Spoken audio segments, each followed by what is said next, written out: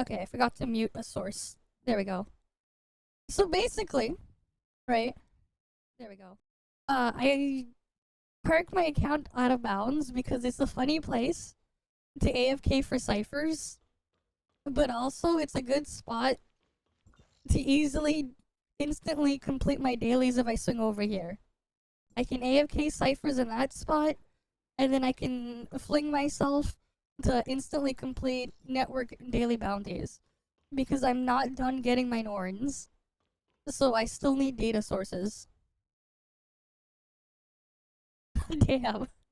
You AFK'd all day but forgot to turn off your laptop. Well, at least you got your stuff that way. Right, at least you should be good there.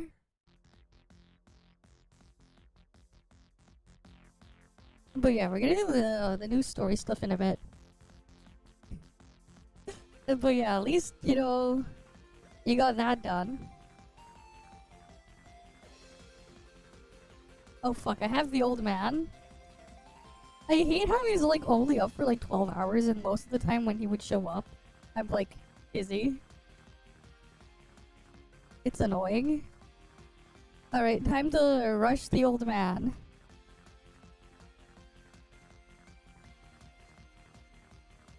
$9 Surely we can find him. Thankfully we can Aster Fling.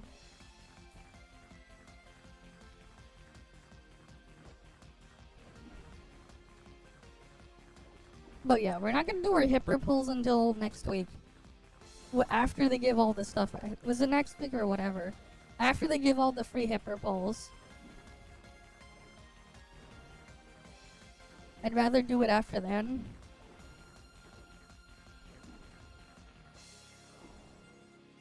Like, technically if I pulled now, I'll have like more than enough to get her A6 and everything, but like...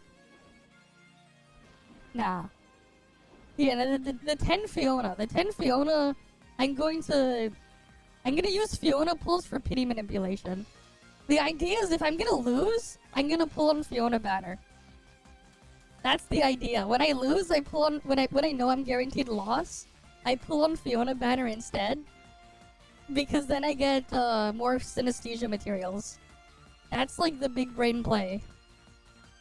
When it's like a guaranteed loss, abuse it to get more synesthesia materials. That is the plan anyways.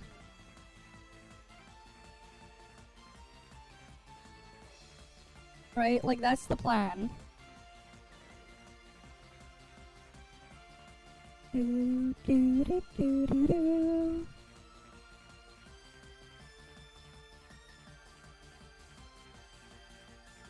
Honestly though, I should like eventually just remove some of the functions of Nightbot, retire using Nightbot, and move all of its things to my own bot, my own custom bot that I use to relay chat.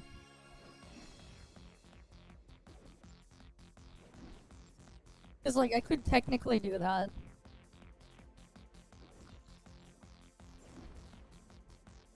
I should at some point, but I'm too lazy.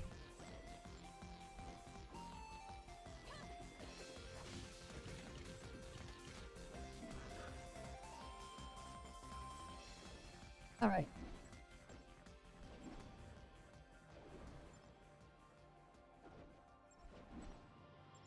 Oh, you're at 60 thing. You can't do anymore. Fair enough. Yeah, the new swimsuit stuff is nice.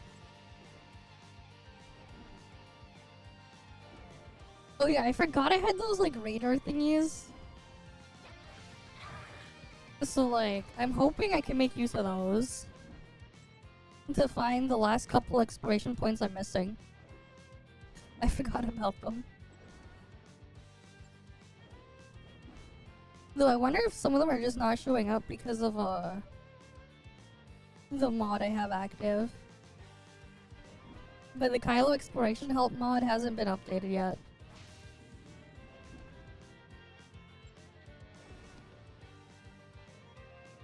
So it's just like, yep. But yeah, the Fiona synesthesia bug has been patched. So rip to anyone who wanted to make use of that bug.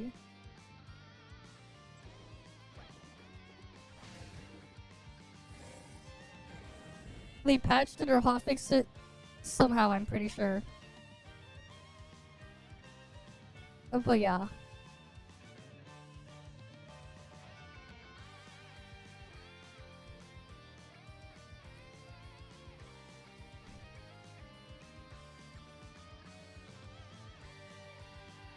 Alright, let's go clean out the weekly shop here.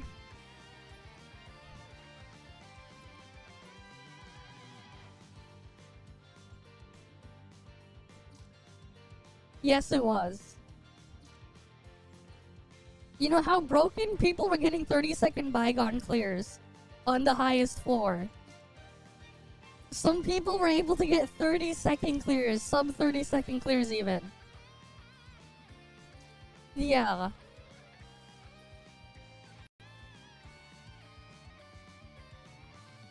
It was that broken.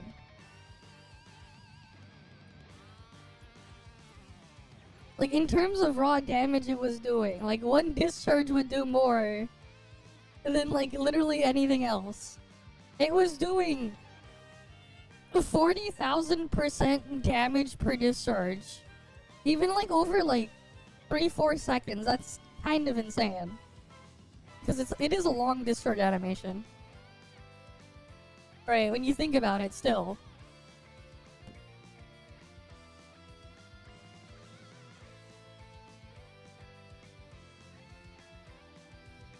But yeah.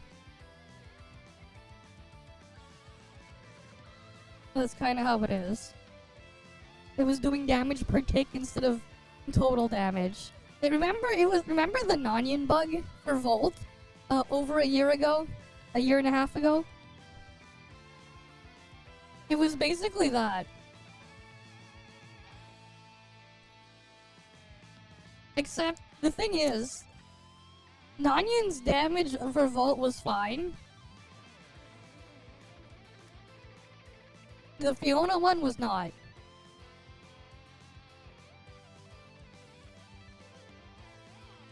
But yeah. And keep in mind, it doubled in Bygone. So the 40,000% was actually... Well... You get the idea. Damn, these pistachios are hard to crack open.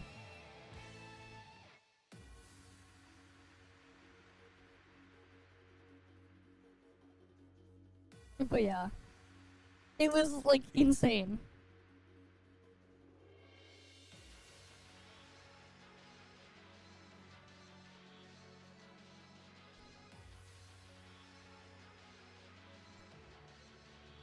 But that's just how it is.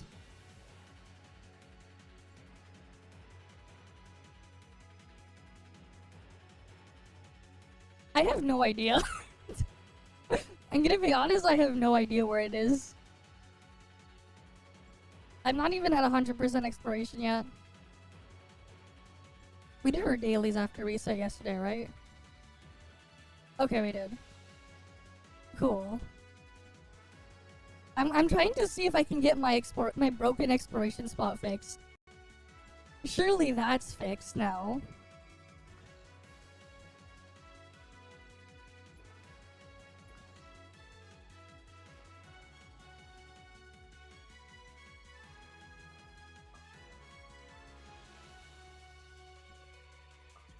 Because, like, I have my fair share of issues, too.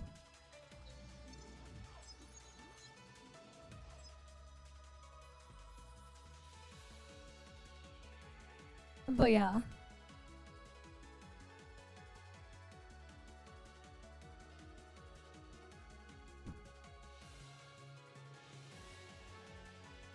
Let's see. Odin's Tavern.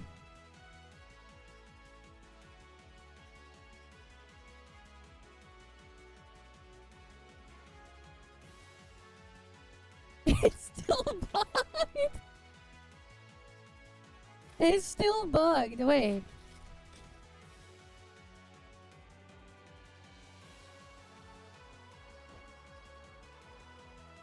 People are just AFK chilling over here.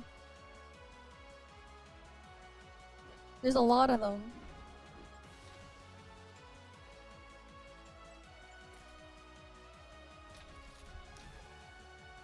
It's still bugged.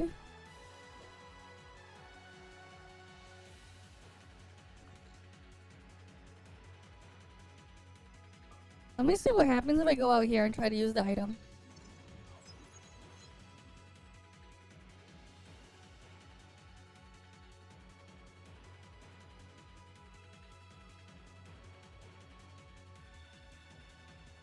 Really?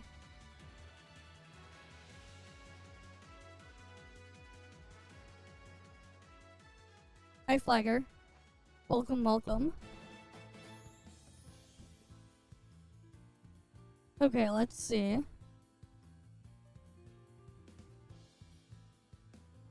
I'm pretty sure I had that item.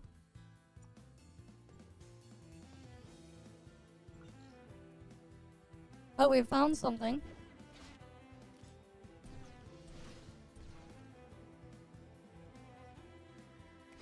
It actually found something.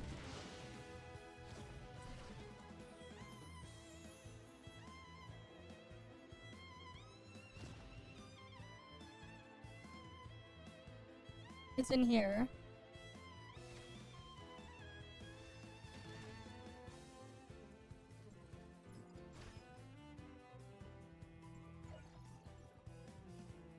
So that's good.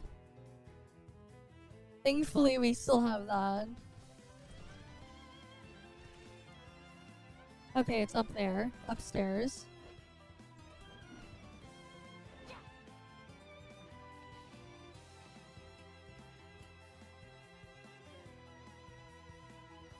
Alright, it's upstairs.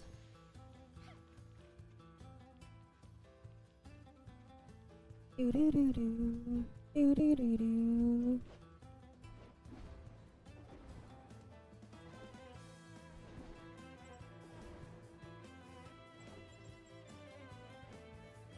Oh. Wait, he's not marked on the map?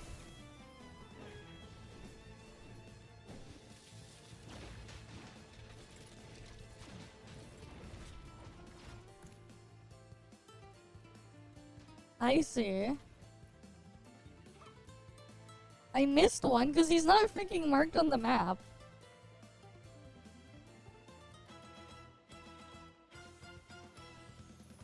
That is so weird.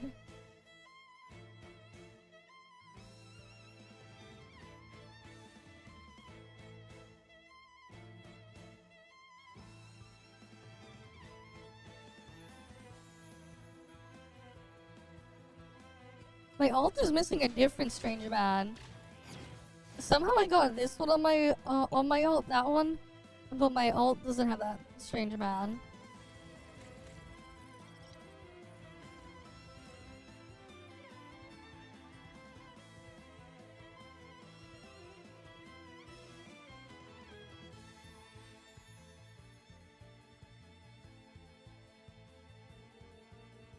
It's so funny and bizarre how like some of them are just not marked.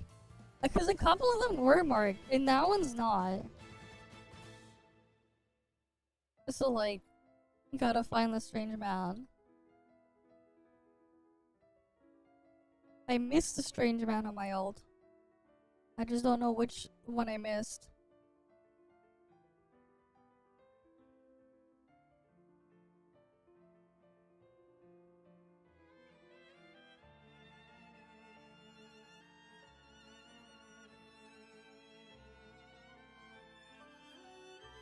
Okay.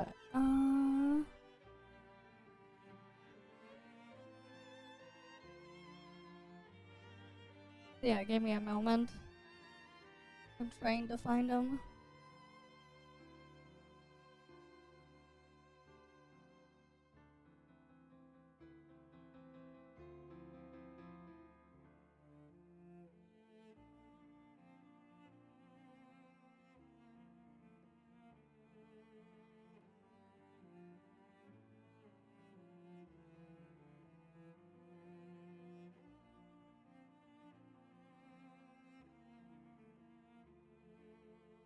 But yeah, somehow I missed a strange man.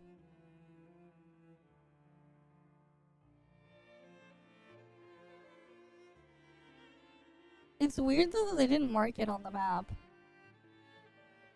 It's just like, it's there but not marked.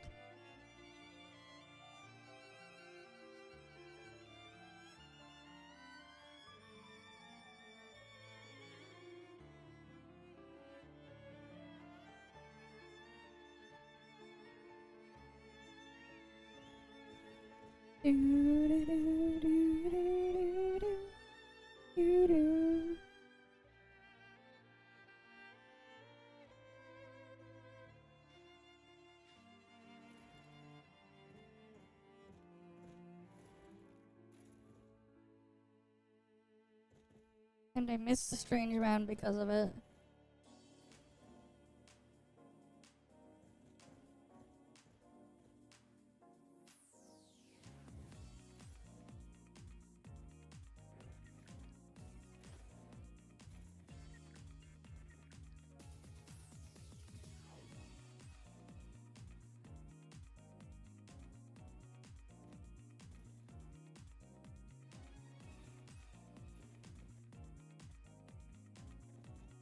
Nope, that one's a challenge.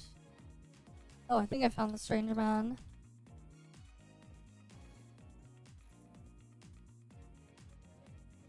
No, wait, my ult did have a strange man, but for some reason, on my main, it actually clipped through the ground. The strange man that I found on the ground was actually supposed to be upstairs. But he spawned and fell through. Because classic Hoppa being classic Hoppa. Oh fuck, now it wants me to do the thing over there that doesn't work.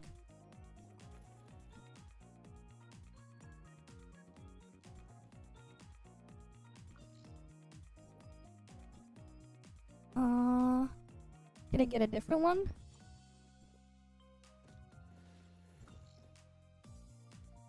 Yeah, it doesn't know what it wants. Exactly. But yeah, I'm at 57 out of 63. Well, my ult still has... Oh, is that 47? That's because I didn't do the rescue thing on my ult yet. But yeah. Hi Dara, welcome, welcome.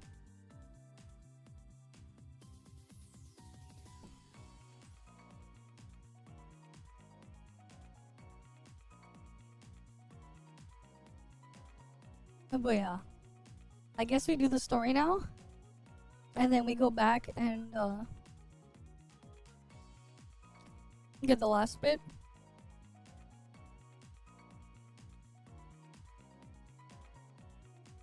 But then I have to do the story on my ult as well after.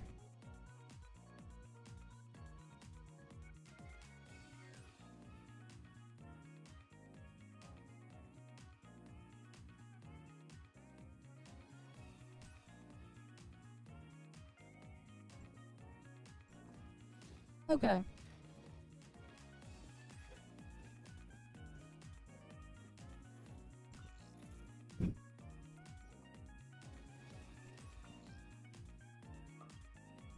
Alright, so we gotta go to the start point zone.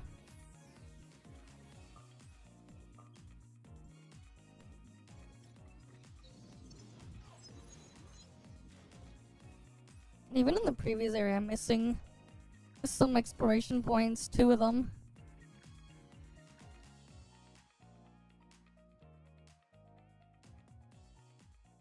I don't know. Why are you asking?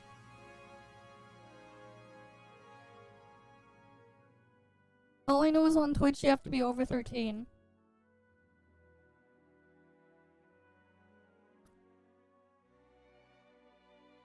Hi there, Shonen Manga Protagonist. Welcome, welcome.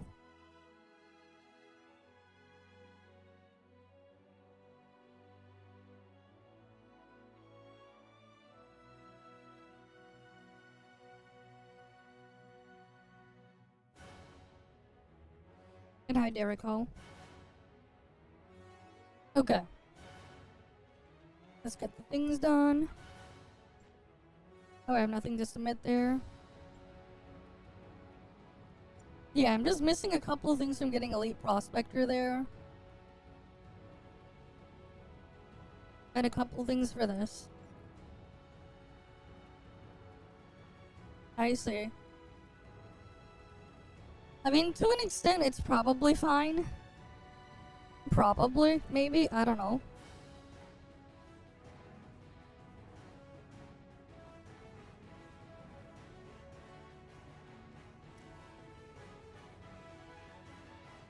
Yeah, I'm missing a bunch too. I'm not even at 100%. We can do VA after it resets. We don't need to do VA now.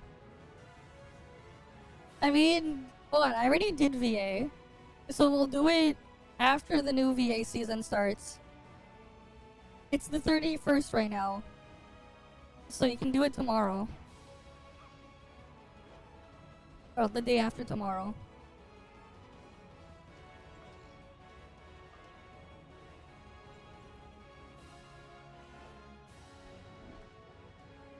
Yeah, I can just do it next week.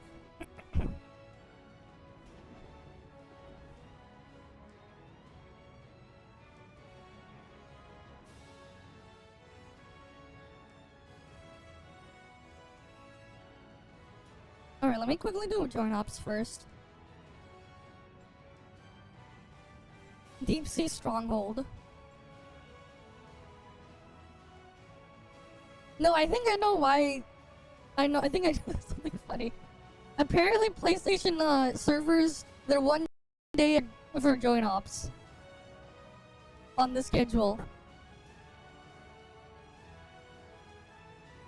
They're somehow a day ahead.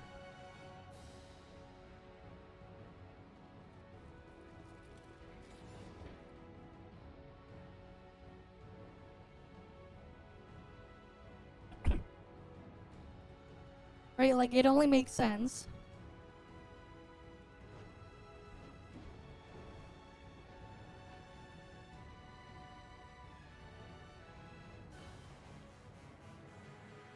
Okay.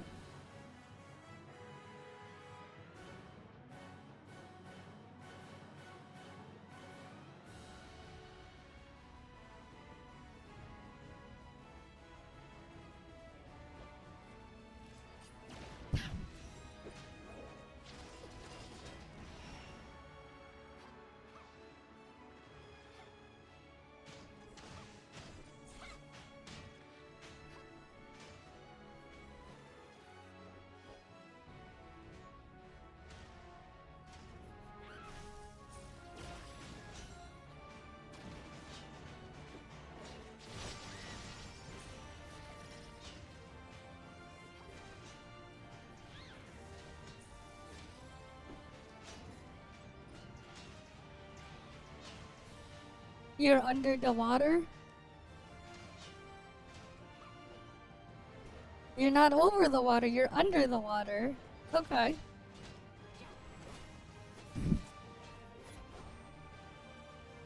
Wait, what was the sound effect thing? Let me find it.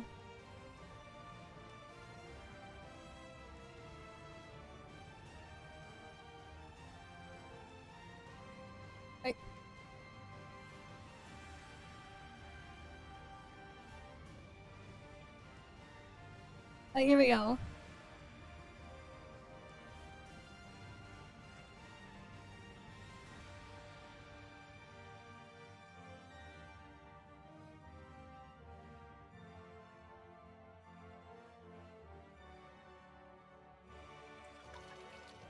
Wait, nope. Hello, how are you? I am under the water. Please help me. Here too much raining. I clicked on the wrong clip. That one was delayed. But I was like playing the sound thing. They are under the water.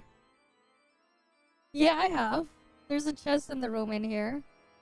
If you go behind the thing, it's just elemental ores. The chest in there is just a bunch of crap elemental ores.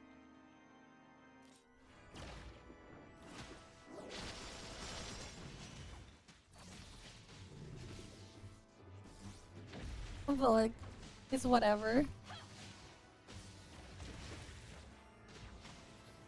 It is very confusing.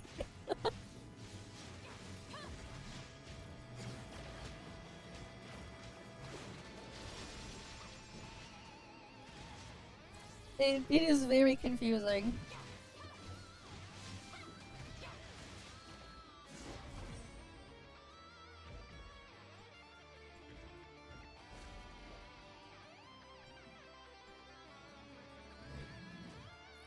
Alright, let's get these done.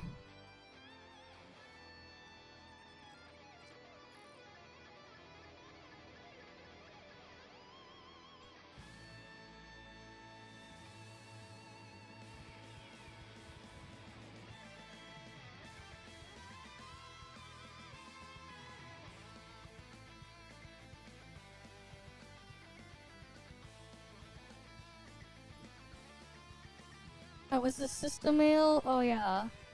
Oh, they didn't give the compensation for the thing yet. Okay. I wonder when they're gonna give the compensation then for the Fiona bug. Because they're gonna give us 10 polls for the Fiona bug.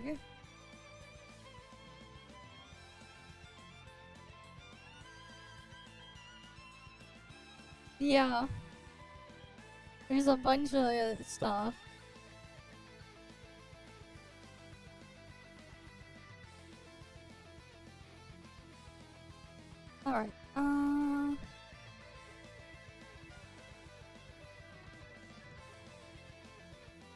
Alright, they're regular polls. 5 Matrix, 5 standard. Oh, not standard. 5 limited and 5 limited Matrix polls. They're not tied to anything. That's like the compensation. They're giving us a 10 poll.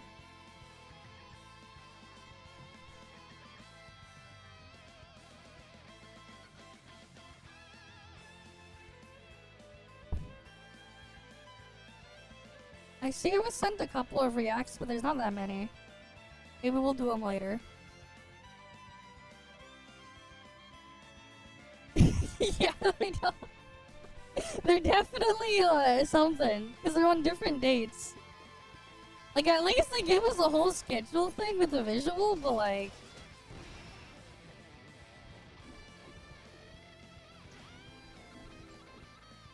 Ah, I see.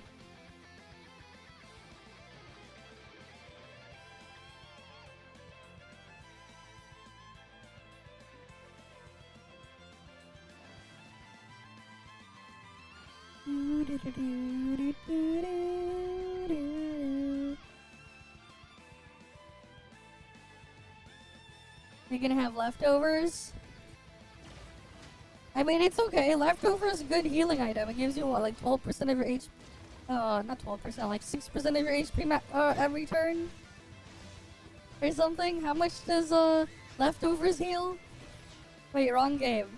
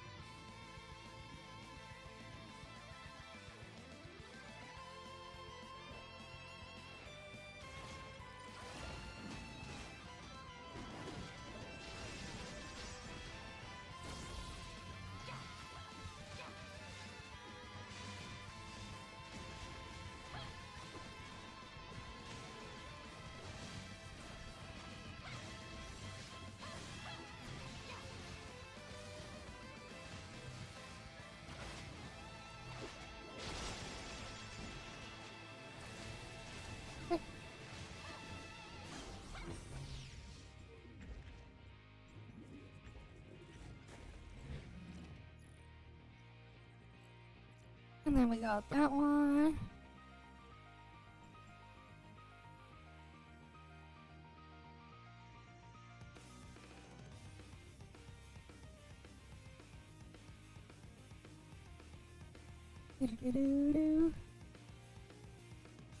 Really, to what?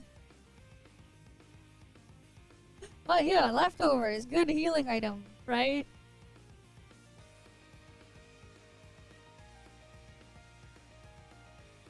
It gives the what? How much does it heal? 1/16 of your max HP every turn. Okay. Event login gives, yeah. There's like, It's just weird. They're giving a lot of pulls, but like, it's just weird how they're doing it. And yeah, from the 4th to the 8th of August, anniversary countdown every day, they're giving like, they're alternating between giving Fiona 10 pulls, Hipper 10 pulls. So like, I'm gonna wait to pull Hipper after this. There's like a login event to get 10 pulls of Fiona as well on top for her thing in Matrices. There's like this thing that's going on right now. Or whatever, and then like, there's this shit over here. It's like, what the fuck? The day 6, wait, what's, let me see the, oh yeah, the box here. 1 free pick, SSR weapon box, or 80 gold nucleus, or here. You can pick between, yeah, the matrices. The matrix box or proof of purchases. Yeah, there's that there.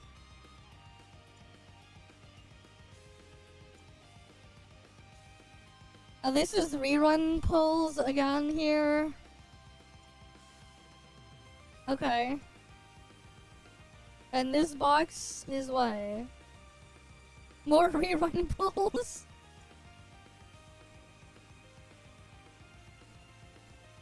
Wait, what's day 15? Okay. And then day 18. Oh, you get the Meroria on your head. You can have Meroria on your head. You can wear Meroria.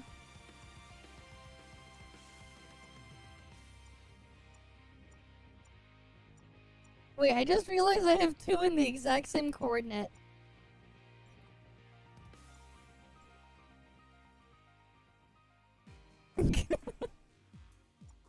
Bring it back to the pyramid.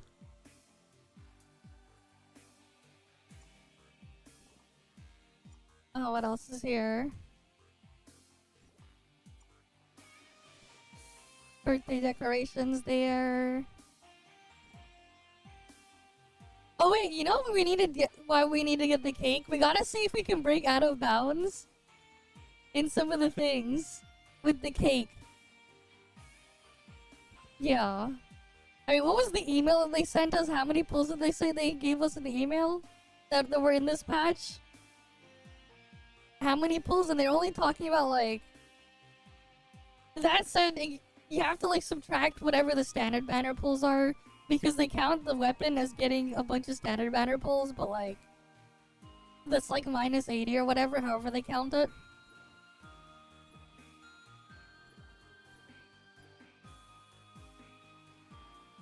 Like, mind you, they're not all limited pulls, but like, yeah.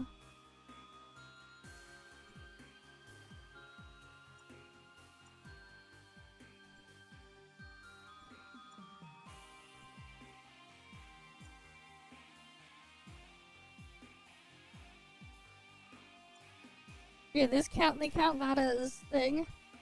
Unless we get both of these. Maybe we get both of these.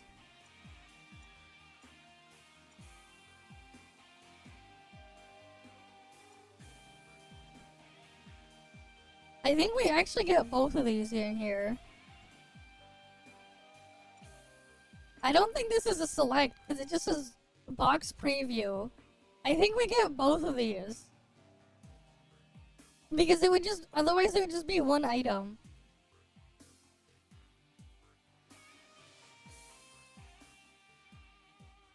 I think we get both of them. Yeah, it it would make sense if we get both of them because they somehow came up with the number of 374 pulls. Right? Because this would have been 240 right here. Like, let's count.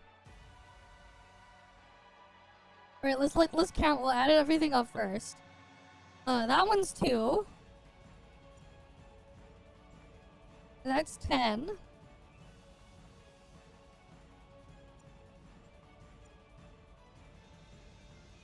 That's another 10.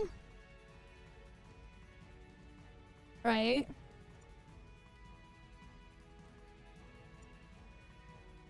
This one's another 4.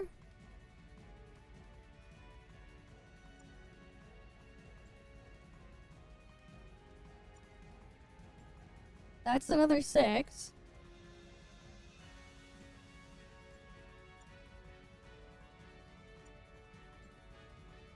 That's an 8. Right, so we're at 40. We didn't count, I didn't count the day 6 stuff yet. We'll figure that out after, how they're gonna value that. You go in here, there's 3. Another 3 there, so that's 6.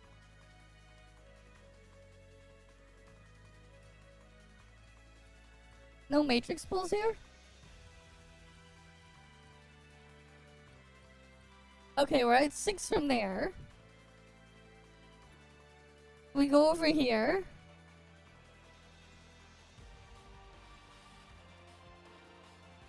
I'm gonna have to zoom in on this.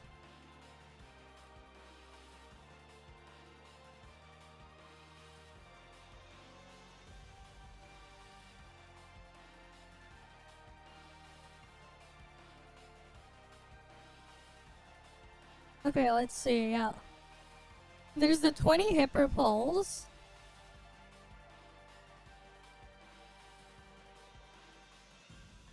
And then the Fiona one is 20 pulls for Fiona.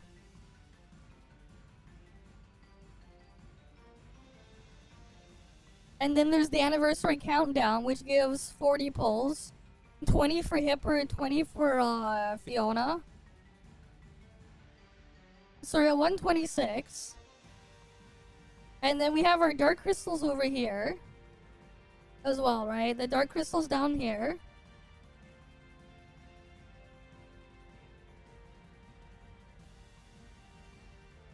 Plus 1,000.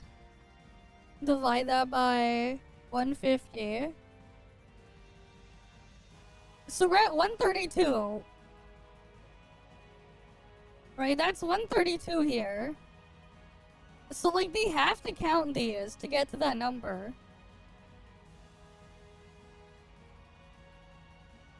Like there's no way they're not counting these. Oh yeah, then counting FC Evo. We add 2 there. Alright. Then I don't know where the other ones I'm missing are. Because they never count exploration in there.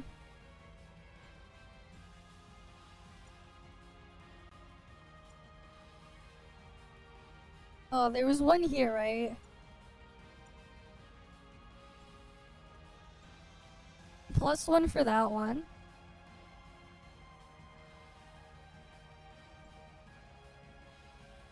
Another one there. Yeah, because they have that every patch.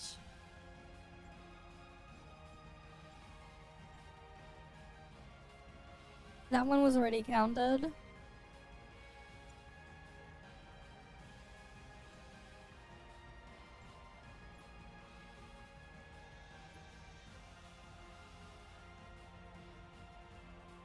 I guess maybe they didn't count those ones that were there. Then, oh yeah, then we add the 160. And then you add the 80. Yeah, we subtract the other 2 that were like permanent, like they do every patch. Yeah, you get the 374. They're counting the selector for the matrices and the thing in there. That's how we got to 374. Well, it's 374 and 2/3 of a pull. And then technically, if you go even further, there's technically version delivery and new season that they do every patch that is not counted, which is plus 2 more pulls. So we're actually at 376. But yeah. That's how they freaking got the thing, because they said up to. Right, they said up to 374 draws. So it makes sense.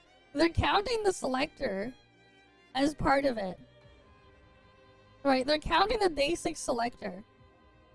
We're gonna get the 4 standard matrix selector, and then 160 whatever things there, but yeah. They're counting that.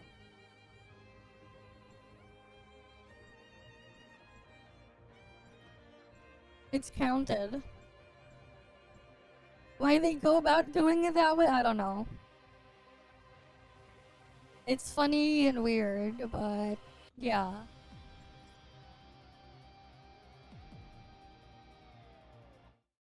Alright, we'll turn on in-games music and stuff now. We're gonna do story.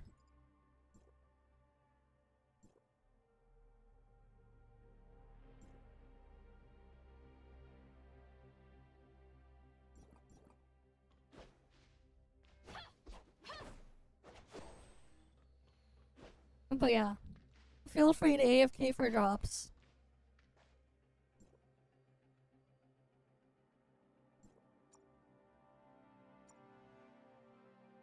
Oh cool, there's a 50% jumping boost item there. An expedited application for the Homecoming's departure permit. According to the Kylo Spaceship Navigation Management Regulations, expedited requests are supposed to take just 3 business days. So why hasn't it been approved yet? Permits are issued at 4 p.m. each day. Oh, your busted system's just delayed. I haven't got the permit yet, but the port system already has Homecoming's departure clearance. All I have to do is punch in the hull number manually and... No permit. Okay. Homecoming is not authorized to enter the port. But I've got to go now! I've got everything ready for the swimsuit auction! According to Article Oh. 7, Chapter 1 of the Kylo Spaceship Navigation Management Regulations, Alright, fine. I'll wait a little longer. What's happened? Yeah, what's Nothing. happened? I kinda tricked him last time, and now he's being stubborn and won't cut me some slack. Don't worry, we'll just have to wait a little longer. Once the permit goes through, we'll be good to go. Shouldn't take long. Okay. Just in case, I'll go double check the ship. Feel free to look around. Wait, have you told everyone else? Everyone knows already. Shirley, Lechesis, and Mia are figuring out how to cover our dear captain. Don't forget, we're meeting up at 4 p.m., okay?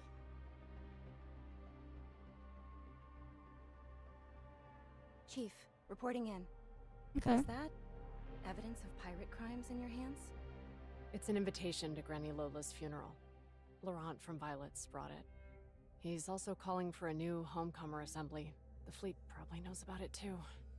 Laurent, the top-ranked A-level wanted criminal on the bounty list. Okay. Is the fleet planning a new pirate eradication operation? I don't know. We're not allowed to be involved in these operations anymore. As for the invitation, don't tell anyone about it. No, you didn't see it today. Chief, Okay. I have to go to the funeral. As her student, I have to send her off properly. but Lola Hans's body was clearly taken away by the fleet. So this funeral... Of course, it's a setup. That's exactly why I can't allow anyone to act unjustly in our mentor's name. The last thing she would want is for the Kylians to be thrown into another crisis. But what if the fleet already knows? First and foremost, I'm from Kylo's Or-Zero, and I'm a student of Granny Lola. Only after that am I a member of the Hope Fleet. I've already filed for leave. While I'm gone, you'll handle all the matters in the mine for me. Yes, Chief. By the way, what were you going to report earlier? During my vacation, the folks at Ravenport finished repairing the old ship Okay. that crashed into Lincis's shop. Uh-huh. I noticed it had a fresh paint job with a carrot on it. The style was just like hers, and it was done recently. I suspect it was Carrot's escape pod that the Black Moon Gang picked up back then. But But Okay. you still haven't found Carrot? I've been keeping an eye on Lincis's shop for days, but there's been no sign of Carrot. The Black Moon Gang is Helen's private crew. They're a bunch of lunatics. Even if they picked up Carrot, they wouldn't bother with her. Unless that old ship was sent by the Black Moon Gang to escort Carrot to Lincis? If Carrot were alive, Lincis would definitely have brought her to Granny Lola's funeral.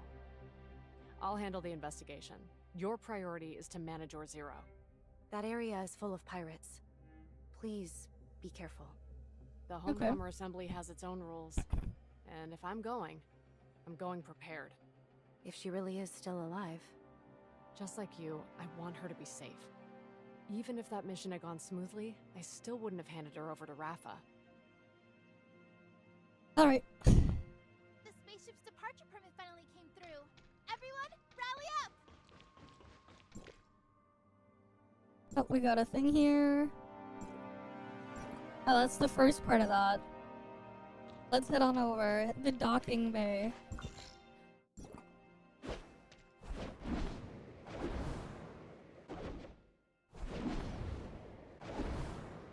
Alright, we'll head on over to the docking bay.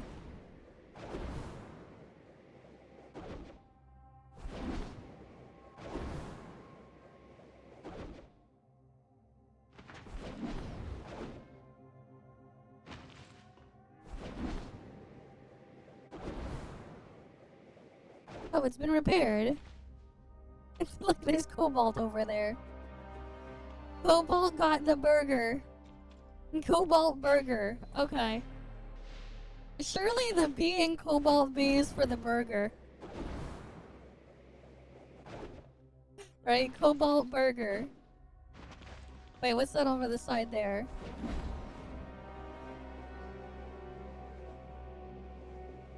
Yeah, we didn't even do the story yet. Cobalt burger over here. Oh, we got Shelly and whatever her name was. They're over here too. Cobalt burger. Oh, there's Brevi.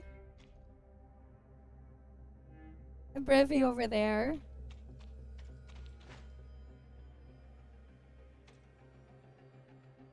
What is this? Is that supposed to be Shelly, but deformed?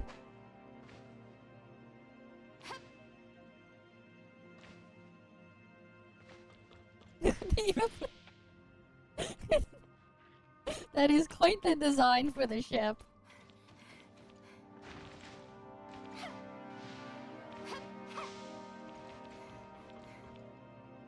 Lensis, I'm here. Why is Hipper here too? Laurent sent her a funeral invite too. She figured we'd be there, so she decided to hitch a ride.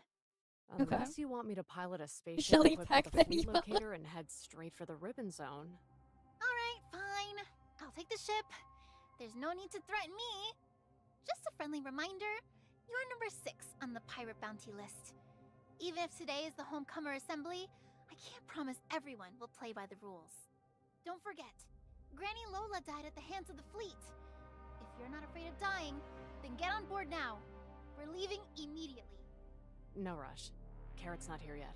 Once she arrives, we'll head out. Huh? Carrot who? You really dare take the youngest captain in the Hope Fleet for a fool? Okay. New employee, huh? Was that you who spilled the beans? Besides that time we went into her office together, I haven't seen her. That's graffiti on the old ship. Didn't you guys notice Carrot's tag on it? Oh, Graffiti again. okay. Dang it! How did I miss that? I was 70% sure before, but now I'm certain. Are you messing with me? When did you become so sly? I learned it from you, of course. You're very good at learning, huh?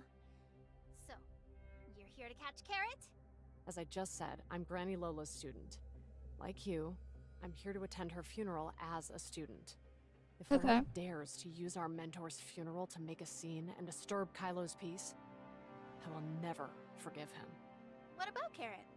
You always think I'm the one who's biased against you for getting involved with pirates, but in reality, Linsis, you're the one who's always been biased. What do you Okay. mean? I'll spit it out. Linsis, let it go. I really don't think Hipper means any harm. Same goes for Aster. I talked with her the last time we were fixing the ship. I don't think they're the kind of people who would hurt a child. But with the Hope Fleet and Anchor around... Anyway, once we get there, let's keep our distance from Hipper. I don't want to reinforce the impression that I'm some kind of spy. Carrot, you're late. And call me Mom. Hipper? Hello, Carrot. I'm so sorry about Granny Lola. That day, I... Okay. Anyway, you don't need to be afraid. Like Lynn says, I'm also a student of our mentor. And I'll protect you too. Slav says, Sorry, it's all her fault. She also said the file is too large to transmit. Please wait. Mia and Slap have enjoyed huddling together and chatting lately. Okay. But their transmission protocols aren't quite the same, so sometimes this happens. Don't worry, Slap. No one is going to blame you for being late. It's getting late. We'd better get moving. Alright, everyone boards the ship one by one except Shirley. Authorizer, there's something about the ship you ought to know. Okay. What is it?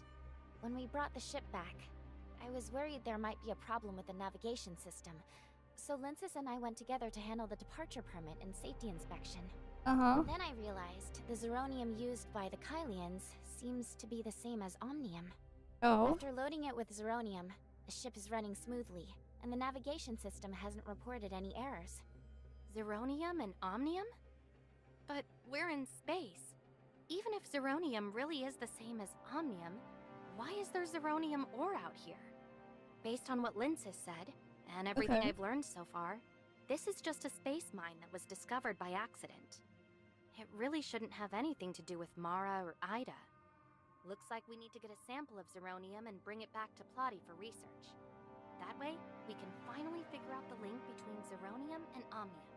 Okay. Besides Zeronium, the space around Kylo feels pretty strange too. Lately, the closer it gets to space-time turbulence day, the more often I feel this discomfort. Is this the aberration perception that Valkyrie mentioned? I think Oh. so. I'm still working hard to get to grips with this perception ability. If you're not feeling well, you should just stay in the Ore Zero Zone. It's space-time turbulence day after all.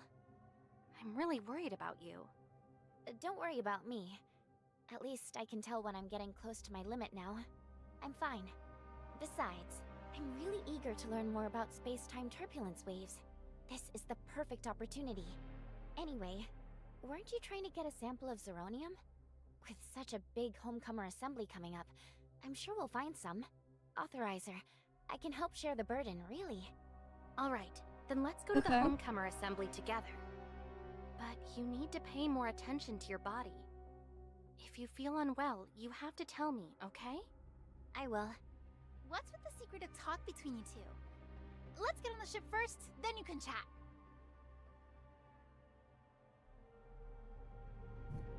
Alright, let's go. A spaceship en route along the... I got cut off. God damn it. We've reached the wood belt.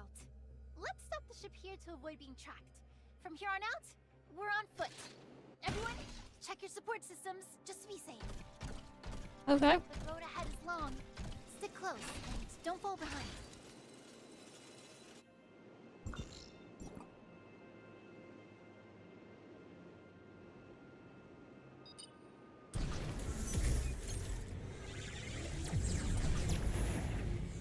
This route? Space-time turbulence waves occur. There are some gaps that are relatively safe. On the eve of each homecomer assembly, an experienced navigator searches for gaps in the space-time turbulence and uses a route-setting device to secure a safe path. So what did you mean by being tracked? The homecoming was repaired at Ravenport, and its departure permit was registered. It's been linked to Anchor's navigation management system for a while. Even with the nearby Okay. space-time turbulence providing cover and most signals cut off, as for making sense of the waves and the space-time turbulence, that all depends on the navigator's skill. So complicated. Yeah, it's not there. complicated, it's dangerous. Space-time turbulence is almost completely unpredictable. The Hope Fleet has only managed to accumulate knowledge about it through countless sacrifices and massive investments in research. That pirate! Life has its own mysteries. Pirates use bugs to sense space-time turbulence. It's said that navigators team up with scythe arachnids to seek out safe routes. Okay. Some people are so fearless they'll even keep Queen Xeno to help them cross space-time turbulence safely. You have to understand that these bugs understand space-time turbulence better than any human ever will. Huh? Great adventure! Have you ever seen a fleet? They're absolutely enormous, aren't they? I wasn't lying to you, was I? You Kylians should just call them flea dinosaurs. Fleet dinosaurs, okay. Alright, enough chit-chat. We're almost there. But no, there is no bathtub. There isn't any. Alright, we go over here.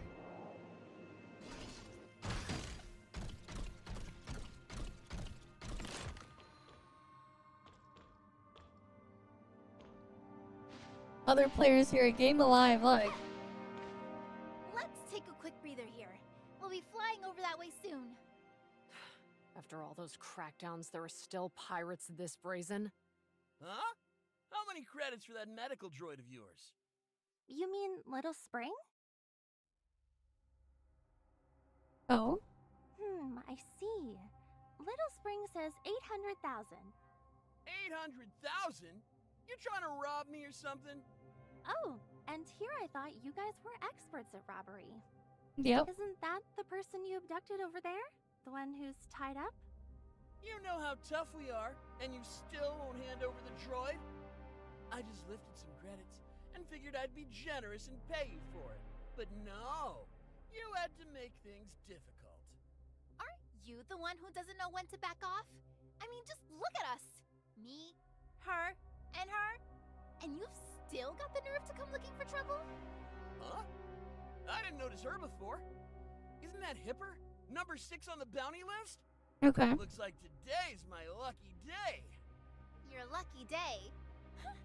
Are you playing pirate for the day? Wait. No way. With how clueless you are, don't tell me you just stumbled in from Ida to Kylo. Huh? Help me, Captain Hipper! Save me! Sorry, I'm not a captain anymore. And today, I'm not part of the Hope Fleet either. But Okay. pirates who casually rob nomads of their supplies and credits never deserve to attend the Homecomer Assembly or Granny Lola's funeral. Alright. Then Linces ties up the Using pirate. prisoners Okay. of war violates the Hope Fleet military regulations. Just tie them all up over there, okay? Who was it earlier saying, "Today, I'm just the mentor student, not a member of the Hope Fleet"? Again. Yep. Relax. Today's the Homecomer Assembly. No matter what grudges there are, no one's allowed to get killed. Otherwise, you wouldn't have dared show your face at the funeral, right? I'm just giving them a taste of their own medicine. Tell me, which crew are you with?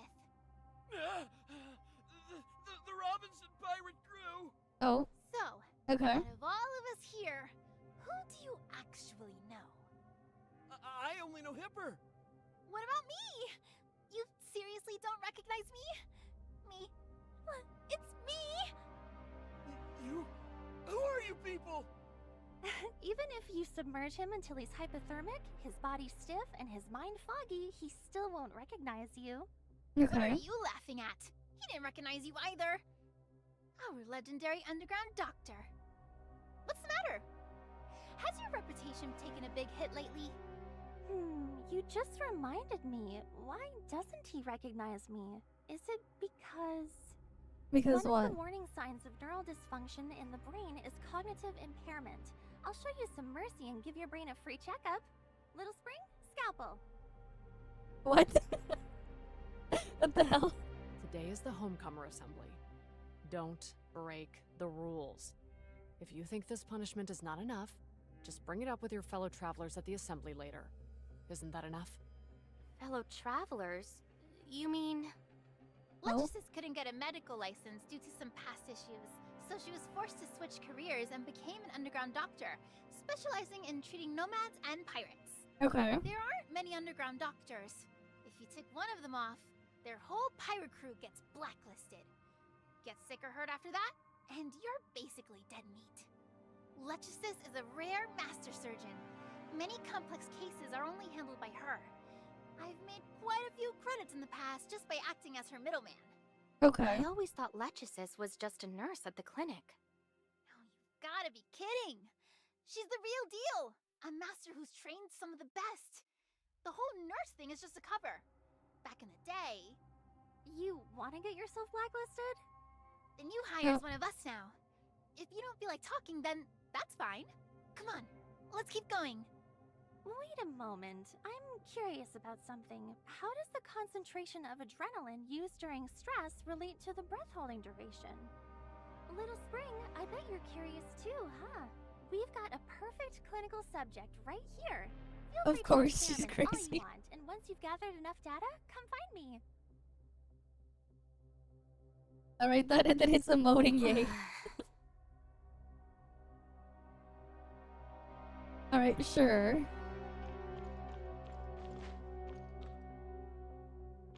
But yeah, look at all the people over here. And then now the dude's just hanging here. He's just hanging out. Are all pirates this ruthless? Seriously. Have you forgotten you're a pirate too? Okay. Back then, the Kylo pirates were nothing more than a bunch of lawless thugs.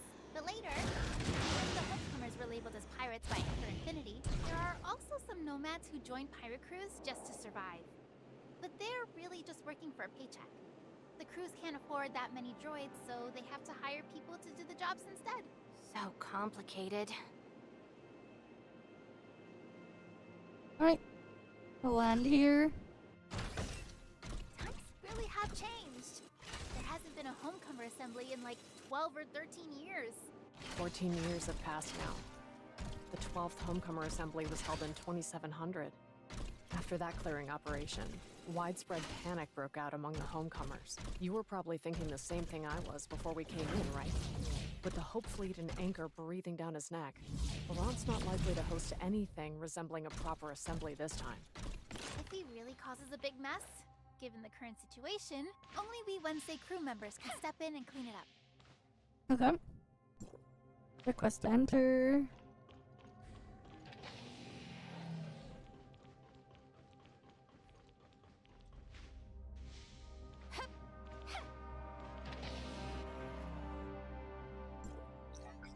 I don't know what challenge was failed, but okay.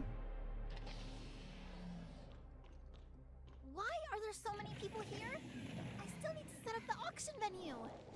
Wait here, and don't wander off or talk to anyone. I'll go see if I can jump the queue.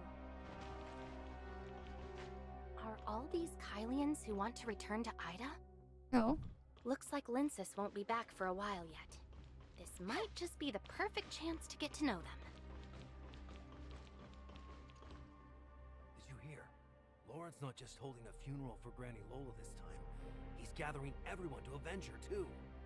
First, he needs to figure out who the mole is. The Hope Fleet keeps finding all our secret pirate bases. Someone on our side definitely sold us out. If we can't find the mole, then count me out. I'm not getting involved in any revenge plans. Go up against Anchor and the fleet? That's just asking for death. How can you say that? Weren't some of the pirates who died your friends too? Now that Granny Lola is gone, everyone's spirits are broken. Laurent is the only one willing to step up, and you still won't stand behind him. It's brave of Laurent to still hold a funeral for Granny Lola at such a dangerous time. But does that mean his courage has no selfish motives behind it? Everybody knows that back when he was second mate for Wednesday, he tried to push Granny Lola into becoming the Pirate King. But after she failed, he couldn't accept it, and went off to start his own crew. That's because Granny Lola kept holding on to old ties and didn't want to break away from Anchor. Laurent just saw Anchor's true colors a little earlier than she did. That's all. Shh! Quiet! Look over there! Hipper's here too. Linsis is over there too? Did she catch Hipper and come to claim the bounty? Oh. You blockhead! It's obvious that the mole is Linsis! She isn't even pretending anymore! She's just leading the Hope Fleet right to us! I'm out of here. No way I'm risking my neck for this assembly.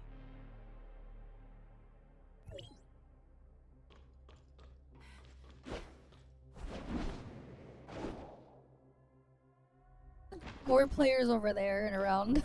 They snatched so many Game alive. Toms to act as guards. Do you really think it's safe? Why wouldn't it be safe? I've seen these Violet Toms take on the Hope Fleet Toms before. Things have gotten really scary lately. Everyone seems to suspect each other of being traitors, afraid their secret bases will be exposed and bring the Hope Fleet down on us. Do you think one of the Toms let it slip?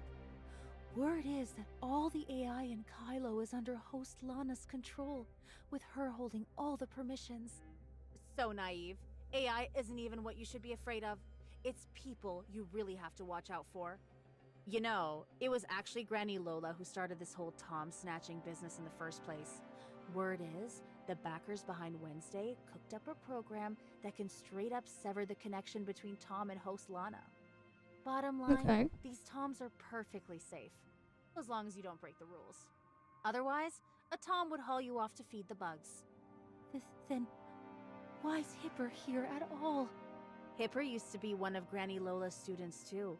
There's no way she'd miss her own mentor's funeral. Even Helene of the Black Moon Gang thinks she's loyal and values her relationship. Laurent is probably relying on her personality, knowing Hipper won't disrupt Granny Lola's funeral, let alone use her name to take credit for herself. That's why he dared to send her an invitation. Oh, she sure has guts. Who even bothers with the assembly rules anymore? For all we know, tonight might be the end of the road for her.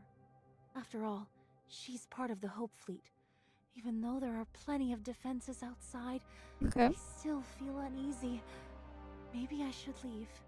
If the fleet really dares to show up, that's exactly what Laurent wants. He's been racking his brains over how scattered the pirate gangs are. There's no way to get everyone to band together against Anchor Infinity right now. Come on! All right. This way, we've got a shot at getting in ahead of everyone.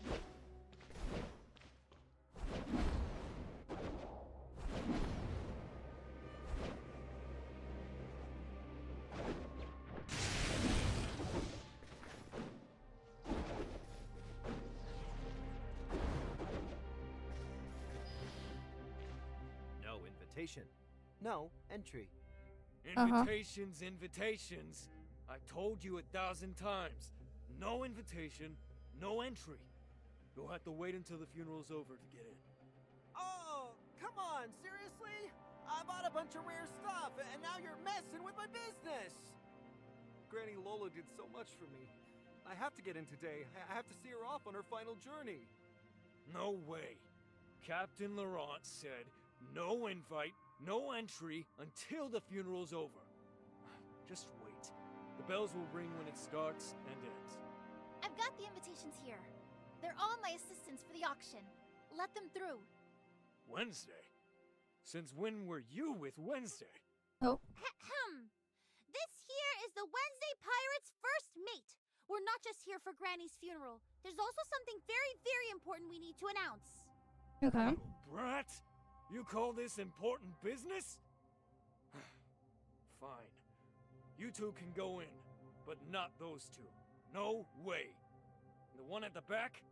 Absolutely not. Damn. Hope Fleet, Hipper, current chief of the Or Zero Nexus.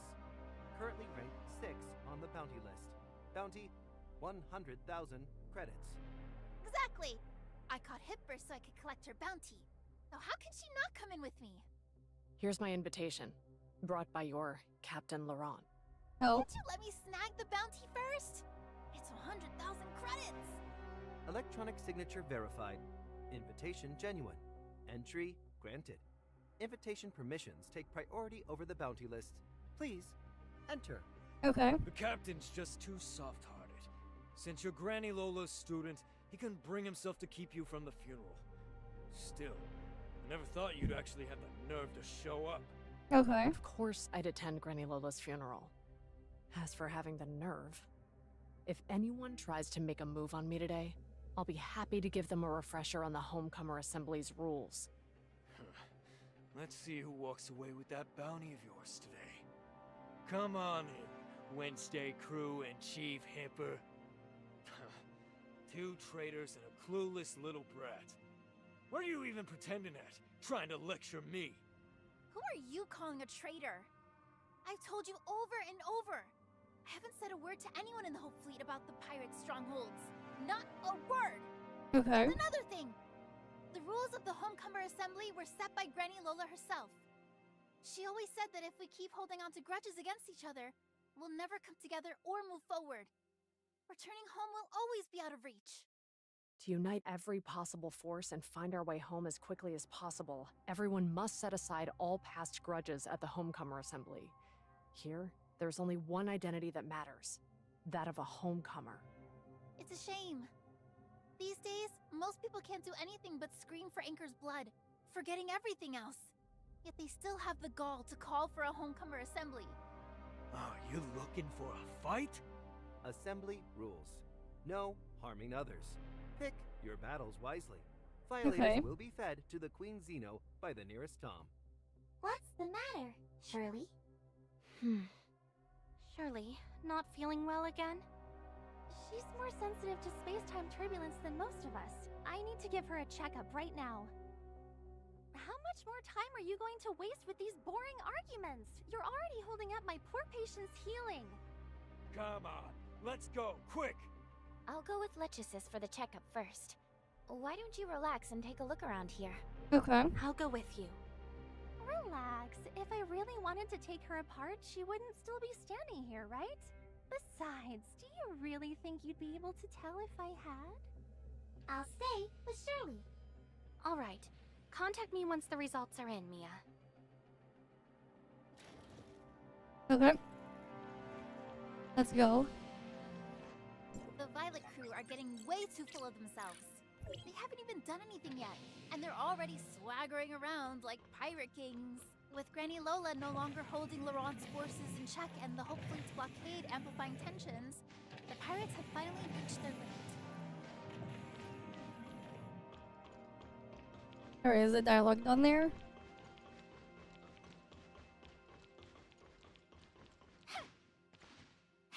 Knowing Laurent, he might use Grant. Well, if it is Oh. Linsis, the one who sold out a bunch of pirate crews. Who's that? Just my luck.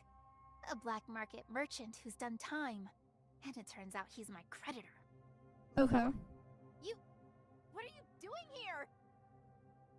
Yikes, did you really jailbreak out of the Brighton zone? That's wild! Congrats! You're finally free! Jailbreak. I used my contacts at the tavern to get my sentence reduced.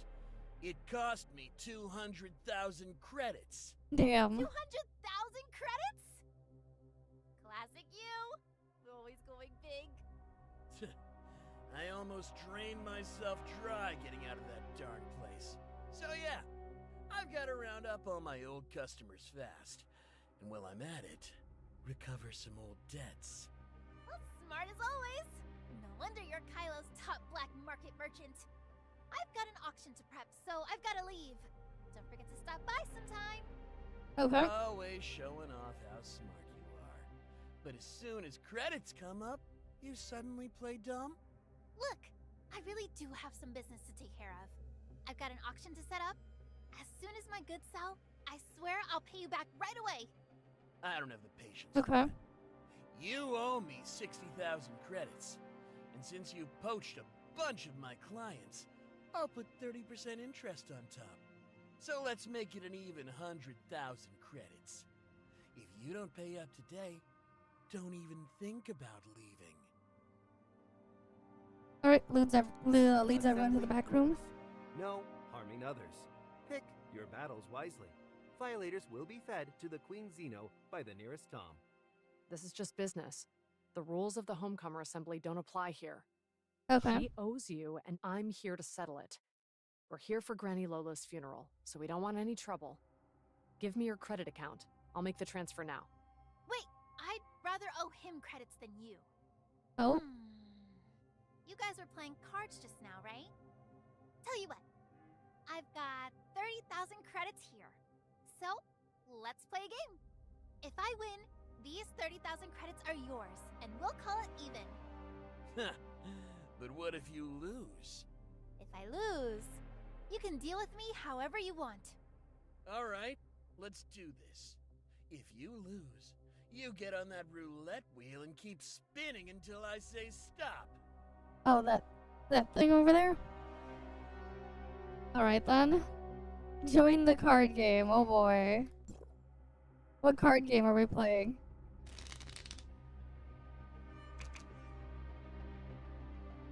Okay, I have a 3 and an ace.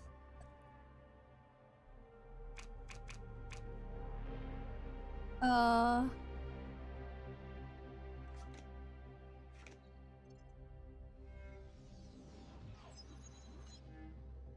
lost?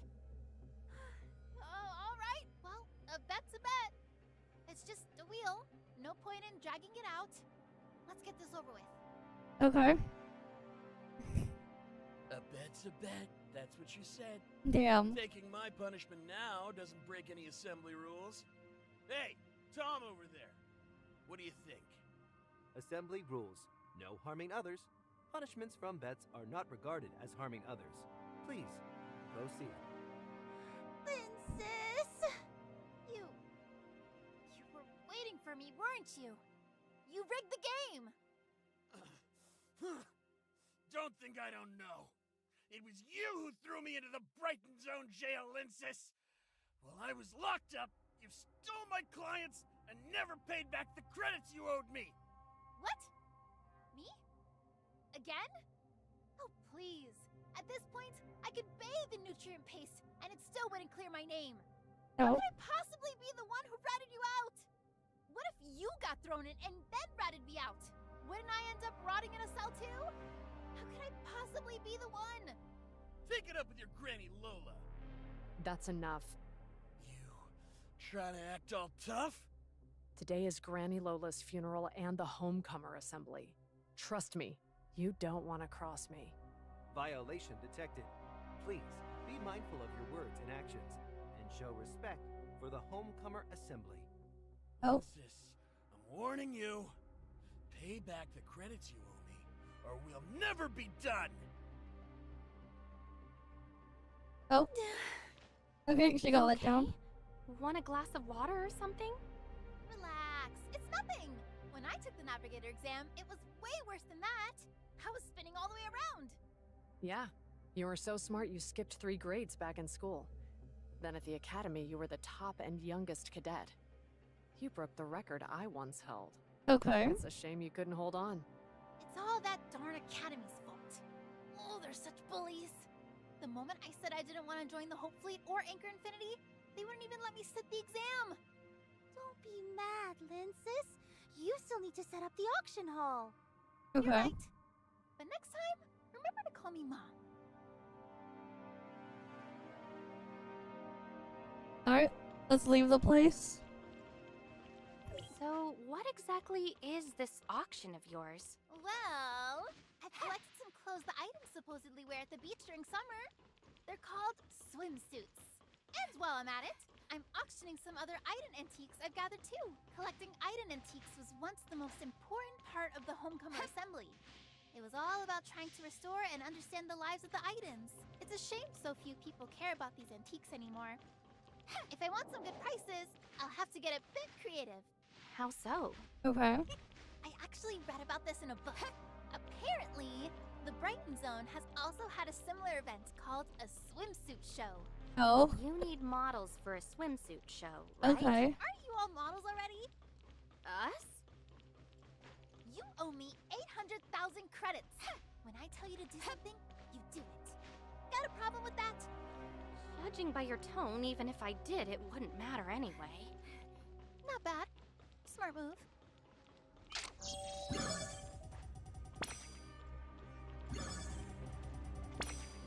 What the hell is that sound? Is another player doing something out there? And I'm hearing their sound effects?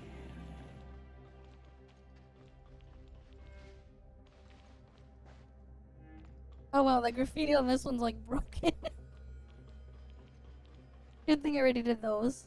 Where are you off to in such a rush? Not even gonna say hi to an old friend? Wait, is that another one of your creditors, Linsis? Come on! Don't be ridiculous. I don't have the guts to mess with someone like that. That's the most notorious pirate crew in all of Kylo Apocalypse, but I can't remember her name. That's the first mate of Apocalypse. Her full name Okay. is Silas Kreider, also known as Scorpion. A first-degree felon, she was imprisoned the year before last for raiding supplies that Anchor was sending to Ore Zero. Looks like she's here for a fight, too. Lou was just picking a fight. But her, she's dead set on revenge. It was Hipper who chopped off Scorpion's hand, and Hipper who put her in prison. So she finished her sentence, and now she's back for revenge on Hipper? Finished my sentence? To get out sooner and take my revenge, Oh. I gave one of my eyes to an executive at Anchor Infinity. That's how I secured my early release. All I could think was, once I'm out, I'll get back the hand and eye I lost. Hipper. I've never really looked at you before, but now I've realized your eyes are beautiful. Let's see if you've got the guts to come and take one. Scorpion, it's the Homecomer Assembly today. Granny Lola's funeral hasn't even started yet, and you're already looking for trouble? Damn. Some old hag's funeral? Like I give a damn. I heard Laurent sent invites to all of Lola's students, so I was wondering if you got one too, Hipper. I didn't realize you two were so daring. One throws down the challenge and the other accepts it. I've been waiting here all day, and now my patience has finally paid off. As for you, Linsis, since you helped me find a cybernetic hand, I won't kill you today. Now, get lost! You really want to make a move? And do you really want to prove you're a pirate traitor? I thought after prison and losing a hand, you'd finally wisen up. Oh. I guess you're still just as clueless as always. You're Apocalypse Crew stole half a year's worth of nutritional paste and medical supplies that Anchor sent to Or-Zero. How many people in the mine died in their beds because of you? Even pirates, desperate as they are, know to leave enough supplies for others to survive when they raid Anchor or Nomads. No pirates have ever wiped out everything the way like your lot. Losing that hand was the least you deserve for all those who died. Honestly, the only reason you're still breathing is because Hipper showed you mercy. Ever heard of survival of the fittest? Okay. You mine rats are so used to swallowing your pride. No wonder Anchor pushes you around. And just like I thought, you two are working together. So don't blame us for being rough. I've already moved the Toms out of here.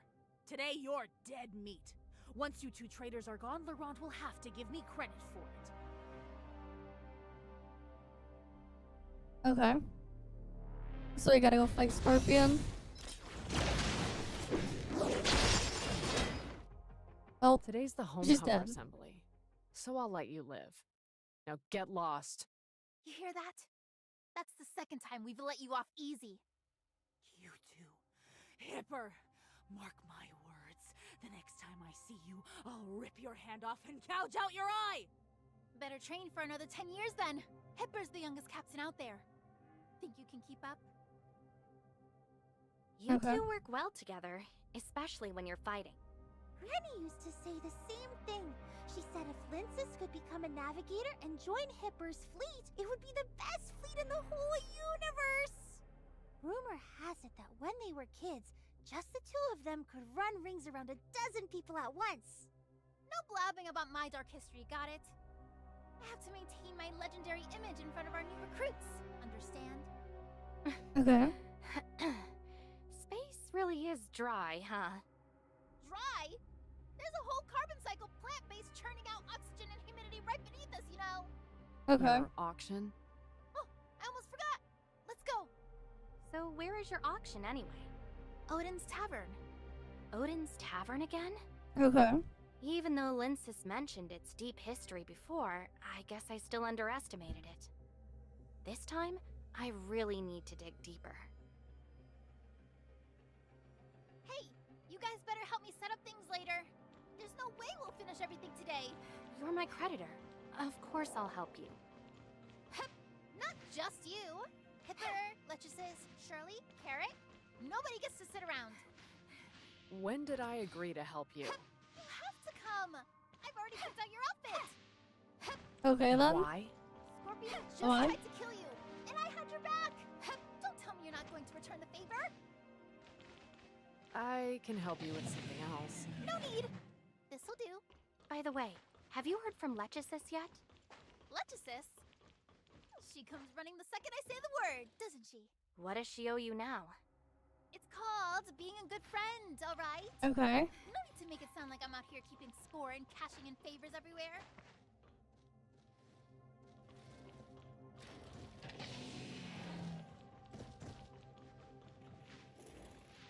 Right, we're almost there. Yeah, someone triggered another thing. Another challenge. Somewhere around here. Alright, we can, Huh? They're not spawned in?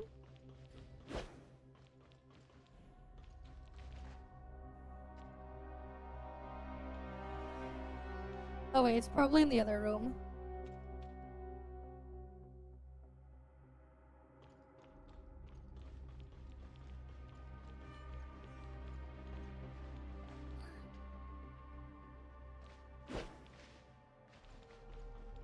Right, let's head on over. But yeah, I wonder if we can clip out of bounds with the cake item over here, cause like the ceiling is so low, just like the indoor network map. Ah, we finally made it.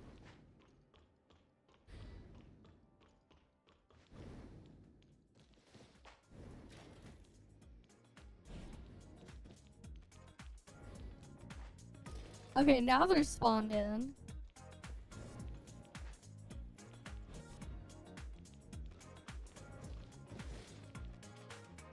Welcome to Odin's Tavern. Our special pirate assembly drink, Jack Sparrow, is inspired by a classic old movie from old human civilization. Of I'm here to course. set up an auction, not drink. I'll have one. You still need to help me set things up, so no drinks for now. Once the auction's over and we've earned enough credits, I'll buy you whatever you want. How about that? Quit treating me like a child. Thanks. That'll be 500 credits. This special drink comes with a detailed explanation so you can discover its backstory. Uh-huh. Brings over a drink with a card note written Black on. Moon Gang invites the Wednesday crew upstairs for a friendly catch-up. It's catch up, not catch up. Ketchup. Princess, didn't the Black Okay. Moon Gang raid your warehouse before? They've got some nerve. They want to catch up? Perfect. I'll go settle the score and make them pay me back in credits. They're probably here for Helene though, right? Oh. If Helene had been there, they wouldn't have raided my warehouse. When you get down to it, it's really your Hope Fleet's fault. Ugh, my auction just has to be a success today.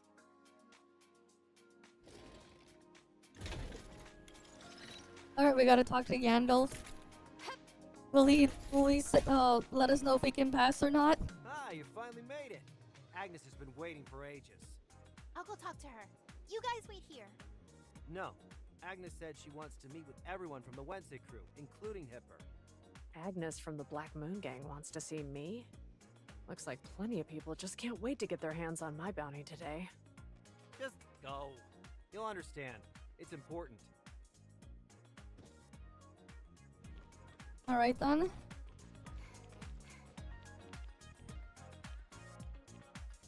Looks like you're holding your own just fine without Helene. Going all out and booking the entire second floor of Odin's Tavern? I'm not like you. I flank. Calling around to pile of debt and pinching every credit. So you called me out here just to criticize me? Well, are you done? I've got things to do. If you're All right. finished, I'm leaving. Your treasure. Didn't you find that anything is missing? No Oh. way. I went through everything myself. Sure, you all tore the place up and made a mess, but nothing is missing. Seems you didn't realize there was a navigation chart left in Granny Lola's box. Oh. I haven't even opened that box yet. How did you manage to open it?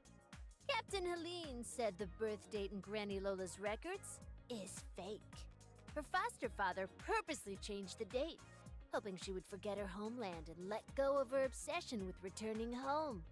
Can you cut to the chase already? Quit keeping us in suspense. We all know Helene treats you like her own sister. She trusts you and tells you everything. One of the routes on Granny Lola's chart was a gift from Captain Helene. It's an unfinished route, the most dangerous space-time turbulence Helene had ever encountered. The Aura Okay. Vortex? You mean the time she lost her memory? That's right, so the chart is only half complete. Helene believes the exit Kylo used to escape the space-time turbulence is right there. And it's the very path home that Granny Lola has been searching for all this time. I'm not that great at navigating space-time turbulence. I'm afraid I can't really help you. We're trying to pull a fast one. Didn't your esteemed captain just come back from the Ur Vortex? Oh. Are you saying Carrot's memory loss is just like Helene's? Because she also went through the Ur Vortex? Wait, how do you even know that Carrot lost her memory? Legisis once recovered Helene's memory. she noticed something similar between them, so she came to ask me a few questions. Don't worry, I haven't told anyone else. Fine. Okay. As soon as Carrot decided to attend the funeral, I knew this couldn't stay a secret. Besides, you're not someone who'd hold a grudge against a child. Continue. You, Hipper, and Helene once learned about Ida's history from Granny Lola. But in the end, you stayed in Or Zero, running a business to help the locals, while Hipper joined the Hope Fleet to explore space. Helene assembled all of us who've lost loved ones to the space-time turbulence. She was driven by her search for her brother and the truth behind everything. She's devoted herself completely to exploring space-time turbulence. But no matter how different your chosen paths were, your intentions remain the same. You've always just wanted to help the Kylians live better lives. So why are you bringing up these old stories now? Honestly, I'm just really curious. Did Carrot actually go into the Ore Vortex? And how did she make it out in one piece? If she pulled that off, maybe there actually is a way to explore that place safely. The Ore Vortex? I don't really remember. I was in an escape pod and landed. Linces, can I say it? What can't you say? Where did you go during your absence? What did you see? Did you see? She forgot. Just like Helene, she lost a part of her memory because of the space-time turbulence. She's lucky to even be alive, so stop pressuring her. I get it now. You broke into my warehouse to get Granny Lola's flight route map, so you could head deep into the Ore Vortex and look for your missing parents. If Helene and Carrot could both make it out of the Ore Vortex alive, then maybe my parents are there too. Perhaps they're just lost and are still searching for a way out. If you just want to find your parents, then why did you insist on bringing me along? If Carrot really made it out of the Ore Vortex alive, then Helene's hunch was right. There's definitely more lurking in the depths of the Ore Vortex than just ordinary space-time turbulence. There's no way I can safely reach the depths of the vortex on my own. I need Helene. Could the path I took here from Ida actually be inside the Ur Vortex? When I get the chance, maybe I should ask Plotty about that route. You want to stage a prison break? She's being held in the deepest part of Brighton Prison. That's why I need backup. Especially you, Hipper. Out of everyone I know, you know the Brighton Zone better than anyone. I thought you'd already thrown in your lot with Laurent? The Black Moon Gang has always kept to itself. We've never sided with any other faction. Between Laurent and me, it's simply mutual benefit at best. After all, when it comes to rescuing someone, especially breaking into Brighton Prison, you can never have too many allies. I can't possibly agree to breaking into Brighton Prison or venturing into the Ore Vortex Zone. You know full well that both places are off limits for all Kylians. You Black Moon Gang have let your fixation on finding your loved ones cloud your judgment, just like Granny Lola and Linces. You're constantly clinging to that fantasy of returning home. These obsessions will only harm you, leading you to waste your lives in vain, Someone vanishing opened into the the depths chest. of the space-time turbulence. I joined the fleet because I couldn't bear to see the Kylians end up like that. What are you implying? Do you seriously think that Granny Lola and I are harming the Kylians? Haven't the explorers spent years pouring countless resources and manpower into their search, only to come up empty-handed? There's no right or wrong between returning home and exploring. The problem is that Anchor Infinity wants to control all of Kylo. They're the ones who force the homecomers into piracy and turn them against their own people. I'm not saying I support Anchor Infinity. I just want to find a way forward for the Kylians as soon as possible. But letting people cling to their endless fantasies about old Ida isn't going to help us. Granny Lola once lived in Ida, so it's only natural that she can't forget. But what about you? Throwing away your own life and future, and falling into debt? All for building some memento warehouse? You might be able to fool everyone else. But do you really think you can fool me? All you're doing is making people cling to their illusions and the past.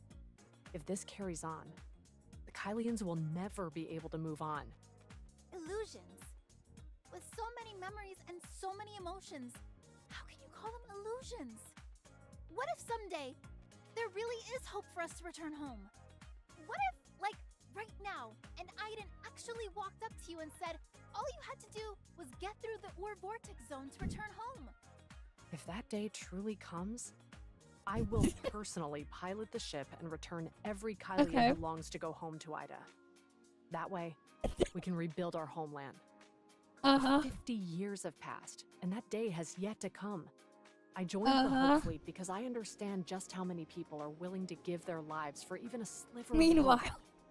Hope itself is the true danger. Then you'd better remember this, because that day is coming soon. Granny Lola and I aren't just chasing an illusion. What are you talking about? Remember to follow my live streams. Carrot, let's go. Princess, what is she up to? Lindsys isn't going to reveal that I'm from Ida, is she? Hipper, I don't care what's going on between you and Lindsys, but I do need your help with my plan to rescue Helene. Of course, if you ultimately decide not to help me, I'll still rescue her on my own. And not just that, I'll team up with Laurent too. So I suggest you join us. That way, things will be a bit more manageable. Don't you agree? Let's get going too. Meanwhile, they have no idea what the hell's going on down there.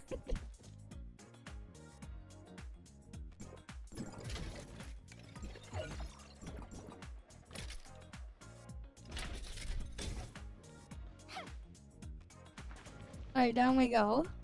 I'm gonna check out Odin's Tavern. How about you? Worried you'll get into trouble if you stick with me? You've got it wrong. This is my first homecomer assembly, so I figured I'd take a look around. You can tag along if you want. If you don't mind, I can be your guide. Sure. But do you know this place well? I was actually one of Lola's students. She was my homeroom teacher back in elementary school. She used to say that Iden kids always went on spring Thanks for the outings, follow as well. but sadly, And welcome. Kylo doesn't have spring. Then she said she'd take us to the homecomer assembly, which is kind of like a spring outing for Iden kids, and help us get to know Ida better at the same time. Was that the 9th or the Yeah, 10th? fair enough. Anyway, the homecomer assembly Yeah, they need was suppressors, huge back exactly. then. People hadn't fully forgotten what life was They like got on no Ida. clue what's going on You down could even there. see people who celebrated Ida's festivals. Hipper is a few years older than Lindsys. She probably knows this place better.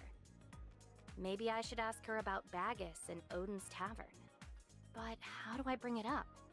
Okay. Last time I didn't find out anything at Odin's Tavern.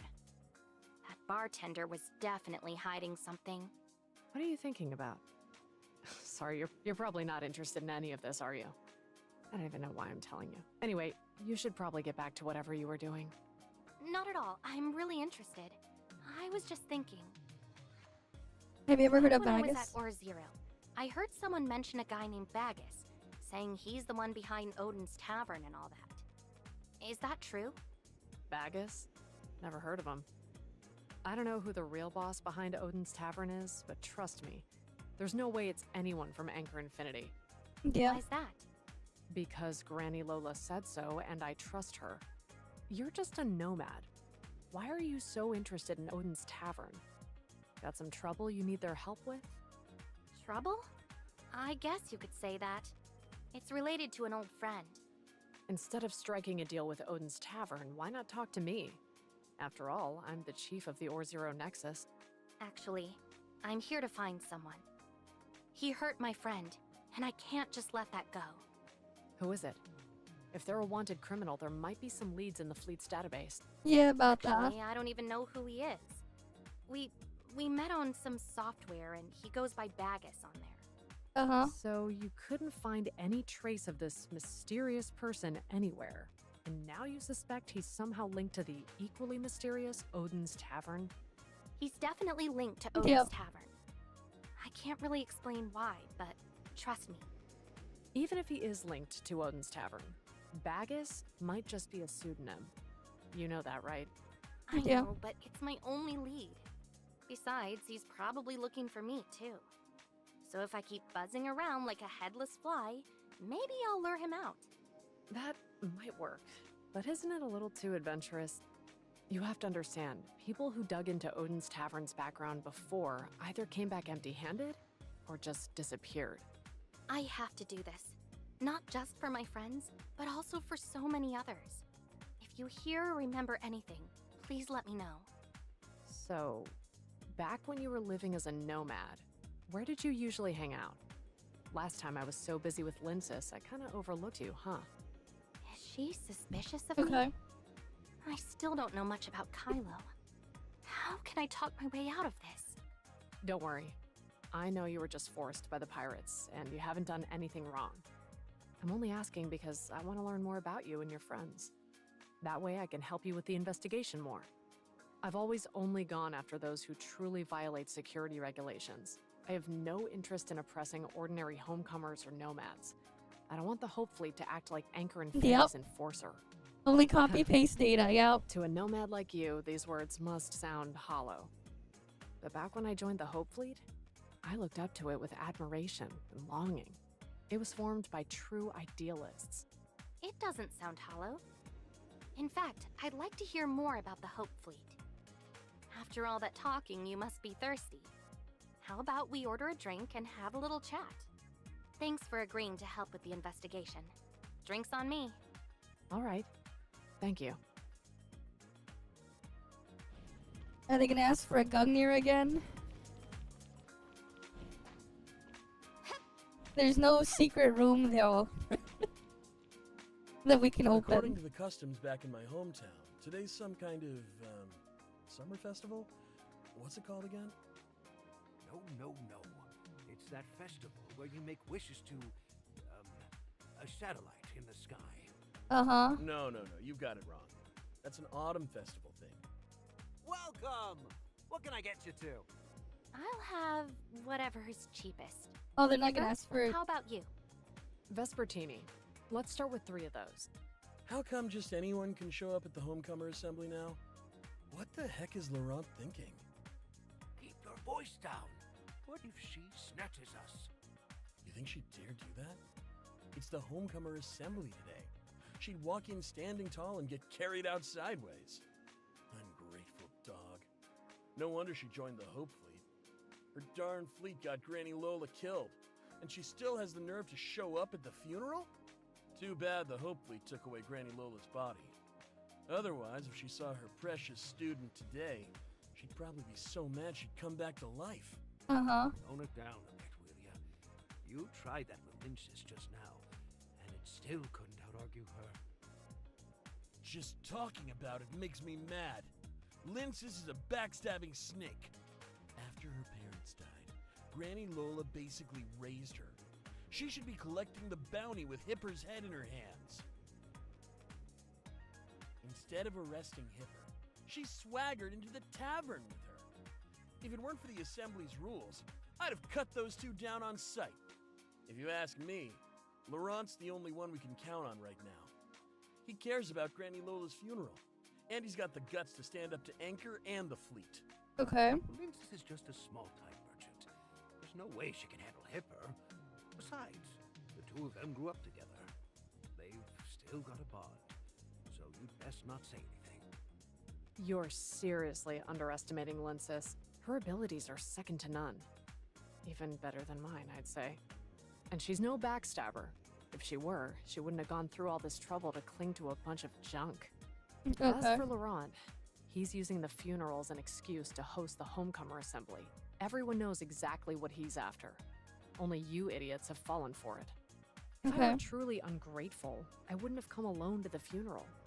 I'd have brought a whole fleet and wiped out every last pirate there, including Laurent. Ha! Finally decided to speak your mind, huh? Too bad this is our turf.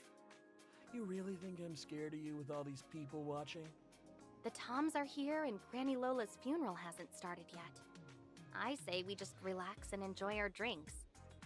Kylo's booze isn't easy to come by, so let's not spill any by accident. Good point. Okay. Let's finish up and head out. The funeral's about to start.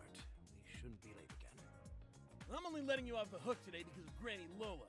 Tuh. You didn't have to step in. They can't touch me anyway. You just had a fight with Linsis. You still not over it? Oh? They just forgot the festival from their hometown, yet they're still pretending to celebrate it.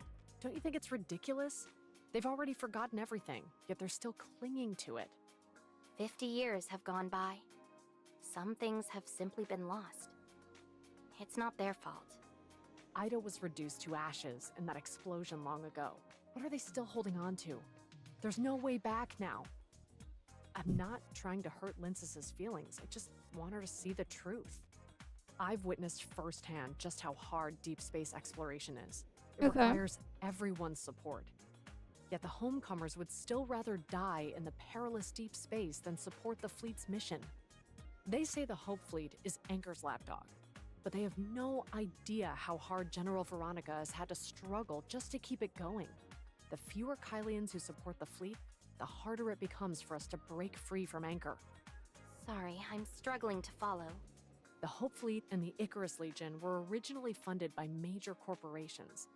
Later, when Anchor Infinity acquired Apex, the Icarus region was forced to disband. Pirates have always existed due to the scarcity of resources in space. However, it was during the first pirate purge that the homecomers were designated as pirates by Anchor. The Hope Fleet showed up at the 12th Homecomer Assembly to capture the pirates there.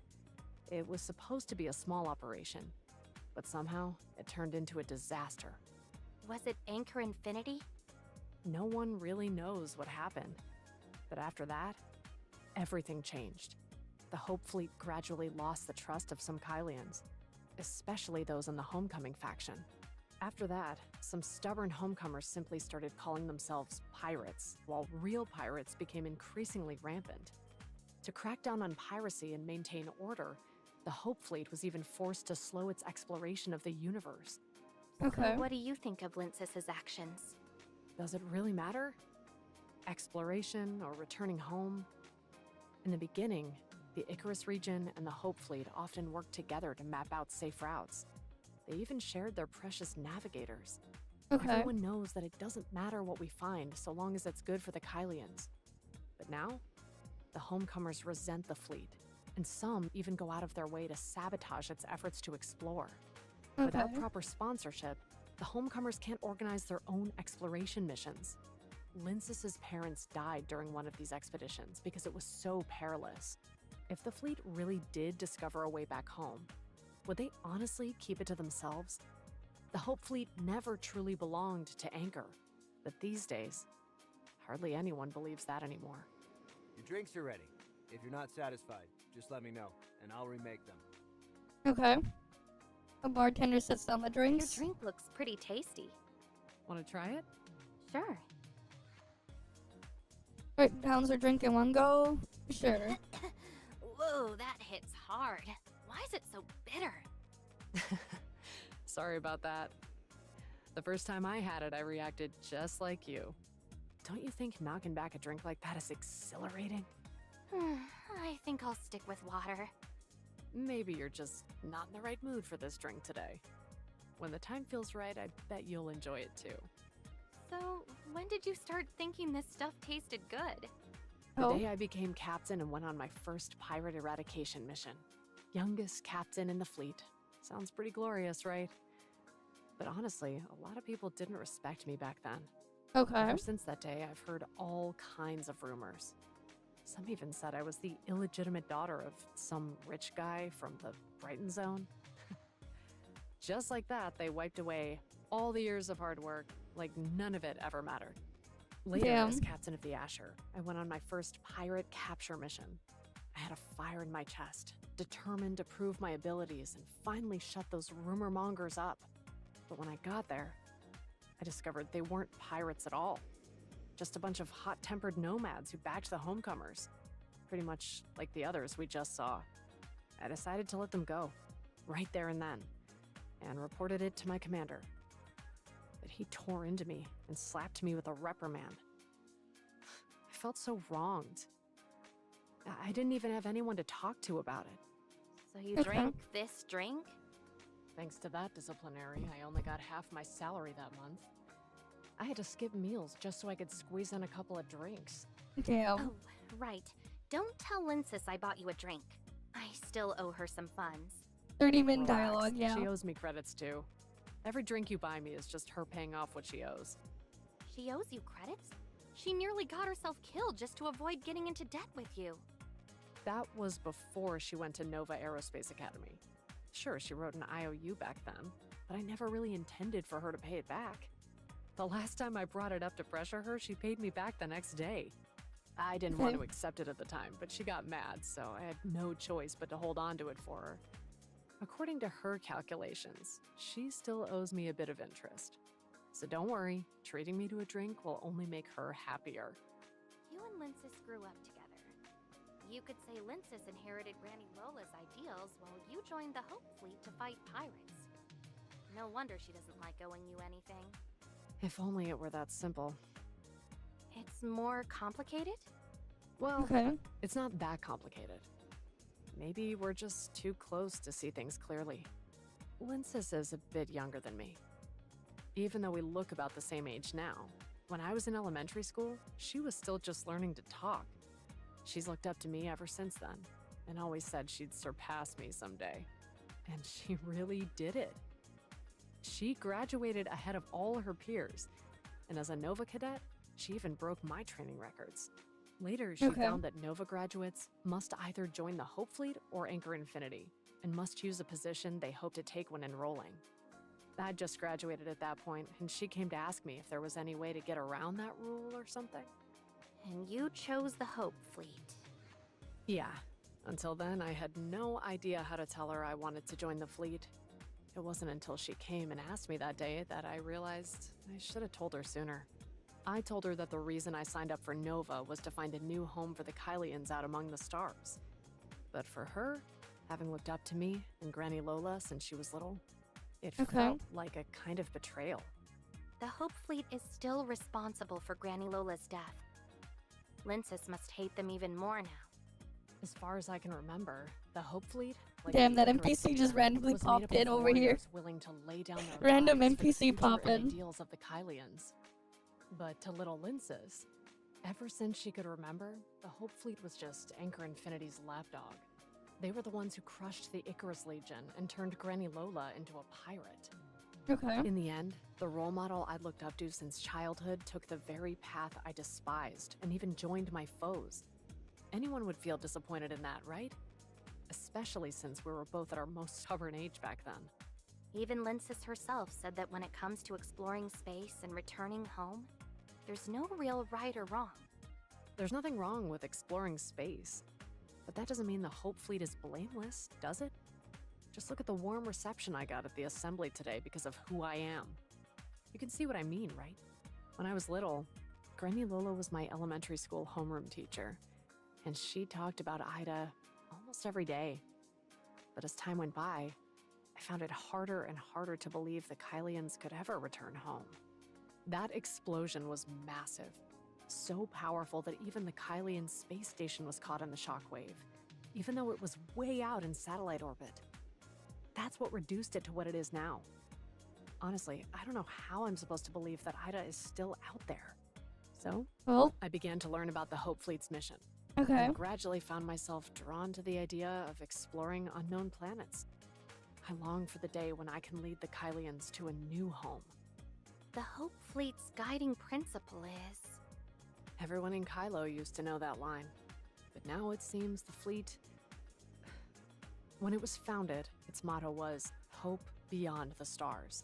When this motto was set, every member of the fleet believed that if we could break through the space-time turbulence, we could find a new home and free the Kylians from the hardships of their nomadic existence. But in 2700, during the 12th Homecomer Assembly, the Hope Fleet launched an attack, and the Kylians began to lose faith in them. Yet even then, I still believed in the fleet's mission and longed to explore the cosmos. That year, Granny Lola had to leave the school to govern the Icarus Legion after it lost its support. So before she left, I told her about my wish to explore the universe. She chewed you out? Back then, I was just as scared as you that she would get mad at me. But instead, she encouraged me to become the youngest captain of the Hope Fleet. I still remember what she said to me back then. Only when the homecomers and explorers work together can Kylo truly have hope. Granny Lola was an impressive woman. Back then, She also said that if Linsis wanted to follow me and join the Hope Fleet when she grew up, she could be my navigator. And together we'd be the best duo in all of Kylo. But then, the Hope Fleet killed Granny Lola. So, do you still trust them? I'm not really sure. Back then, I received a secret mission. I was assigned to a special protection mission during the third pirate eradication operation. Until we arrived at our destination, my task force wasn't informed of the mission's details. At the time, I thought I'd been assigned to protect Granny Lola, to prevent Kylo from fragmenting even more. But in reality, they sent you to capture Carrot. So Linsis did lie to me. You really did sneak a peek at my files that day. Huh. I let that slip, huh? The file didn't explain everything, though. Were you really sent to capture someone? They called it protection, but in reality, it was just a kidnapping. Maybe they chose me because of my background. They trusted me to protect Carrot, and at the same time, it was a test of my loyalty. Legislatus. The medic on the Asher was injured during another mission, and in that emergency, she was the only one I could turn to. After all, if I could have saved Granny Lola back then, she would have been the best person for the job. Unfortunately, the fleet departed before I was given the go-ahead. By the time I arrived, everything was already over. Honestly, when the Asher disbanded, I didn't dare tell Aster, but deep down, I was kind of relieved. After Granny Lola passed away, I didn't know whether to stay with the fleet or leave. If I leave, can I still help the Kylians find a new place to call home? Sometimes, I think it wouldn't be so bad to just stay here in the Or-Zero zone as the Nexus Chief. At least I could do my best to look after everyone here in the mine. And maybe I'd even have a chance to mend my relationship with Linsis. But considering everything that's happened, it's probably too late for things to ever go back to how they were between us. There's plenty of time. You can still make things right. Sorry. I get chatty after a few drinks. I've probably dumped too much on you all at once. After all that talk, our drinks are all gone. I should just keep my promise and tell you about this place. How about we start with the arena over there? Let's take a look. It might be just the change of pace we need. Alright, we go to the arena then. What's this? It's one of the events held by the homecomers to keep their hometown traditions alive. Apparently, it started out as something called bullfighting, but over time, to allow more people to join in, it gradually evolved into what it is today. Looks entertaining. There are tons of fun things to do there. Why not give it a try? Sometimes you can even earn credits if you win. All right, I'll give it a shot.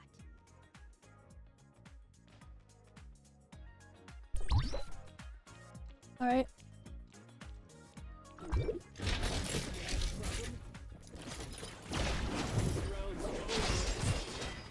Well, they're dead. Surprisingly simple. You've been hiding your true talents this whole time. Huh? Not really. Never mind. I'm not here as a member of the Hope Fleet today. Okay. Just as Granny Lola's student. Whatever you and Linsis have been hiding from me, I won't pry into it. But there's something I want to ask you. What is it? What did Linsis mean just now when she mentioned following her live stream? No idea.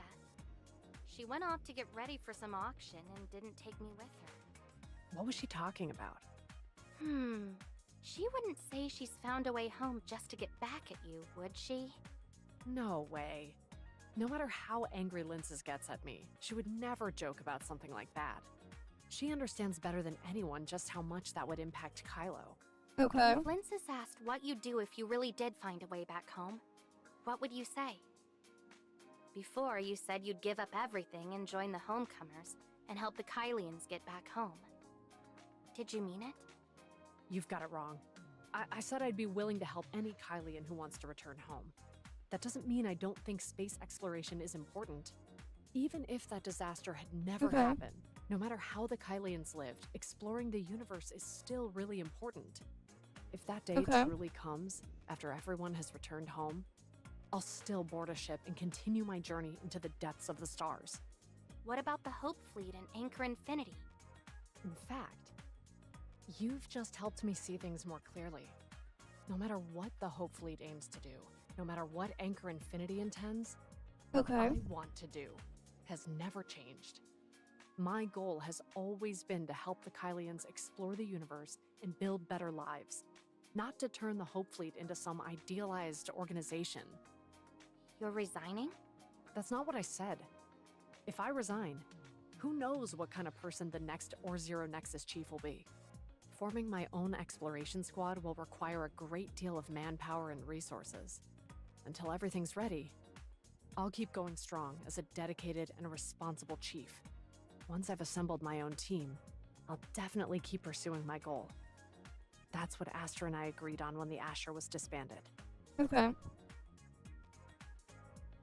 What's that? The funeral's about to start. Funeral's about to start? Let's get going. Alright. Wait, sorry. I lost track of time, and I haven't told you about the customs of the Homecomer Assembly. Basically, each group of homecomers has its own emblem, which they display at the funeral as a way to show respect for the deceased. Okay. Besides that, everyone attending the funeral lines up to salute the deceased. Among the homecomers, those representing the Icarus Legion use a gesture where both hands are placed on the chest, shaped like bird wings. You don't have much of a connection with Granny Lola, so there's no need to do any of that. A simple bow will suffice. Understood. Let's go. Alright, we'll go to the cockpit.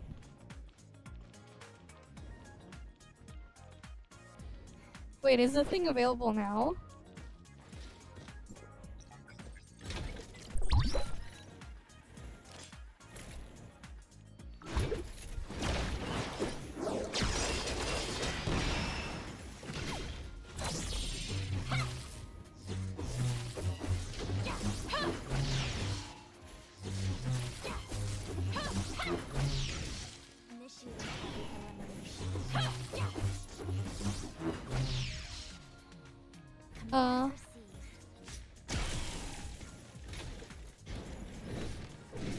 I can't hit them.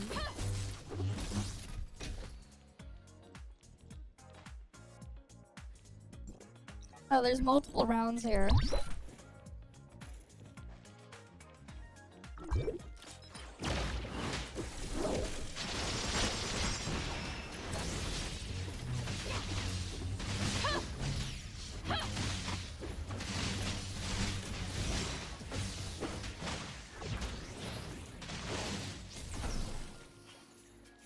Alright, round 2, you can kill them.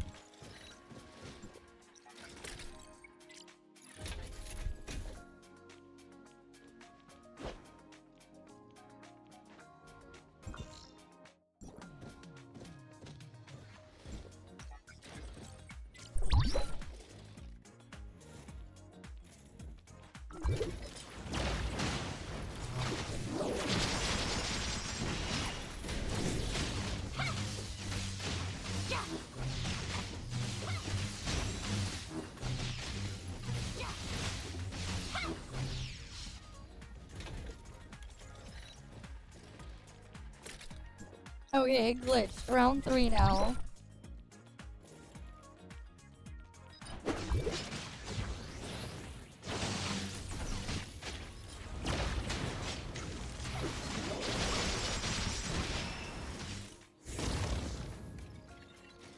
That's round 3. Round 4.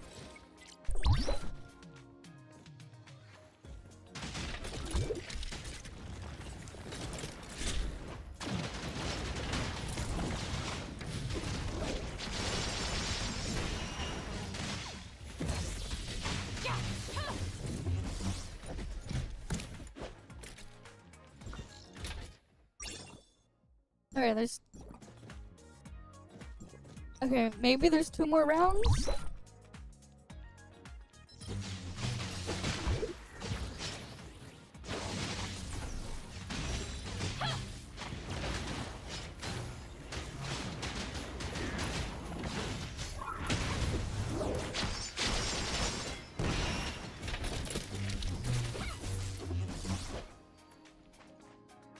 I cleared all of them.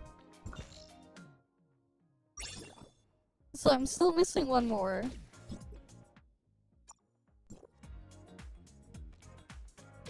No idea where the last one is. Alright, let's go to the cockpit.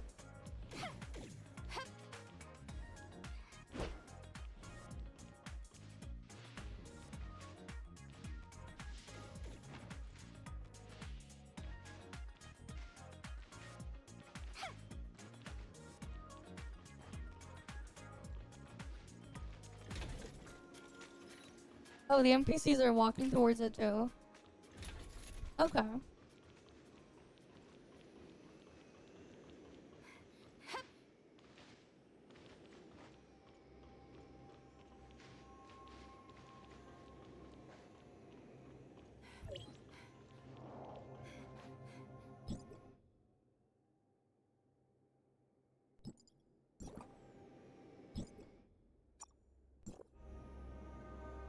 Yeah, I have no idea where the last explosion point I'm missing is, but whatever. Wings of Icarus.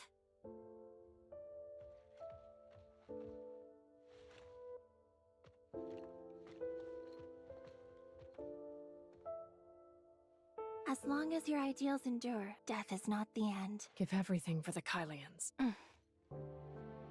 I'll keep Carrot safe.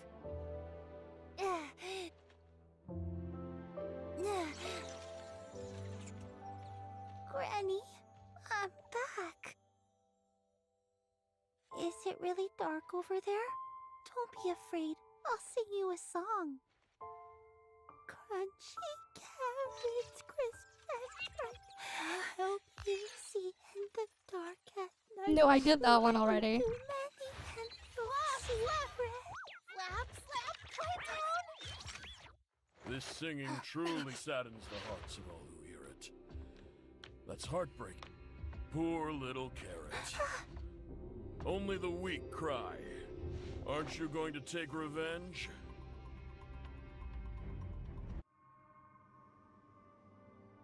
Tell me, do you really believe that simply offering your condolences will bring Granny Lola peace? Oh. Granny Lola organized the first Homecomer Assembly. When the Icarus Legion fell into crisis, Yeah, I grabbed that a long time. I grabbed it yesterday. Stable life and took the initiative to lead both the Legion and the Homecomers in continuing. It's the space grabbing thingy, right? Oh, there's two of them? Oh, I only got one of them there. Murdered by Anchor Infinity, and the Hope Fleet helped them. Are you really going to let all her efforts be buried along with her? Of course not. Never! Exactly.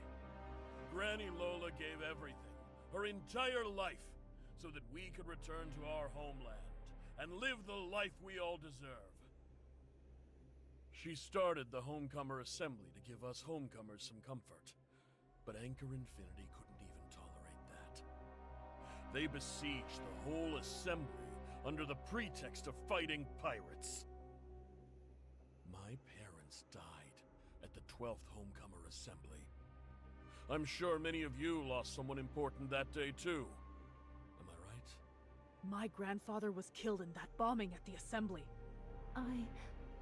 My sister was there that day too. So many lives were lost. We must never forget a single one. Every loss is a crime Anchor Infinity committed against us. What do you think, little Carrot? Huh? I heard that on the day Granny Lola passed away, you were captured by the Hope Fleet, then got caught up in space-time turbulence, and ended up losing your memory. Is that true? Oh? I only forgot a few things. I don't know. Like how your parents died at the hands of Anchor Infinity? Laurent, your goals have nothing to do with Carrot. Don't... Talk nonsense. Or don't tell the truth. Oh? Carrot hasn't forgotten her parents. It was Granny Lola's wish that she not live consumed by hatred. If you still have any respect for Granny Lola, then you shouldn't... Little Carrot, your parents used to be senior researchers at Anchor. They specialized in weapons development there. Okay. They learned through some contacts in the fleet that Anchor Infinity ordered the Hope Fleet to attack the 12th Homecomer Assembly. They wanted to warn your grandmother. Unfortunately, they'd barely left the Brighton zone when Anchor Infinity caught wind of them. Yeah, it looks like it's glitching. It does. The bugs. Granny said you're a bad person. I don't believe you. Then go ask someone. Yeah, his eyes are twitching, man. Everyone, today I'm convening the Homecomer Assembly for 2 reasons. First, to honor Granny Lola. And second, to share some good news with you all.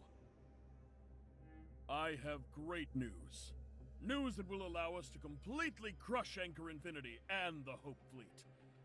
Then, we'll never have to put up with their oppression again. Okay. We found a path home. Carrot, granddaughter of Granny Lola, and the current leader of the Wednesday crew, has taken the path herself. You! Quit talking nonsense! Just to rally everyone for your own ambitions, you'd stoop so low as to make up stories like this? Linces, when you verified your invitation, Tom AFC secretly collected the footage you saved from your streaming device. Uh-huh. What's this about Asperia and Vera? And those photos? Carrot ended up in Asperia after an emergency escape pod crash, and my friend took her in. She's curious about everything, so Shirley and I ended up exploring Vera with her and taking some photos. Hykros, Asperia, Vera, those are all places before the Omnium explosion. Did you come from Ida? You're making it sound like Kylo isn't part of Ida. Answer me directly! Are you from Ida? Yes, I'm from Ida. This new member of yours is from Ida, correct? An Yep. Iden? That little tag-along's actually from Ida? Helene's suspicion was dead on. The orb vortex definitely leads to Ida. No wonder Linces was so sure before. And you kept asking me all those questions. So it was you after all. We found the way home. Wasn't that the very reason we started the Homecomer Assembly? Okay. Granny Lola's lifelong wish is finally about to come true. These past years, Anchor Infinity has used credits to control nearly all the energy, food, oxygen, and water supplies, constantly holding our very lives hostage. But if we can return to Ida, we will be free from their yoke. Anchor is desperate to wipe out all. But they have no pirates. idea what the hell's going on They there. fear we'll discover the way home. If we can overthrow Anchor and seize the Hope Fleet ships and supplies, we'll be able to return home. We'll finally be free. Overthrow Anchor! Return home! Freedom! Overthrow Anchor! Return home! Freedom! Laurent, Granny Lola has always avoided confronting Anchor head-on because she didn't want the Kylians to turn on each other. But what are you doing now? Don't think we don't know exactly what you're up to. After all you've said, you just want to use the pirates' power to replace Anchor Infinity? You're leading everyone to their Yeah, they go straight home and then they die. Because they don't know how to deal with the shit there. Granny Lola's ideals, and a traitor who revealed the coordinates of our pirate base. Tell me, who's really leading us all to our deaths? Slap says she has something to say. Carrot, don't be scared. It'll all be over before you know it. Just as long as it takes to sing a song. When everything goes quiet outside, go find Hipper or Linces. They'll keep you safe. Annie, where are you going? I don't want to hide here all by myself. I'm scared of the dark. Hide in here. This door will protect you. Don't be afraid, Carrot. I'll sing for you. Crunchy carrots, crisp and bright. Stinky old hag, you made me search all over the place. Now tell me, where did you hide Carrot? Help you see in the dark at night. Boss, she's got something in her hand. Darn it. Good thing he took the hit for me. Spread out and search. Find that little carrot, no matter what. Help you see in the dark at night, but eat too many and you'll see red. I remember now. That day, we were waiting for Linces, but then you suddenly showed up with people chasing me and Granny. No wonder I saw several Violet Crew pirates among the bodies cleaned up by the Hope Fleet. I thought you'd brought your crew to rescue Granny Lola, but failed. Why were you looking for Carrot? Yep. I thought Carrot was a target of Anchor Infinity. So Granny Lola's death wasn't just a simple raid, was it? You drove Granny Lola to her death. And now you're using her death to rile up the pirates against Anchor. So you're the real traitor who revealed the coordinates of the pirate base. Guess my luck's a little sour today. I'll give you one chance. Bend the knee, or join that old lady in the dirt. Alright.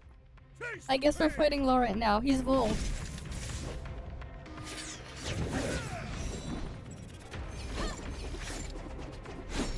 Wait, what?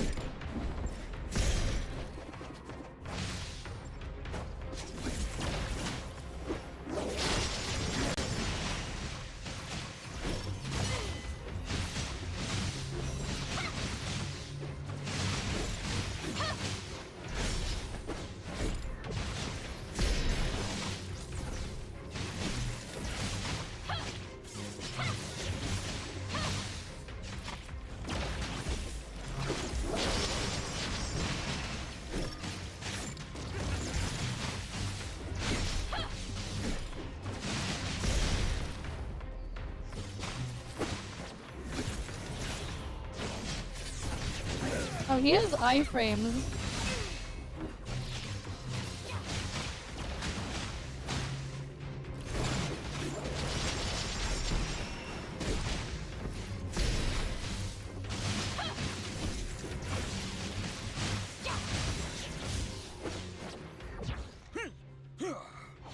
Okay.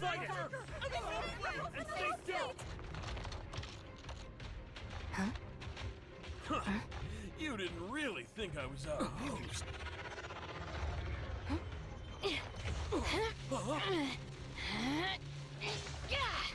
Nanto has betrayed me. Oh. What are you standing there for? Execute them on the spot. Yes.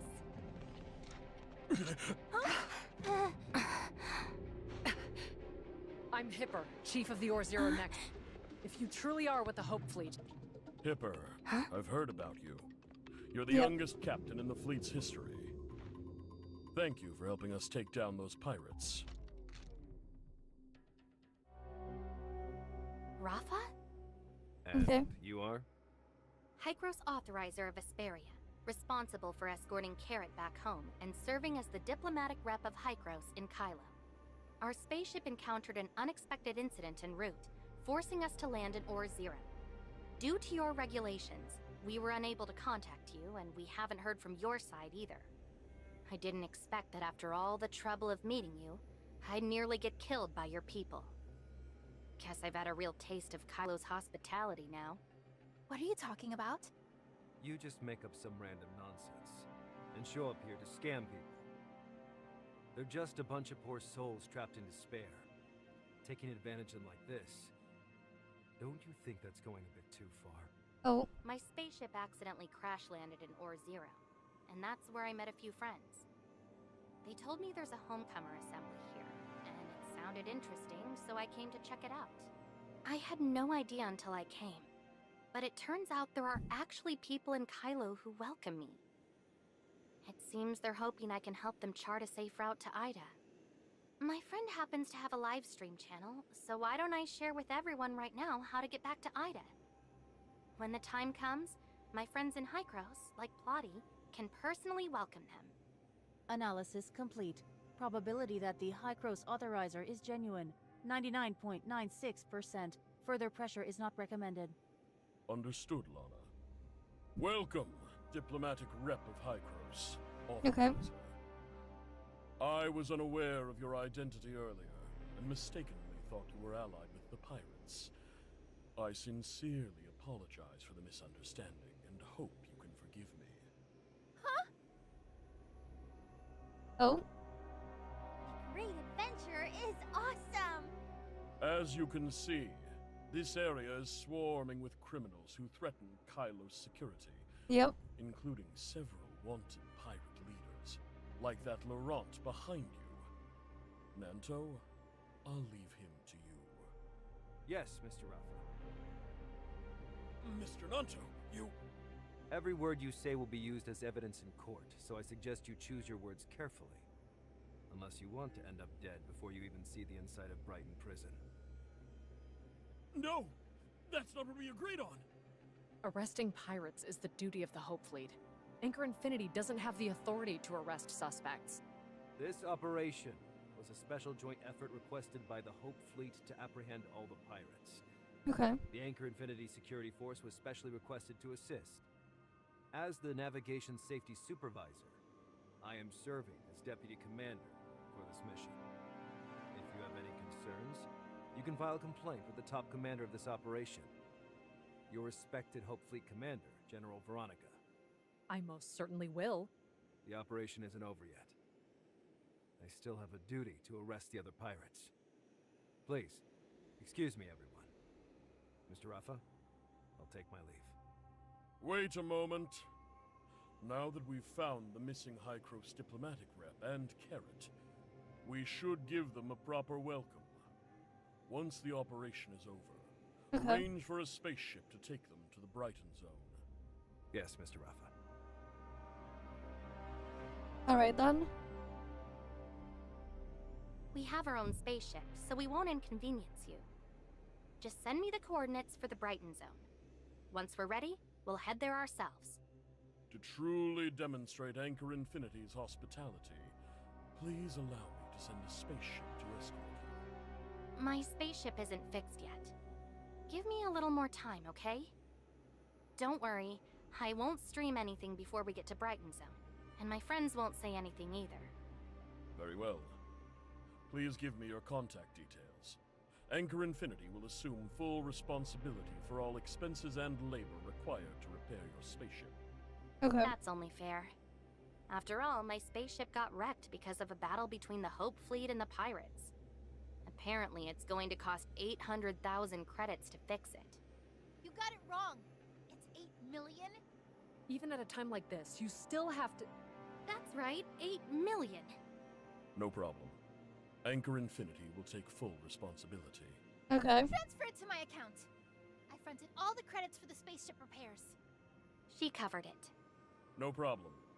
Large credit expenditures require approval from multiple departments, so the process will be quite long. However, I guarantee that the 8 million credits will arrive in Miss Lince's account. You know me? You've watched my live stream? Residents of the Brighton Zone know very little about Ore Zero. Okay. Your streams have truly brought some enjoyment to the otherwise monotonous lives of many here. Witnessing life in Ore Zero is just a way to pass time for you Brighton folks, huh? Honestly, you guys... Mr. Rafa, surely it wasn't just a pirate eradication operation that brought you all the way from Brighton to the Homecomer Assembly. Congratulations, Hipper. I heard you found Carrot, so I came to pick her up in person. Meanwhile, I've brought a letter of reinstatement, as recognition for your unwavering dedication to your missions. Can I be captain again? Of course. Oh, wait. Scratch that, I got it wrong. This is a promotion letter. Since the Asher has been destroyed, you'll be the captain of the Nova Genesis next. If I remember right, Asher was just a C3 class spaceship, while Nova Genesis is a B2 class. Asher had only 60 crew members, plus a mere 20 droids. The Nova Genesis will be staffed with 6 officers. Besides yourself, there will be a quartermaster, a chief medical officer, and 4 warrant officers. There will also be 120 combatant service crew members, 20 researchers, and 300 droids. That's a much bigger ship. The Nova Genesis is Anchor Infinity's latest flagship-class exploration spaceship. Among B-class spaceship, it's leagues ahead in terms of speed and turbulence resistance. It's almost comparable to an A3 class ship. No wonder you're the youngest captain in the Hope Fleet. You've got me beat when it comes to know-how. This is a rare opportunity, but I still have duties to fulfill at the Zero Nexus. I'm sorry, but I must decline this promotion opportunity. Are you sure about this? This is something I should have realized a long time ago. My only regret is that I realized it too late. Then why cling on to your position as chief of the Zero Nexus? To dismiss me, you'll still need a letter of dismissal personally signed by General Veronica. I assume you didn't bring one of them, right? Well then, best of luck, Chief Hipper. There's a mountain of official business waiting for me in the Brighton Zone, Authorizer. We're expecting you there soon. I trust you'll keep to our arrangements. Don't worry, I've got a good memory. Alright, Rafa leads his team away. Did you decline it? I should have left the Hope Fleet a long time ago. It's not what I originally intended. I just couldn't see it while I was still on the inside. But the Nova Genesis! That's the spaceship you've always dreamed of! How could you decline it? Without that spaceship, how will you ever achieve your dream of finding a new home? You're mad because I turned down a good chance to make my dream come true? Of course! Can't you see? This is Rafa trying to force me to give in. If I accept the Nova Genesis, it means I'm agreeing to take orders from Anchor Infinity from now on. Okay. Of course that's what it means. But that doesn't mean you should have turned it down. What are you talking about? You stubborn mule! Just accept the offer! Once you're captain of the Nova Genesis, you can take all those people wherever you want. And then, with Anchor so far away and all that space-time turbulence in between, do you really think they'd still have a say over you? You... Oh? You really... You... Even with 8 million credits, I still couldn't afford a spaceship that nice. Worst case scenario, we could just wait for that authorizer, whatever they're called, to work things out with the homecomers and Anchor Infinity. Even if all that falls through, we could just pile everyone onto your Nova Genesis and head home ourselves. I didn't forget your name, but authorizer sounds way cooler. Okay. From now on, that's what I'm calling you. That's the first time I've seen Rafa grovel like that. Even if he was just putting on a show, it was honestly so satisfying to watch. Yeah. That was a rare sight. If you could have done a live stream of that just now, it would have blown up for sure. I chickened out. We should have made it 80 million. 80 million wouldn't buy us the Nova Genesis, but it would be enough to pick up a few more spaceships and resupply the Wednesday crew. Getting a little too into this pirate thing, Okay. aren't you? By the way, Authorizer, do you actually know how to return home? Why are you calling me that too? Honestly, I don't really know either. When I arrived here, I knew nothing about this place. I didn't even know how I ended up But we here. could just teleport home If I whenever. have the time, I can. Anyway, I know how to get in touch with a friend in Ida. She might know. Leave this to me. I'll get in touch with Plotty for you. By the way, Letchus has helped me figure out why I can't handle the space-time turbulence. I might have a way to fix it. I'm relying on you, Shirley. Then you'd better hurry up. We managed to shut that old man Rafa up earlier. If he finds out you were bluffing, we're all done for. And those homecomers using the pirate eradication as an excuse? I bet they've gone and rounded up plenty of innocent nomads and merchants again this time. We can't rush this. You all know Anchor Infinity isn't easy to deal with. I'll need some time to figure out what they're really after. Yep. Even if I knew the route back to Ida right now, I wouldn't just say it out loud. I understand all too well how much chaos this could bring to Kylo. If we want the Kylians Oh, look, to it's return home Anga's safely, mask. it's best if Anchor Infinity cooperates in announcing and organizing this. Relax, we know the score. Thank you for thinking of the Kylians. In any case, I guess the Homecomer Assembly probably won't ever be held again. The final Homecomer Assembly actually managed to help the Homecomers find their way back home. I wish Granny Lola were here now. She'd go on and on about how beautiful the flowers used to be at home. Granny would totally quiz me on poetry. Though the weary bird longs to return, the old forest is helplessly separated by the Chin River. That was my very first poem I ever memorized as a kid. I guess this poem isn't very suitable anymore. Yep. What do you mean, suitable? And all that stuff you guys were just saying? I didn't get any of it. Well, I'll teach you when we get back. Nice and slow. Why are you teaching her that? You should make her recite ancient poetry instead. No, I don't want to learn ancient poems. I haven't even memorized the old ones yet. You've been noisy since earlier. When are you finally heading back to Ore Zero? I have patients scheduled for tomorrow, you know. Okay. You made our way to the space rift. Sure. You're heading out already? Yeah. I happened to buy a piece of low-purity zirconium while wandering around. The merchant said that once the ore is mined, if not stored properly, the zirconium it contains will gradually leak out and dissipate. Okay. I see. By the way, you said Lechesis helped you figure out why you're sensitive to space-time turbulence. Was that actually true or just an excuse? Oh. It's true, but we haven't fully figured it out yet.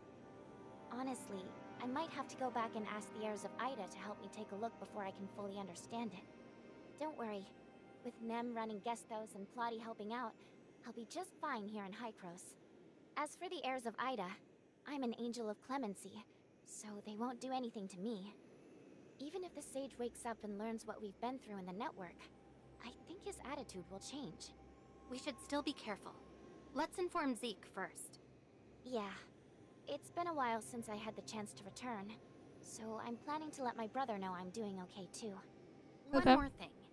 If we gain the homecomers' support, could you ask Plotty if Hykros is willing to assist the homecomers in rebuilding their home on Ida? It should help with setting up the Tower of Fantasy in Kylo. It'll win over some of the people, at least. I'll be sure to pass it on. Using the previous implanted Hykros beacon surely returns to Asperia through the space rift. And then it's to be continued, of course.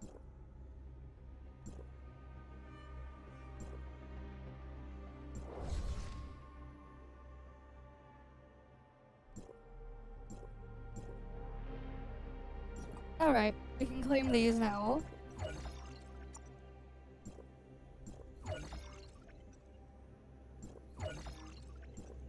Alright, so we got those done.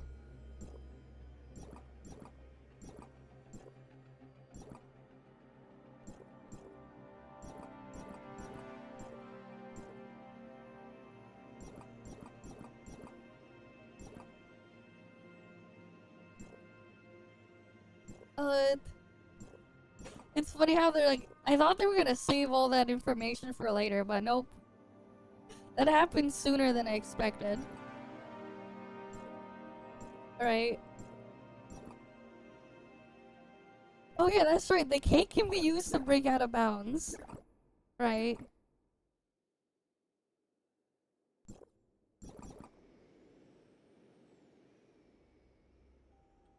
I'm not exactly sure how, but you can kind of glitch it.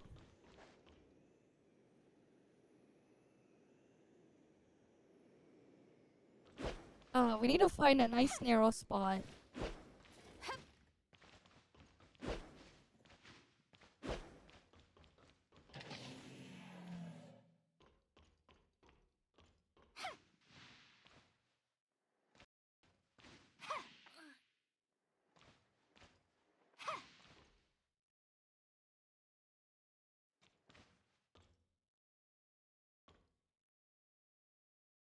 Did they bug fix that?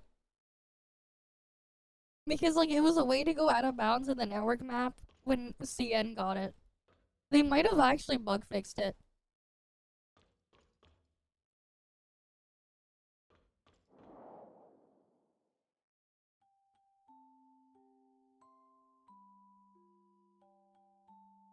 But yeah, we already got it.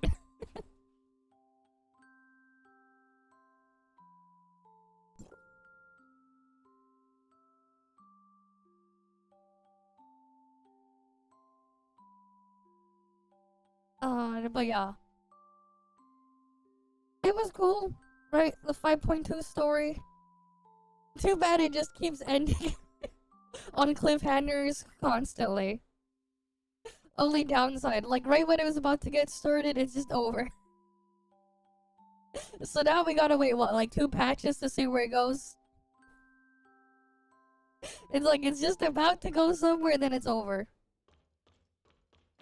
It took a while to get started there, and then it's like, well, nope, to be continued. But that's always how things have been. Alright, it's like just as it gets started, it's like, nope, to be continued. Okay, now it counts the picture there. For some reason didn't count it before. I don't know why.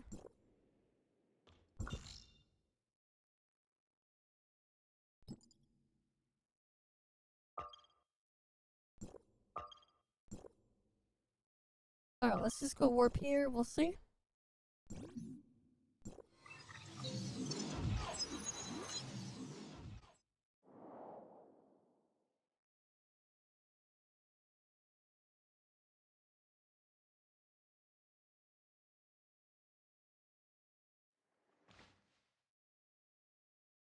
Alright then.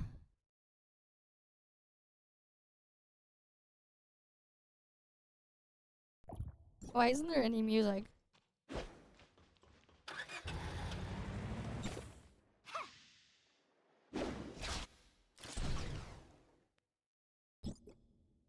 Alright, let's see.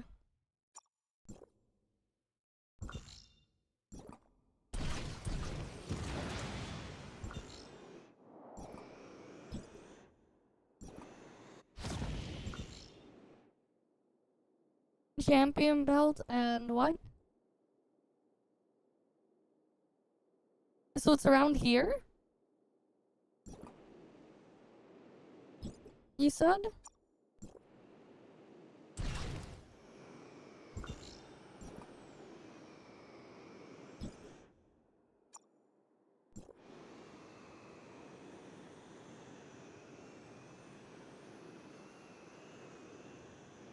Too bad they can't let you redo the grabbing thingy.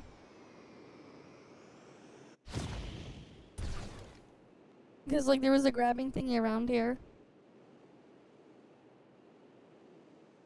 Right, and I got it already.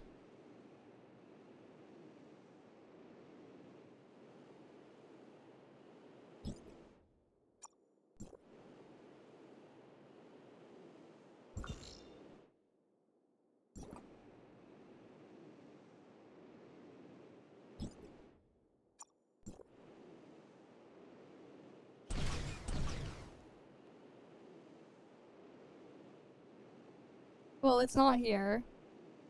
That's for sure.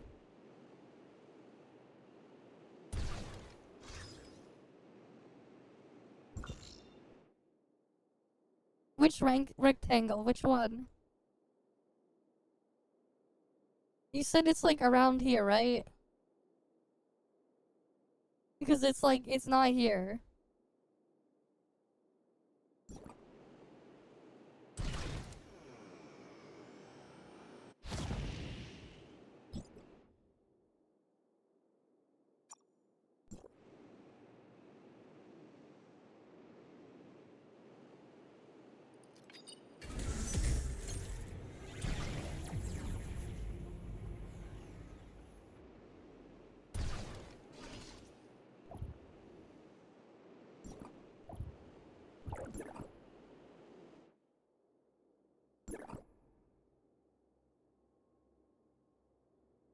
Alright. What the hell? Echo is not working? What? Not even the music player works? What the hell?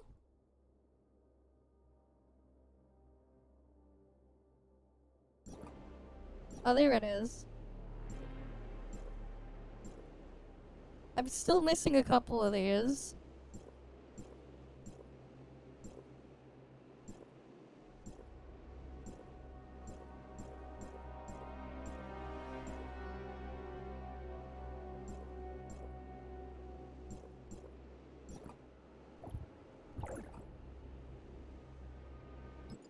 Here, I'll put the regular music back.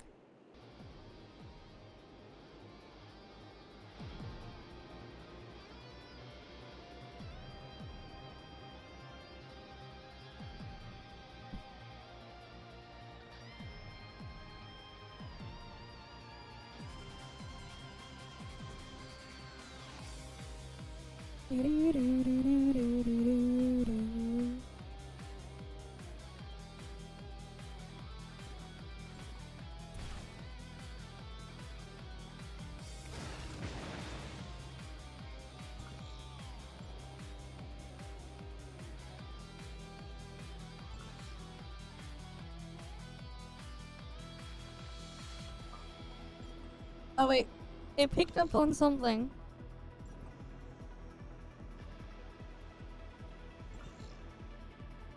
Is this it?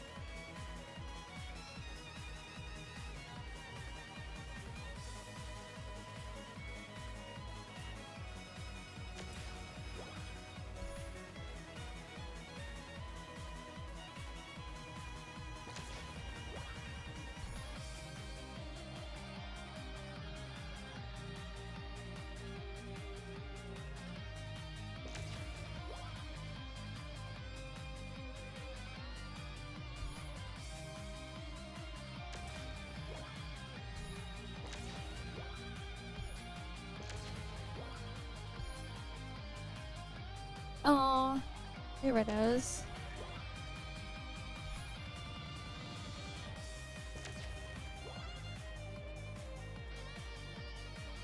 Why is it all the way over there, man? It's so dumb.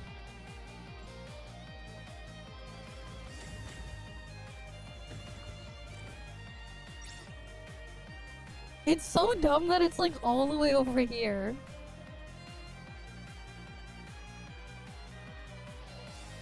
Like, out of all the places they could put it, they put it there.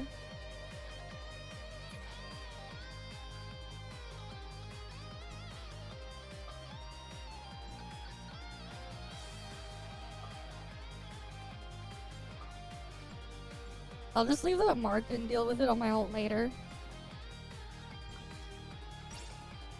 So basically now it's just, I need to finish the target list. Get these 3 down. Yeah, it's not on the new map, it's just there.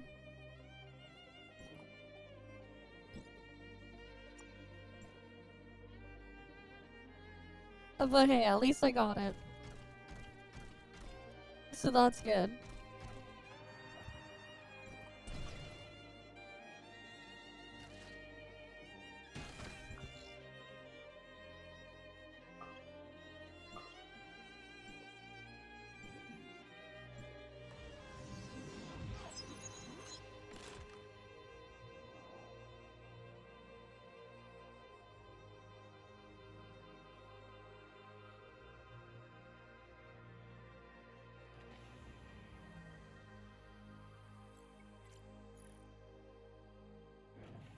Alright, let's see.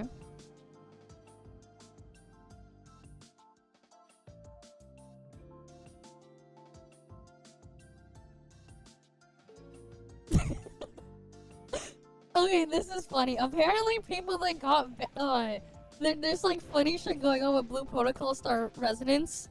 Because apparently their security stuff is so bad, people can literally access the dev console and unban banned accounts. People have found a way to unban banned accounts in there apparently. According to what people are talking about in Afro's Discord, which is kind of crazy. Tencent server security still broken. Sometimes for some of their games. Which is kind of hilarious. To the point where like people are actually like able to unban their own banned accounts. Which is kind of hilarious, but also it's kind of fucked. It's kind of fucked when you think about it. It's like, wait, why? They can unban a banned account? Like, what the fuck is this sorcery?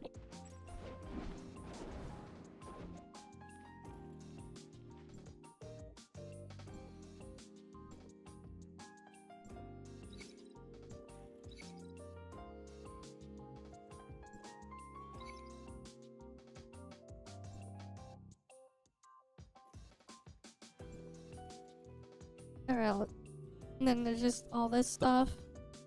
Oh yeah, I haven't finished Lost and Found and the other thing there.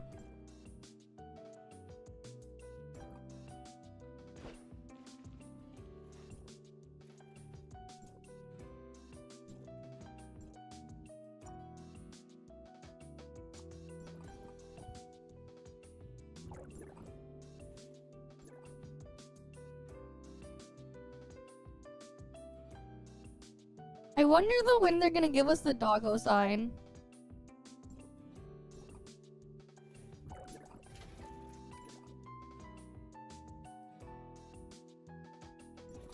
Right, we still don't have the doggo sign.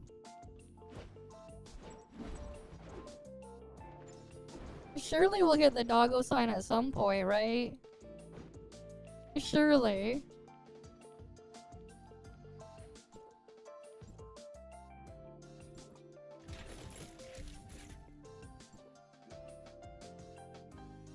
Surely we'll get the doggo sign.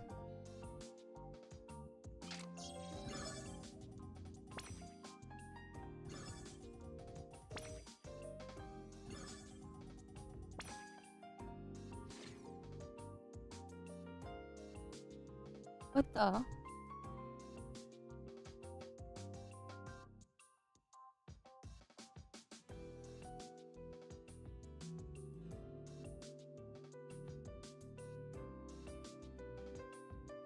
I see.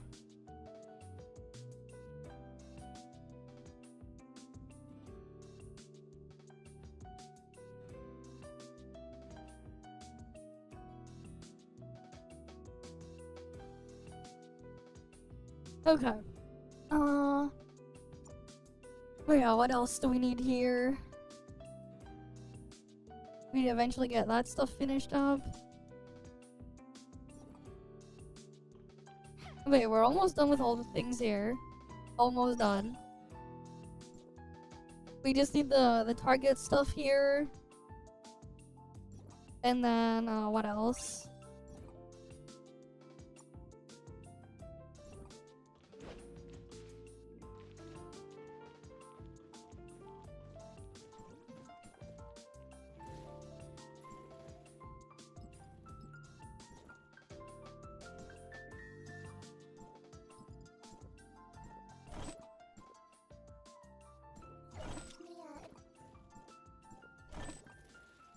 Wait, Leon, let me double check something. Did they actually fully hotfix it yet?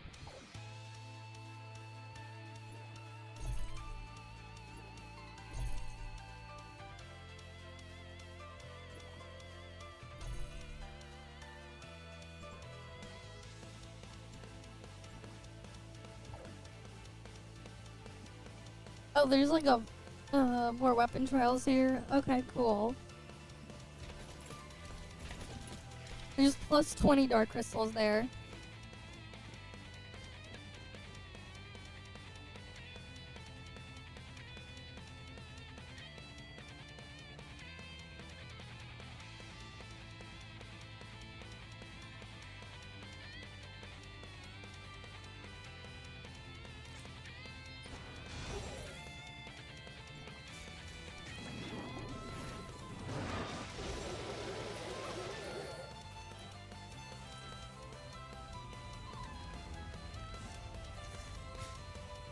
Yep, that's fixed now. Yeah, that is definitely fixed now. I think. 86 mil for discharge.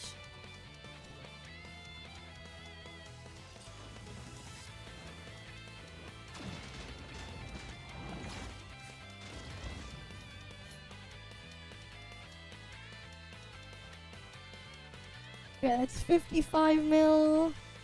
And what's the multiplier in Void Piercer's Discharge?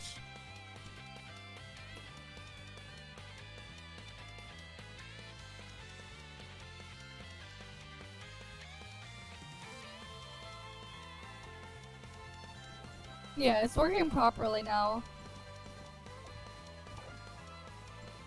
The bug is fixed.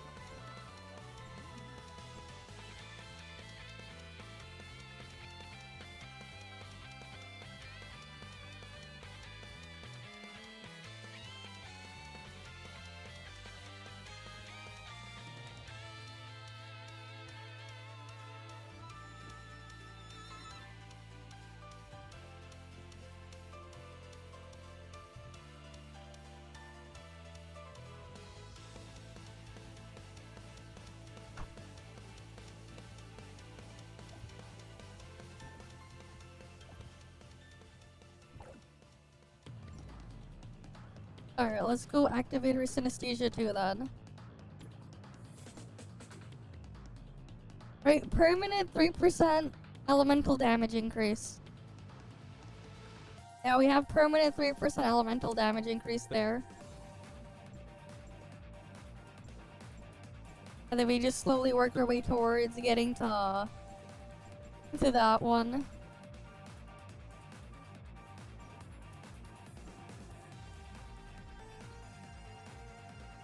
Right, permanent 3% warehouse buff.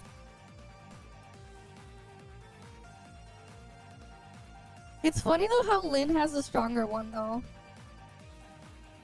Lynn is 3 and 4%, but Fiona is only 6%. 3 and 3%. For some reason. It's weird.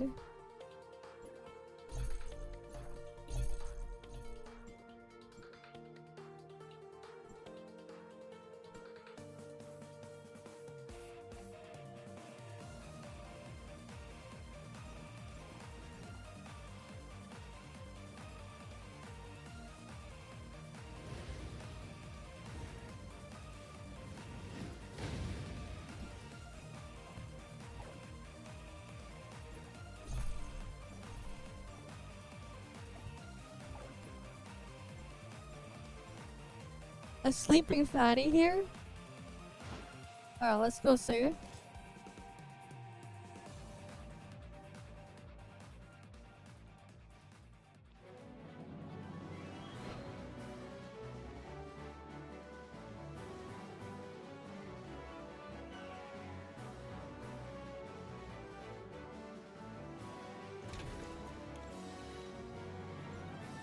No, that guy's just dead.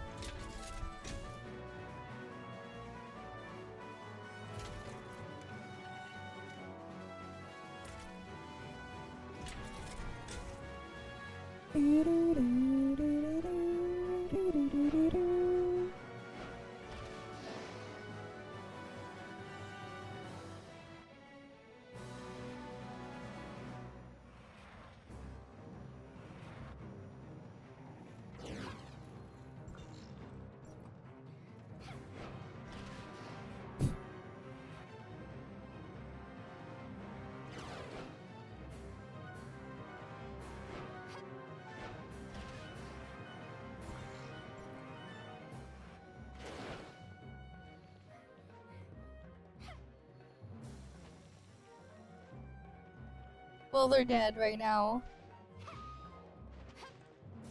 We have to wait for them to respawn because someone killed them.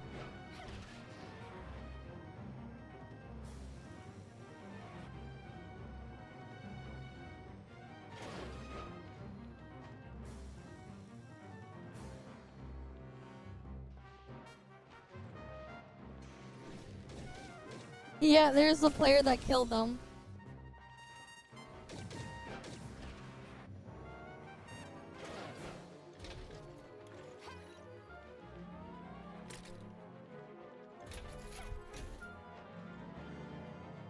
Well, there's another one over here.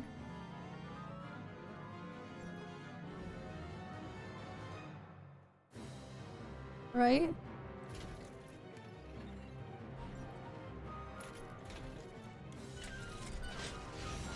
No, that one's just dead. That's just a dead one on the ground. Wait, no, he was sleeping.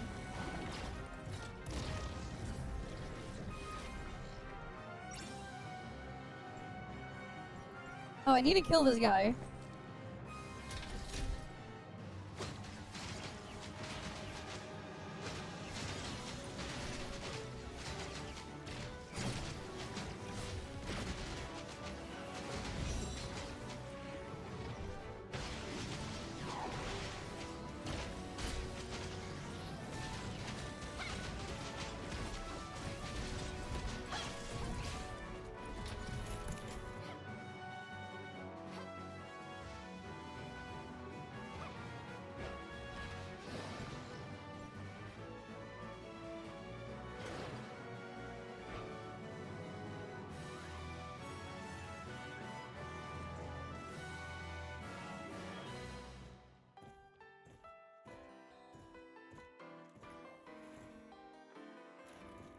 Alright, there we go.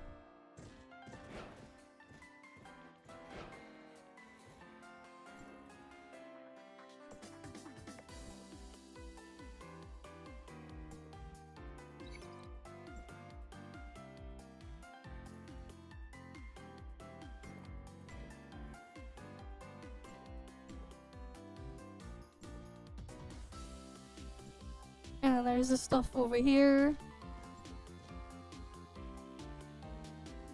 Photograph a pirate talking to someone? What?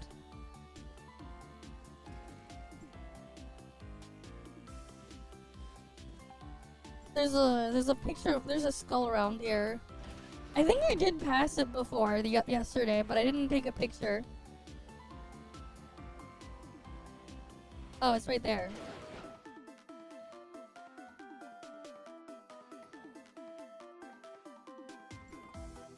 No, not that skull. It's a different skull.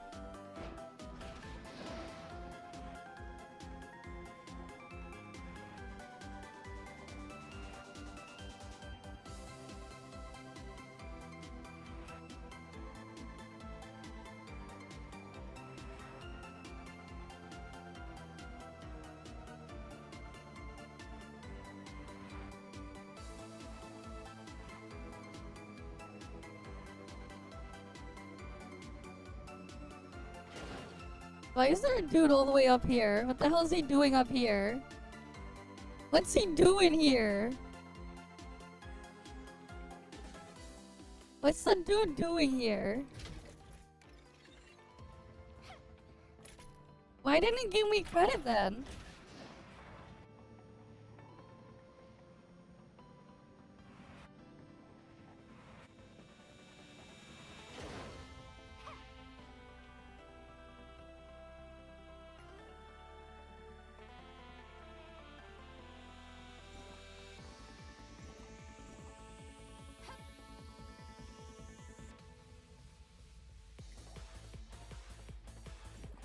It'll detect it if you're over there. Okay.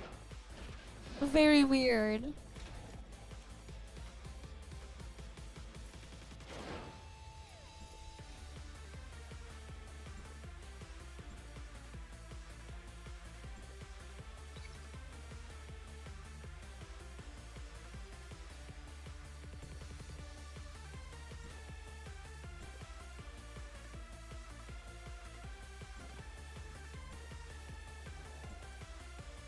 Yep, we're almost there.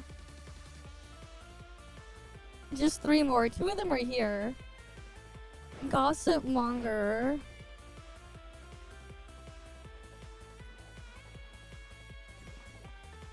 No, I guess those ones don't count.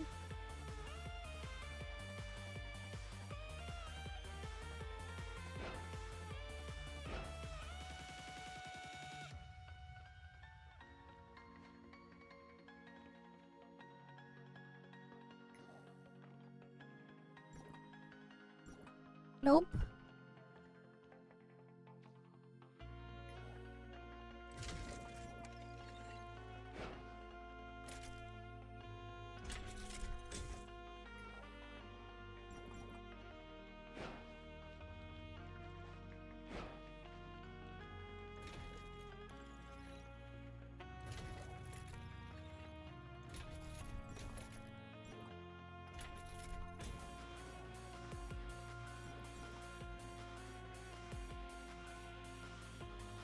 Nope, not these guys. I need the relaxed one and the gossip monger one.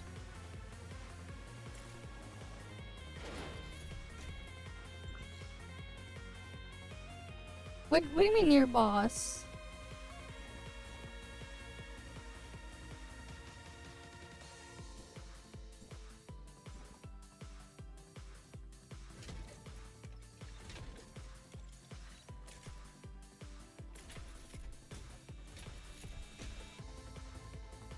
I have a relaxed one.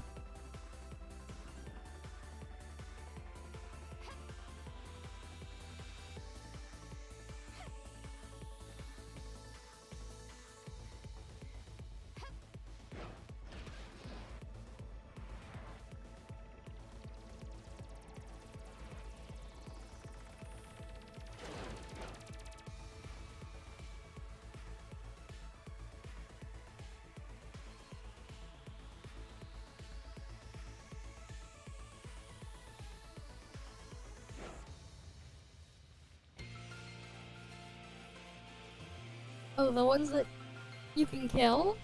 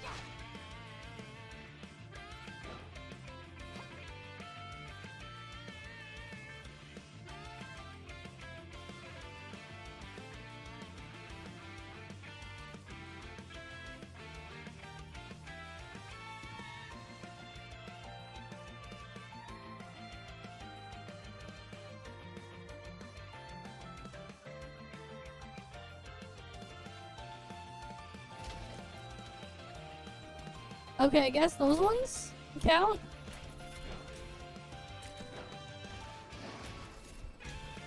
Somehow those dudes counted?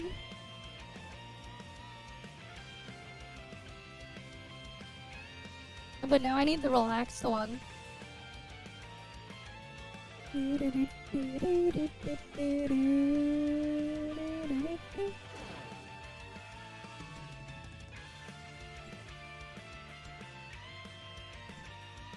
Wait, no, that was the relaxed one I took a picture of? Oh, wait.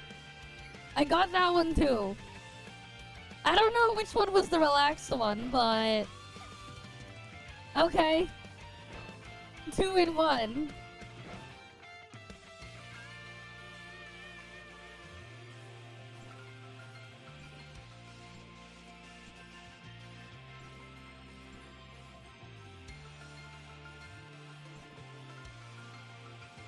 What do you mean auto farm? You can't auto farm Kylo yet. You gotta wait for 6.0 for that.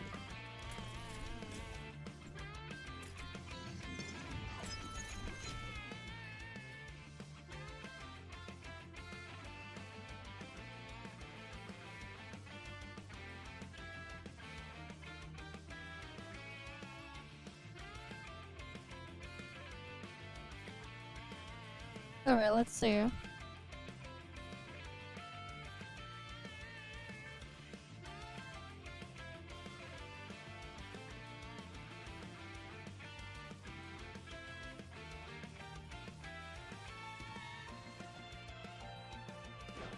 There was a couple of things I still needed to grab here.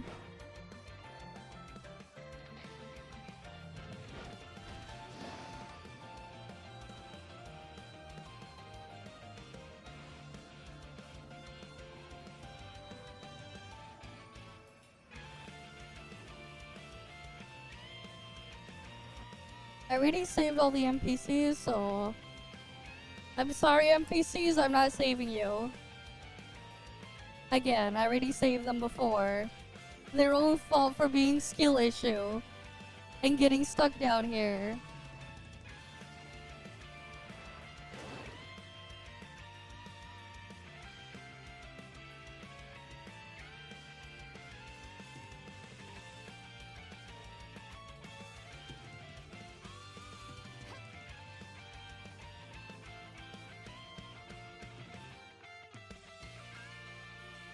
Right, there were items around here.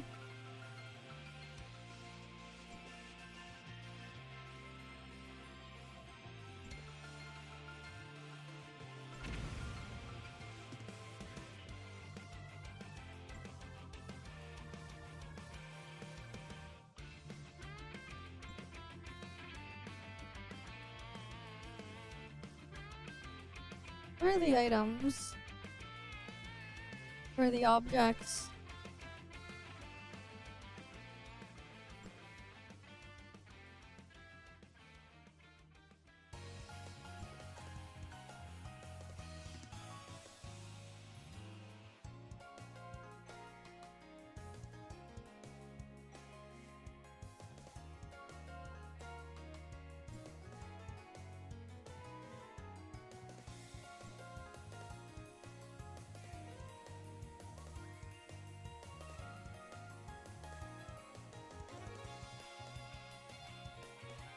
Was that it?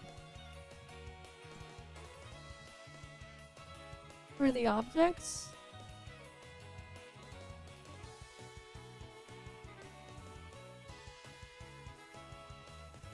Wait, no, there's a thing up there.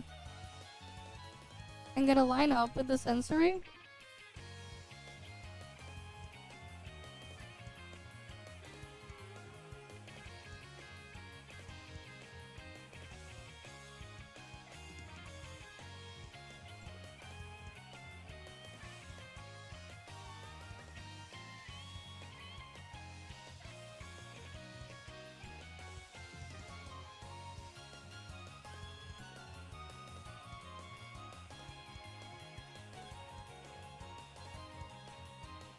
God, this shit is so stuffed.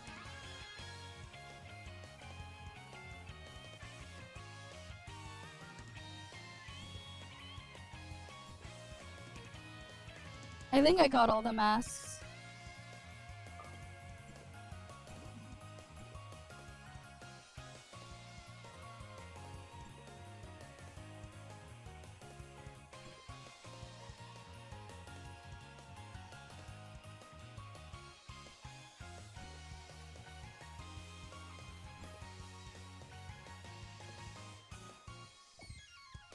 You know what, it might be easier to just unstuck. Unstucking is easier.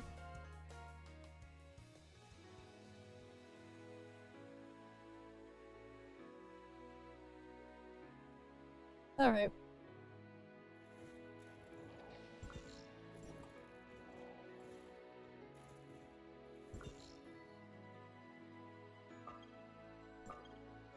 Yeah, unstucking is easier.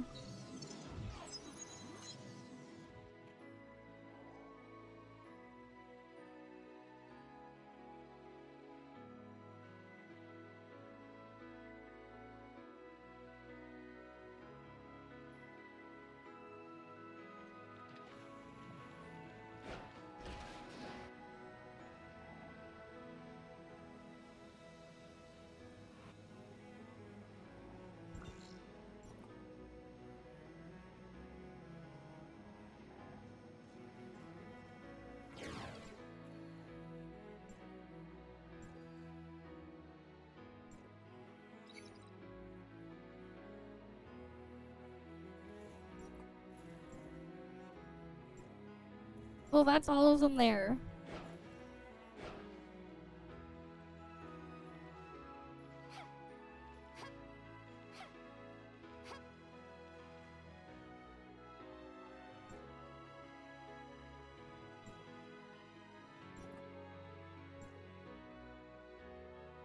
Well, I'm still missing two things here.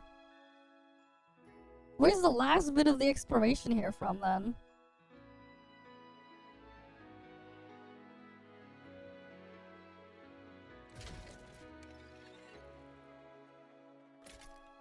Right, like I'm missing the last bit here.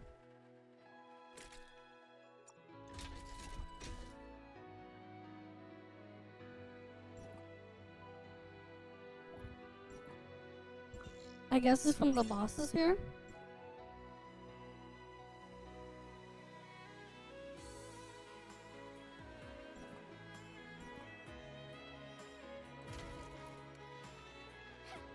Do-do-do-do.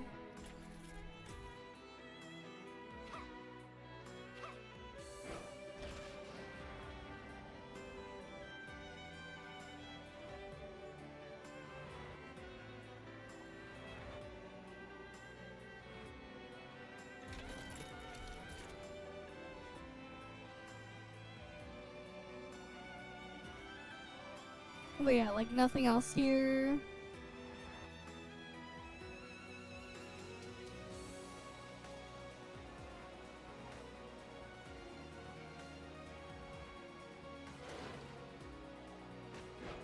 Yeah, the new weapon is really bad. I know.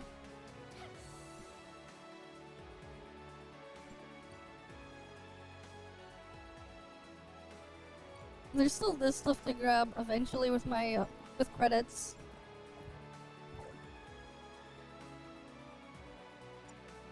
And then we got boss key stuff there. If only, man.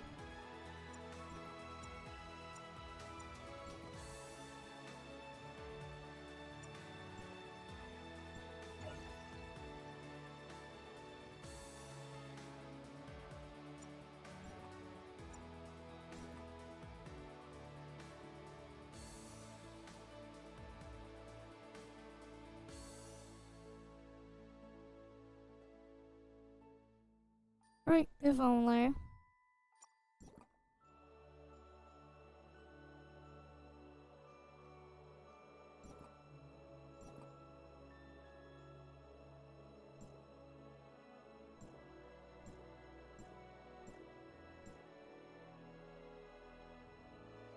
Oh yeah, this stuff I eventually gotta do.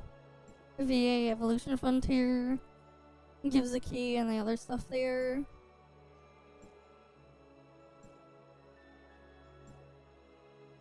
Yeah, now it's just do the bounties throughout the patch to get what's left. Right, it's just doing bounties.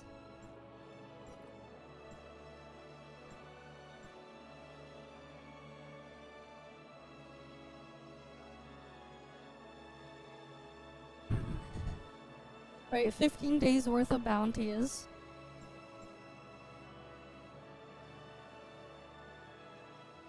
Oh, the patch goes all the way until the end of, almost the very end of August. Okay. Just 30 days. Yeah, I heard it was pretty bad.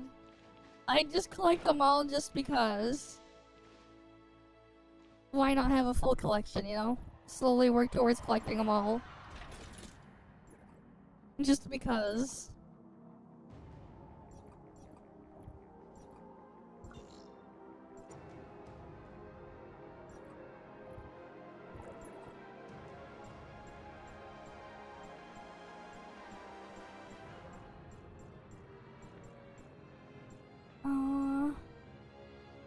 Yeah, we have to wait for the next reset and then I can get that to 100.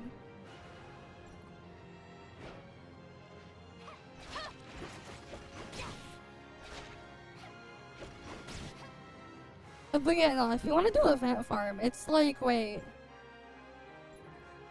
For a Vant farm, you just farm Stellar Blaze, and then you do, I think, this one, right?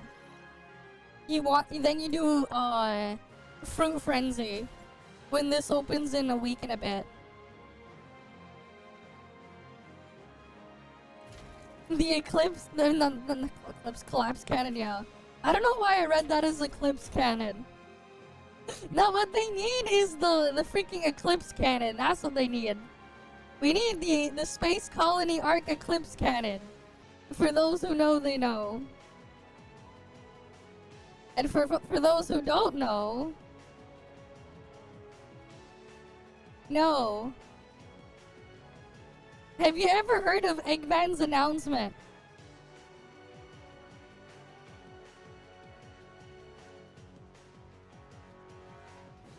If you've heard of Eggman's announcement on Twitter, you would know what I mean. Here we go. I can to make an announcement. Shadow the Hedgehog's a bitch-ass motherfucker. He pissed on my fucking wife. That's right. He took his hedgehog fucking quilly dick out and he pissed on my fucking wife and he said his dick was this big. And I said that's disgusting. So I'm making a call-out post on my twitter.com. Shadow the Hedgehog, you got a small dick. It's the size of this walnut except way smaller. And guess what? Here's what my dong looks like. That's right, baby. All points, no quills, no pillows. Look at that, it looks like 2 balls in a bong. He fucked my wife, so guess what? I'm gonna fuck the earth. That's right, this is what you get. This never gets old. Except I'm not gonna piss on the earth. I'm gonna go higher. I'm pissing on the moon. How do you like that, Obama? I pissed on the moon, you idiot! You have 23 hours before the piss droplets hit the fucking The way he earth. rolls the arm droplets Before I piss on you too. just makes it even more funny, but yeah. That. Oh cool, I'm right there. I'm right there, but yeah. Basically, it came out as a joke meme a couple years back when a bunch of people for the lulz, they were like, why don't we just make our own fan dub of Sonic Adventure 2? And near the end of the game, when they get into space, on the Space Colony Arc, space station thing, there's this big super weapon on it, and Eggman used it to piss on the moon. Basically, was how they ended up fan dubbing it. But the weapon was called the Eclipse Cannon, and yeah. It was that. He pissed on the moon, and he asked Obama if he liked it.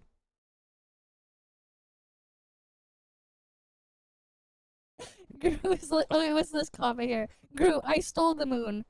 Soka, I kissed the moon. Moon Knight, I served the moon. Eggman, I pissed on the moon. I feel like that, Obama. Alfred Coleman could write Hamlet, but William Shakespeare couldn't write Eggman's announcement. Yeah, couldn't write Eggman's announcement. But yeah. King Arthur when Lancelot had an affair with his wife. Oh boy. Here's what my sword looks like. I'm gonna... but yeah, it's an old meme there, but it was pretty funny.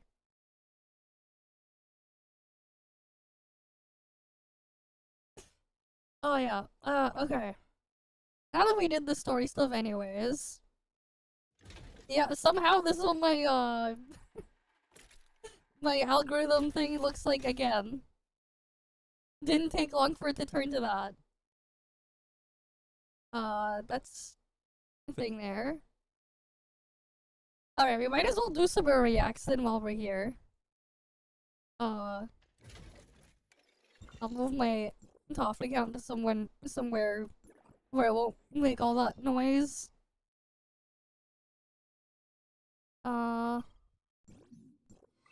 I'll just teleport it to Banges or something. Just so you won't hear those noises. Alright, let's see.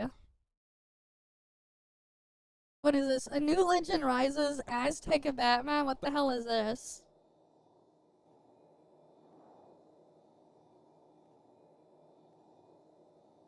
The hell is an Aztec and Batman? What the fuck?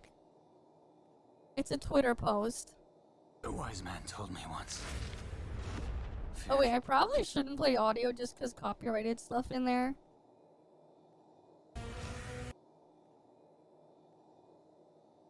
And then there's an Aztec Joker. What the fuck? Okay then, Aztec Batman with an Aztec Joker. What's this one? They want to ban VPNs, oh boy. What's this one about? hello guys and gals, me Mutahar, and ladies and gentlemen, we have got to talk about this crazy censorship problem that we are dealing with. Now the last, I want to say like several days, weeks, it almost feels like there's a concerted effort with every single large entity trying to censor everything they can on the internet. We've seen Steam to take away a bunch of Gooner games, which granted, you know, we're on the fringe end of people caring. But then you start to see itch.io delisting a bunch of games, even one of the most popular games, mouthwashing, because it deigns to be a little bit more mature of a video game.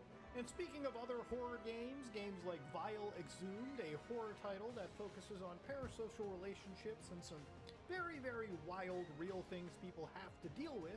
Oh yes, delisting games, yeah. Getting removed entirely off Damn. Steam, so that's wild.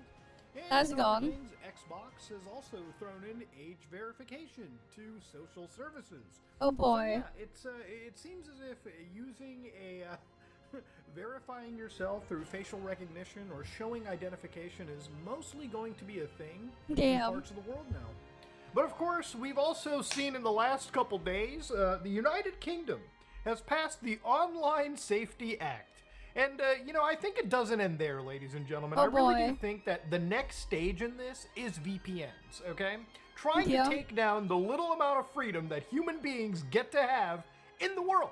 So I want to kind of keep this pretty much as like brief and sort of focused as I can. So a couple of years ago, the actual organization Ofcom, for instance, which would be, you know, overseeing the regulations of this current Online Safety Act, in 2022, the government over here urged that the government would consider a crackdown on VPNs. Okay, so this is before this law had actually passed. Now, why would they talk about VPNs? For anybody that doesn't know what a VPN is kind of like an encrypted tunnel that you can basically use to obfuscate where you are on the internet, right? So for instance, being in Canada, I can use a VPN and connect myself to the United States. And in theory, for most of the websites that I'm visiting, they'll probably think that I'm from a United States IP. Now, it's not entirely as clear-cut and simple, but we'll get into it. So according to, you know, the people researching this, they're commonly used to bypass regional locks on content, obviously. And of course, one of the actual MPs in this situation said there are vital problems in the bill. And the real threat is the use of virtual private networks. VPNs could undermine the effectiveness of these measures.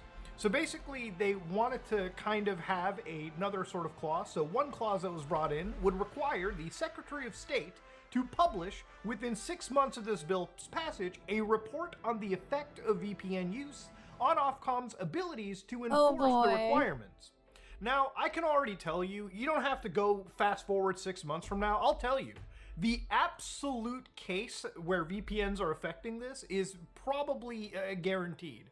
For instance, Proton VPN, one of the free VPN options people have to sort of bypass a lot of these shitty UK laws that have passed, this saw a surge of like 1,000%. Okay, so overnight, people in the United Kingdom were suddenly Googling, how the fuck do I get this VPN thing and how do I use it to get past a lot of these blocks?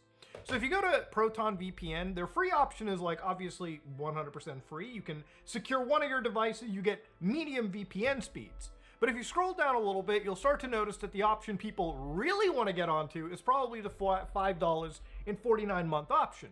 And that's because you can actually do things like streaming videos, which I imagine people want to stream certain videos that they can't because, you know, the government says no. And of course, unless of course you provide your identification, which hopefully that doesn't get hacked down the road. I mean, everyone can hope. And then of course, if you want to do things like BitTorrent, basically they've blocked everything from the free option. Like, the reality is, it's like, if you're forcing the collection of certain data in one place and stuff like that, you're basically painting a target for malicious people to be like, oh, you want a lot of identities to steal and a lot of information to take? And IDs to grab or whatever for anything?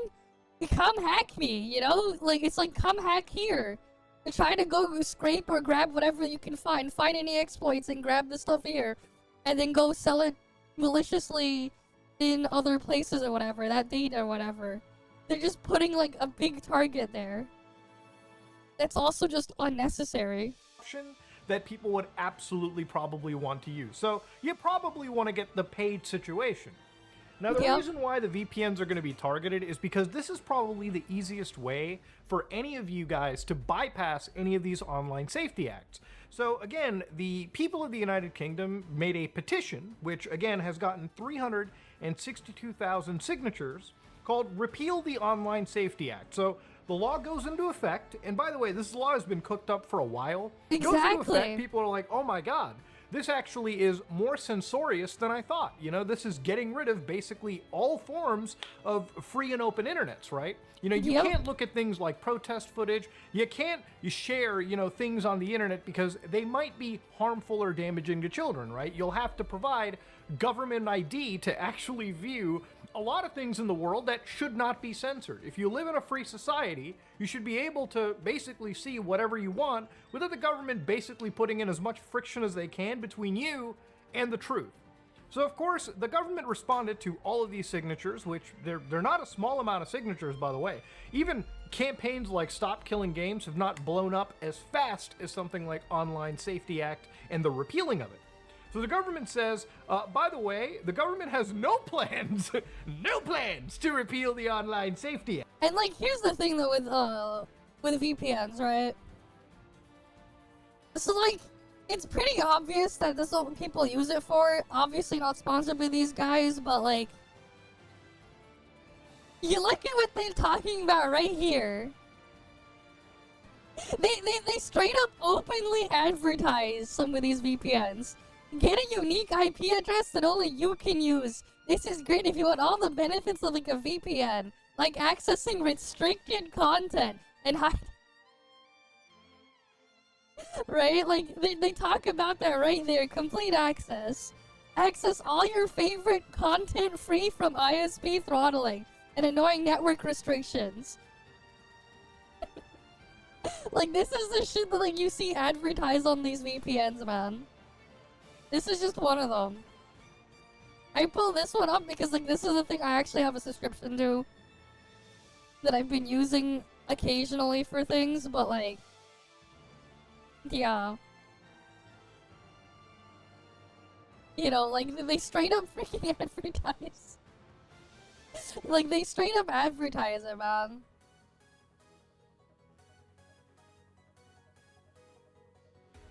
But yeah, like, it is what it is. Like the VPN services, they obviously know what people are using them for. But yeah. And then Australia's going on the trend as well. It's crazy, man. It's crazy.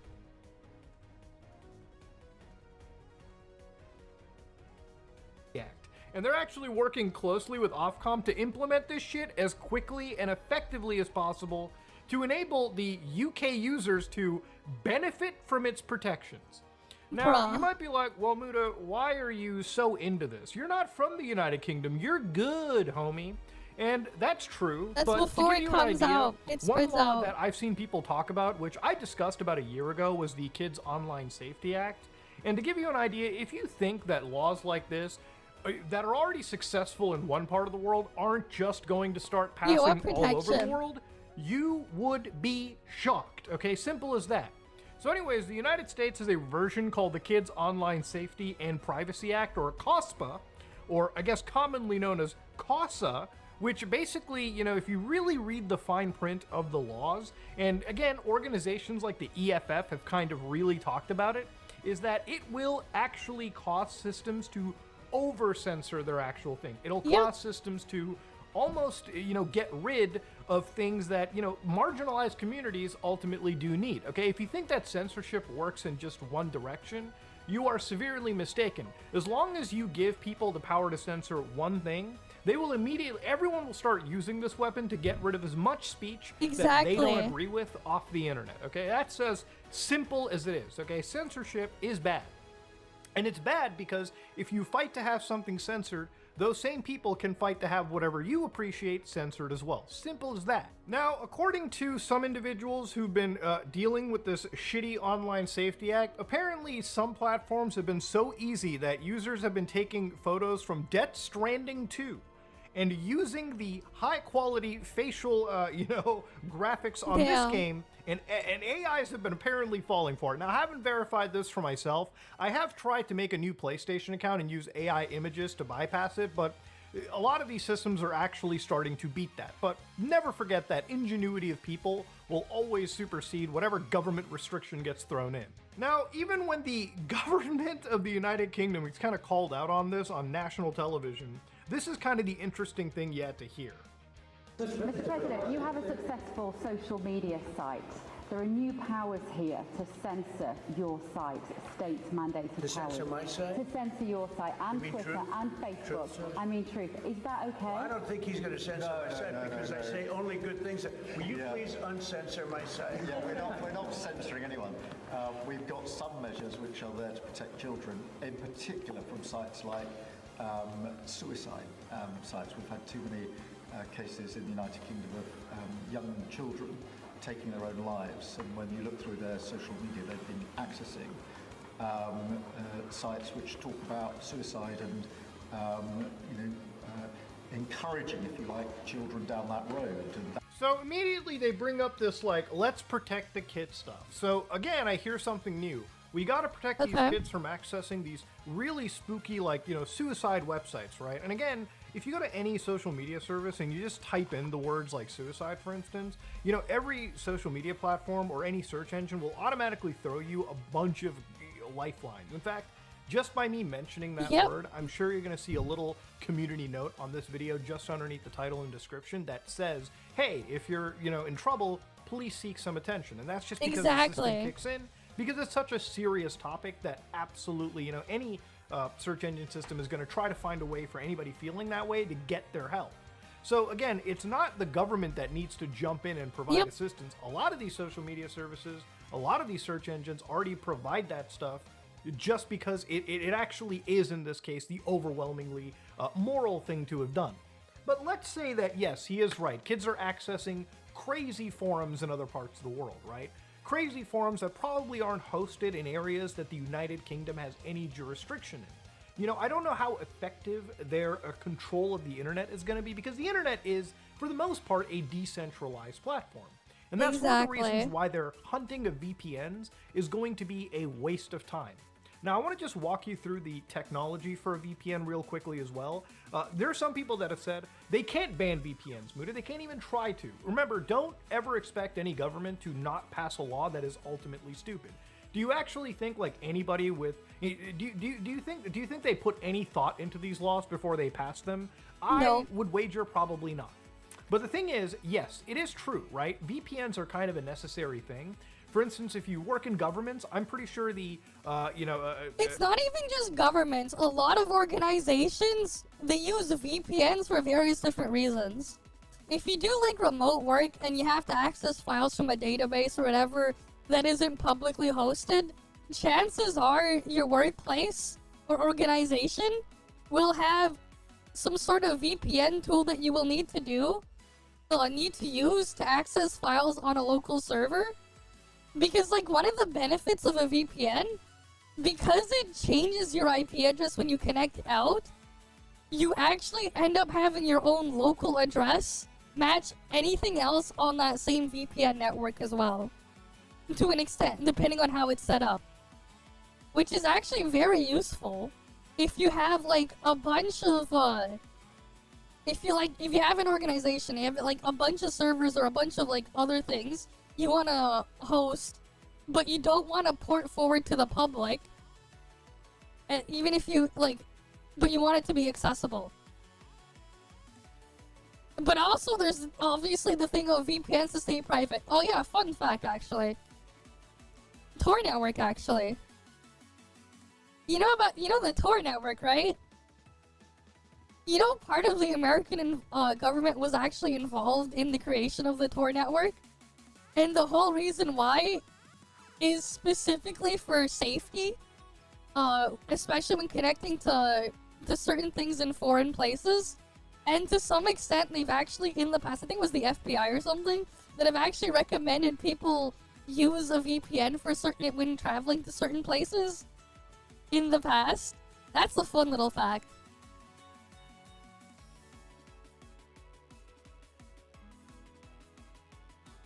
But yeah. I think his name is Keir Starmer.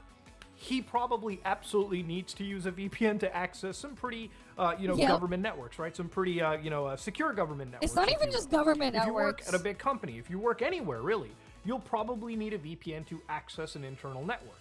And Exactly. it's not super duper complicated. For instance, this is WireGuard, and you can create right now a fast VPN tunnel into your own house. Something that I actually do when I need to connect into my home network from outside the house.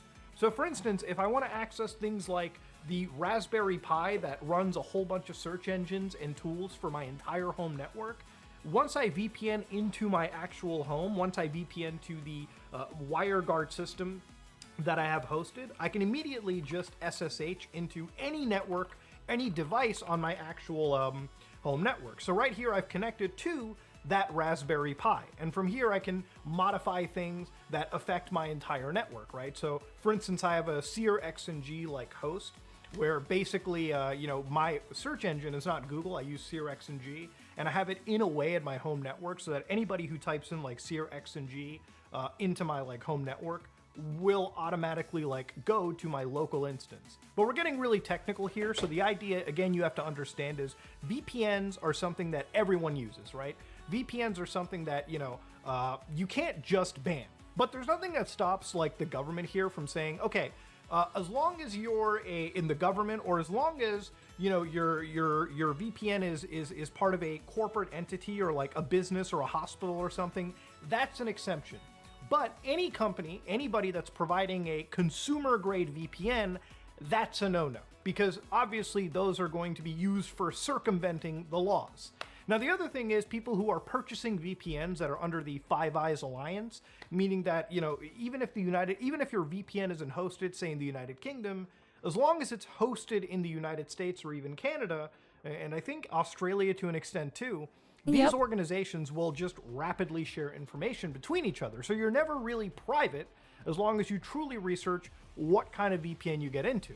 Now, the other thing is VPNs are not the only thing that can be used to detect you, right? Like I said in the last video, when it comes to a lot of organizations tracking you, just because you have a VPN doesn't mean that they're not looking at something else. So let's say that you're using something like Google Chrome or a pretty insecure browser, something that doesn't, conceal a lot of your browser fingerprints, you could potentially have your information or your location presented in another way that isn't just your IP address.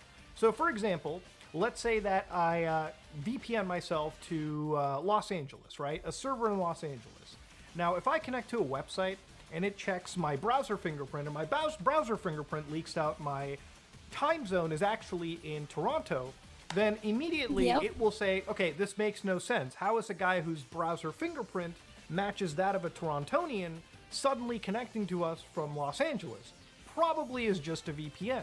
It's also the reason why when you connect to, Netflix or something, and you have like a VPN that is detected by Netflix, they will oftentimes identify it and remove you from access or prevent you from watching the video. And it's because it's a whack-a-mole game between some of the biggest VPN companies and a lot of these big tech companies in order to identify who's an actual user and who's a user that's connecting through a VPN data center. Exactly. Now, if you want to bypass any form of that kind of browser fingerprinting, there are options like you can download Molvat browser, which I think is probably the best privacy-focused browser for the Firefox side. And if you're on Chrome, I think one of the best options you can get is something like Google, or not Google, but Brave browser. But even then, right, like if these guys want to track you, they ultimately can find a way. And I think slowly but surely, if it's not just the VPN ban coming in, it's even further checks in order to prevent people from accessing parts of the internet, unless, of course, you give up your personal information and browse the internet, hopefully uncensored. Now, of course, the thing is, they probably don't have a law right now in the drafts for VPN blocking, but the thing is, when they do this test, when they do this like research and see just how many people are bypassing it, don't doubt the fact that these people will try to make VPNs illegal or try to make at least the public facing consumption of it somewhat of a problem. And that's where I guess the last part of this video comes into. The real last bastion of true internet freedom that you have is Tor. So this is the Tor browser, and of course I've connected onto the Tor network. Now, obviously, people can say that the Tor network is used by, you know, people committing illegal actions, Yeah. which is true. There's a lot of illegal stuff There's that a happens lot. on Tor. In fact, a couple days ago, I believe the U.S. Department of Justice actually took down, again, more illegal pedo websites on the dark web. And the thing is, obviously, for a platform that provides a real unprecedented level of anonymity, there's obviously people that use it for illegal reasons. But there are also legal reasons that people use something like Tor for. For instance, let's say you're a journalist, let's say you're somebody operating in a place where, you know, real censorship is a thing, and, you know, criticizing the government or sharing information could potentially get you killed or imprisoned. Using something like Tor to conceal yourself is probably the option that people have. And that's ultimately the thing I want to talk about here, ladies and gentlemen. They want to get rid of VPNs. They want to ban the last bit of freedom people have. And if you think it stops in the UK, the US is passing laws, Canada might just pass laws. If it works in one place, don't expect it not to work somewhere else. If you like what you saw, please like, comment, and subscribe. Dislike if you dislike it. I am out.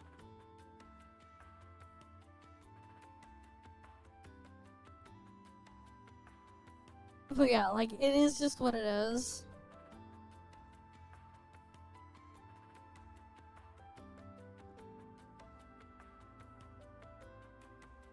That's another one on the list. Wait. Why did I get a notification? Okay, that doesn't matter. What's this one? Sonic 06 with short loading. Never thought they'd see the day. What is this?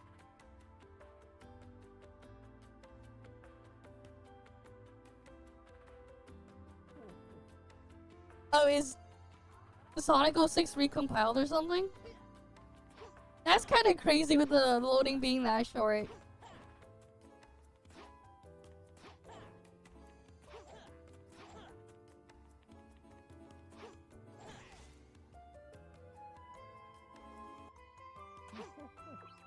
Yeah, that's a really quick loading thing. It just rushes through and it's like done. But yeah, I guess now you can play recompiled Sonic 06.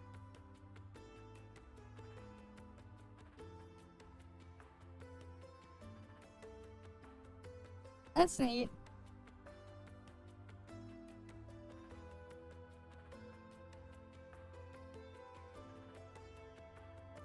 But yeah, it's cool that they're recompiling old Xbox 360 games.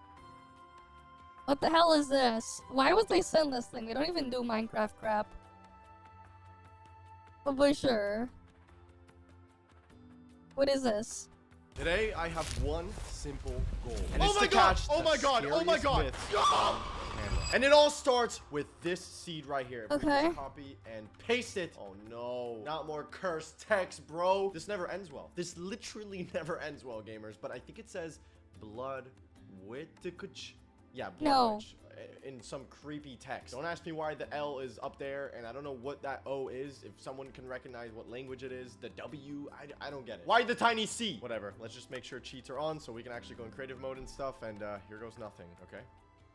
Whoa, we spawned inside of a swamp. I mean, I guess that kind of makes sense. I don't know what I was expecting, but this is already kind of weird. So I do know what to look for. Reports say that apparently there's a witch underground that you can only find using a bell. And I guess, yeah, isn't that a Minecraft mechanic? When you ring a bell, apparently you're able to like find witches and stuff, which I had no idea, but if you guys want to try it, it literally works. So I guess we have to find this thing underground. And all right, that didn't work. That was fail. And the reason why this witch is called the blood witch, oh, I guess I can't place the bell on the freaking leaves, is because it can turn water into blood. And okay, another fail. And if you guys are wondering how, apparently you have to abuse like actual Minecraft behaviors, which I mean, we kind of did that with the nitwit. I don't know if you guys remember. Really? Another fail? But yeah, in a previous video, we turned the nitwit into a serial killer by abusing Minecraft behaviors. So we're gonna have to kind of do that again. Dude, but first we have to find it. Okay.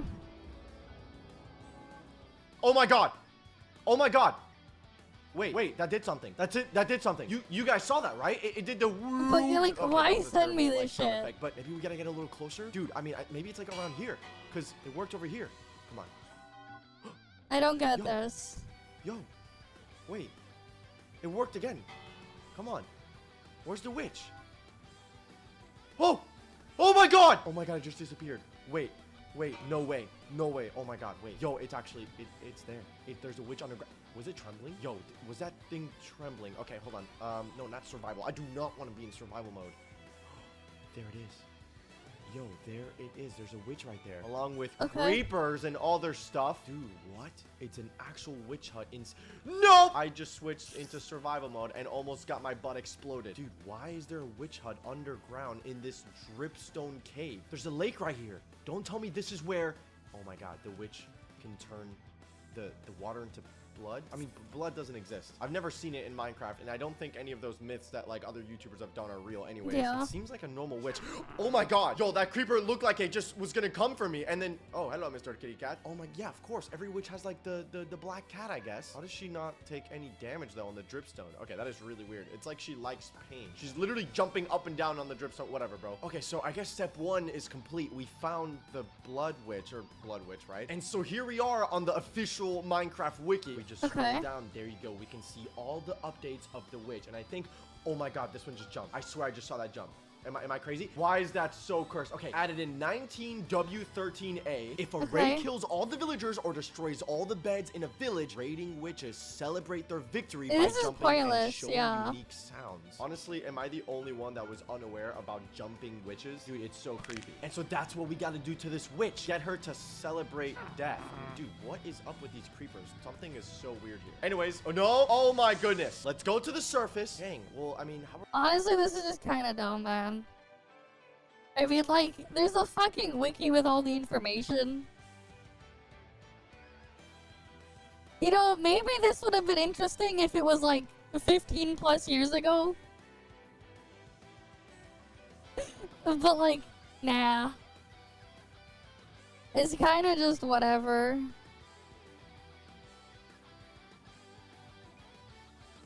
And, like, here's the reality, right? This is obviously clickbait. Because it'd be impossible to catch something that's a myth. Because if it was a myth, it wouldn't be in the game. Right? Even if it was like that, then it should have been like secrets or something. But then that would have been listed on the wiki. Right? Because it's not like they can just make code up on the spot. Unless they're adding it in through a mod. Like in the actual game there. For whatever they're saying. If it wasn't put into the game, it won't put the thing out. Right? At the end of the day, computers and programs are just a dumb box that does whatever you tell it to. And how well it will do it depends on how well you will, if you can tell it to do something. Yeah, this is like kind of pointless. It's kind of pointless, man. And somehow this is what I have as my recommendations on YouTube right now. Yeah, I should have given a timestamp because a lot of that's just kind of... Yeah. It's just kind of... Yeah. But, you know, it is what it is.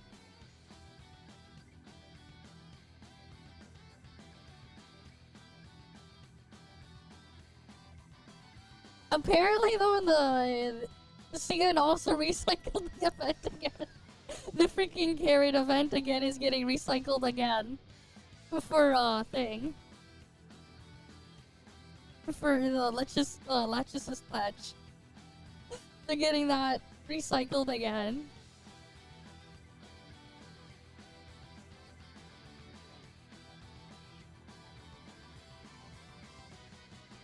But like, yeah.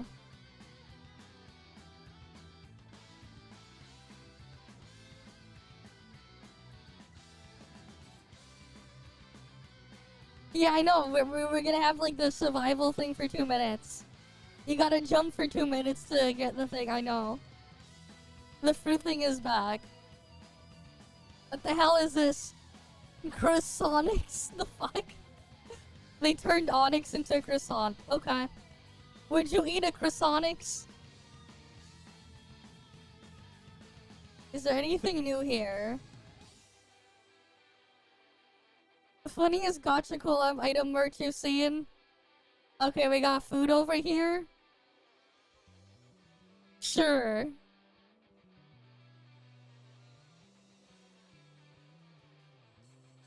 Atelier Yumiya is getting a collab with this thing.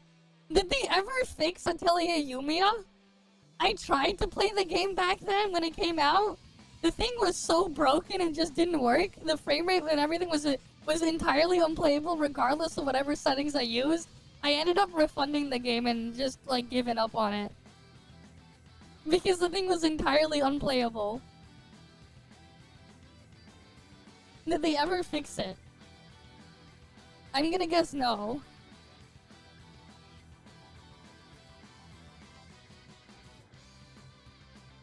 But yeah.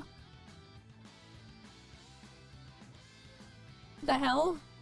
Isn't High School of the Dead like from like almost 20 years ago or something now? How old is High School of the Dead?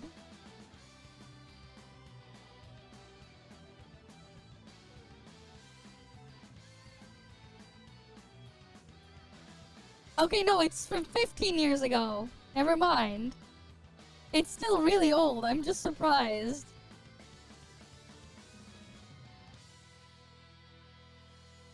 I'm surprised. Okay.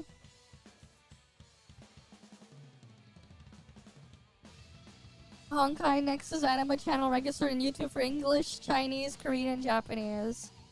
Okay.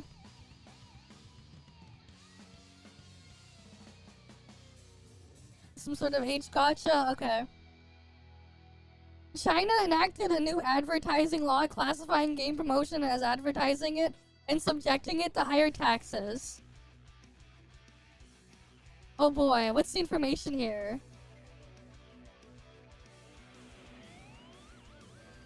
More ads, more tax. Less ads, less tax. This benefits well-established games, so less competition for big one. At least that's what they said in Genshin Sub. Correct me if I'm wrong.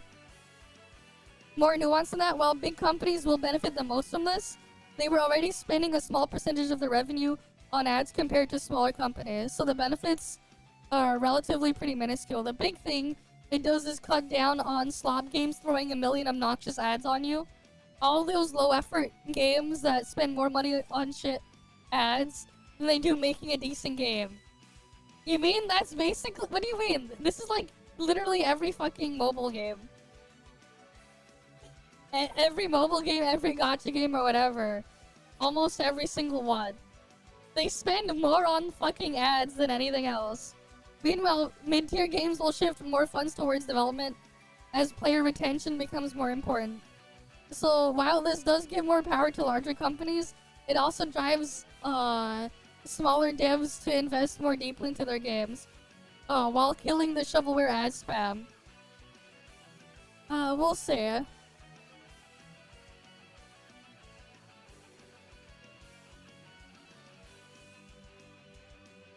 The two up-and-coming gacha games that are announced and released at... Okay.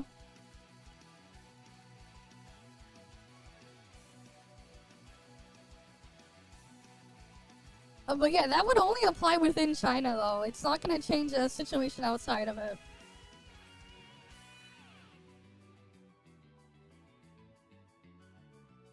These games spend too much money on spamming ads on the internet. Okay. Yep. Sounds about right.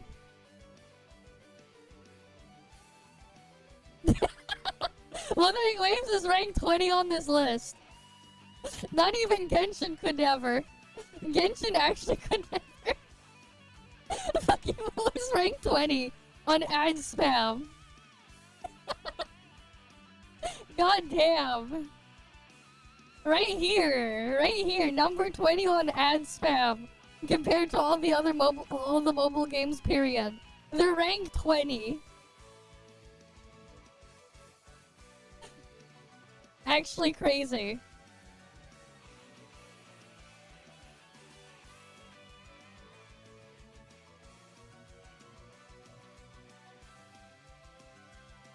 Alright then. They don't spend anywhere near as much as what fucking Kuro was spending on Lua ads. Yep.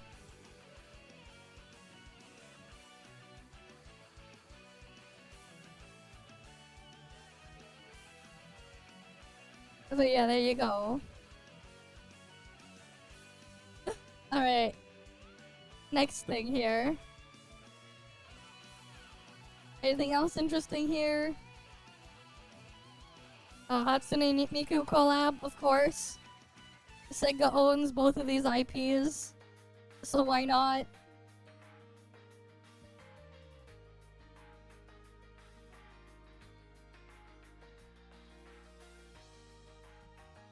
Two party systems. The gameplay where you control a character and AI controls the rest. And it switched to be a thing. I don't know.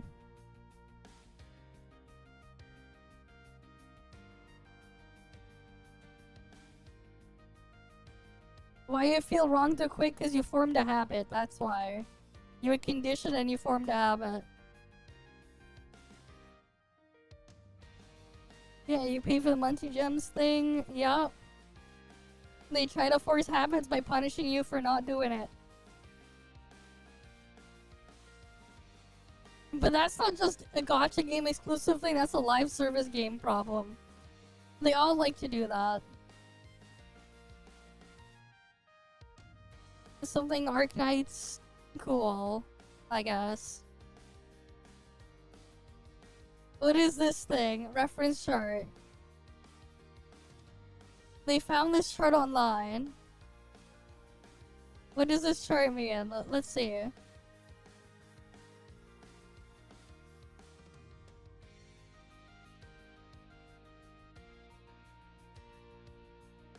Strict free-to-play, 150 to 200 USD of direct spending per annum.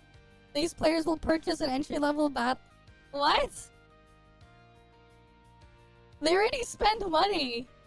What do you mean free-to-play? The fuck is that? Hard free-to-play? Okay. They will purchase the most expensive available battle pass and multiple monthly subscription. Sure. Moderate free-to-play. They'll purchase most expensive one, multiple thing, and occasionally purchase top-up package with a one-time bonus reward. Uh-huh. Bruh? Sure. And then there's soft free-to-play, what the fuck? The most expensive available battle pass, multiple monthly things, uh-huh.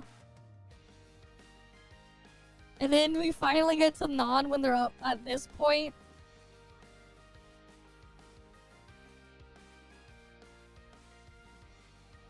Okay then.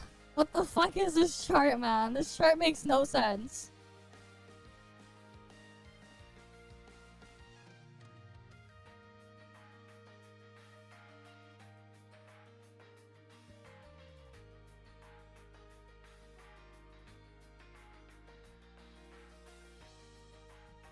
Right. Yeah, rip reroll accounts. Your sacrifice will never be forgotten. Number of counts, number of actual players. Yep.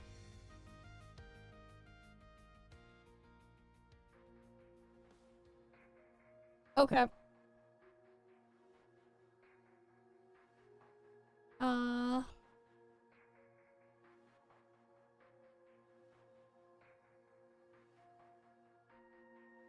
What the hell is FE Heroes to change to units, arts, and cancels a plan banner? What the fuck? Thank you for playing Fire Emblem Heroes game. For operational purposes, we'll make the following changes. Illustration for art, Tiki Beachside, and May Bundle of Energy will be changed. The summoning event, the Special Heroes, this thing, scheduled, will be cancelled. Damn.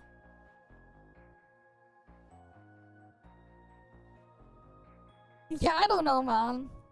It's ridiculous. The weird double standards, man. It's weird.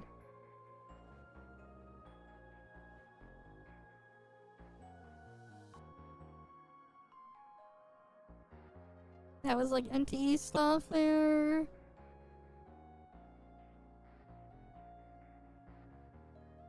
Let's see, ToF. Anything new here? This weapon breaks the game. Yeah, they love it. Yeah. Always breaks it.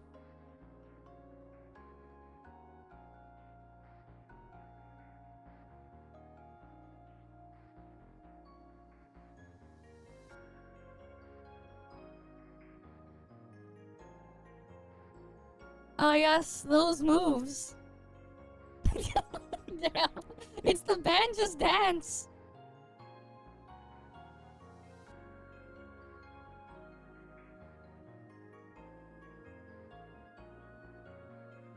Oh, his FAQ video? Okay. Where's the last creep? Yeah. There's like 6 of them in the tavern though.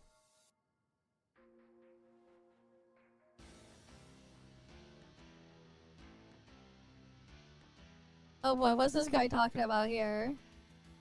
They use these ones?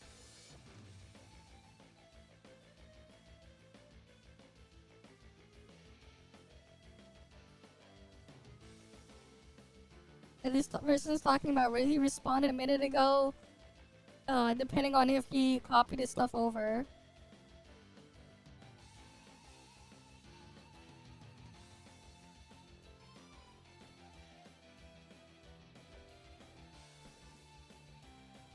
Okay.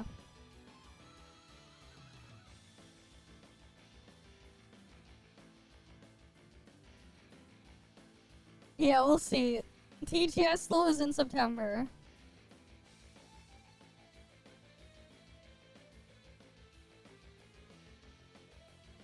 And that person doing exploration thing there. What was I pinged for?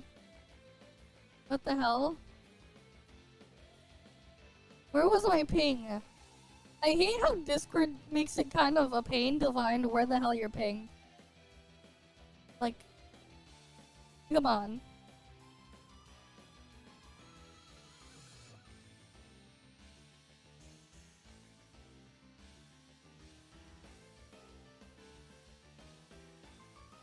It gets like diluted and filled with crap that's like just yeah.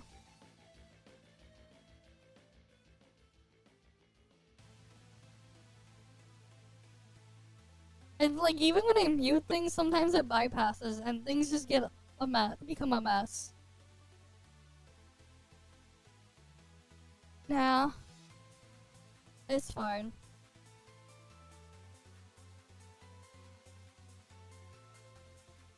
Okay. Oh, they're trying to register giving errors. What?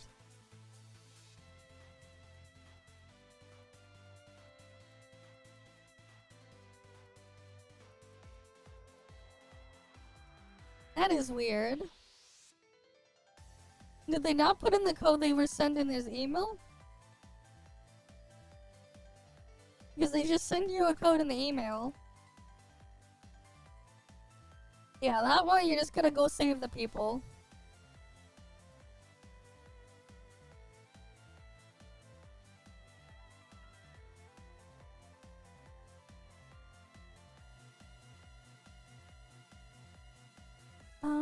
Take it with a grain of salt. They were free to play before this thing. You didn't realize they had to convert the merge.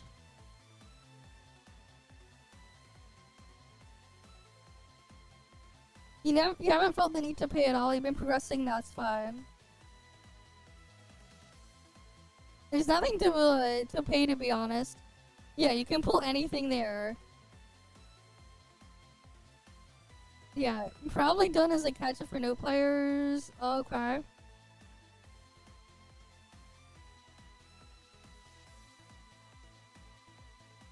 Yep.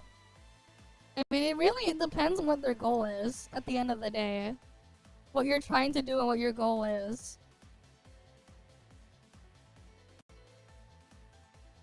Oh, someone asking about those icons.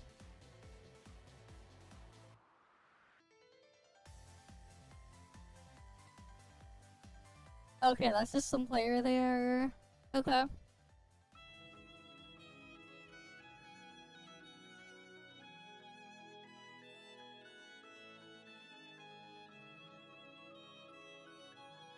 Yeah, she's not being rerun right now. Rerun next patch with Let's Assist, yeah.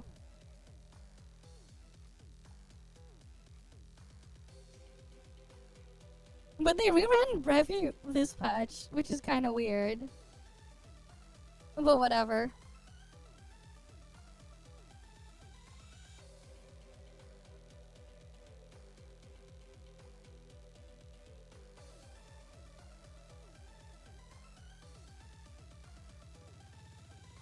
A bug platform that is sometimes invisible. Yeah, you had to get up there from glitching out of bounds and stuff.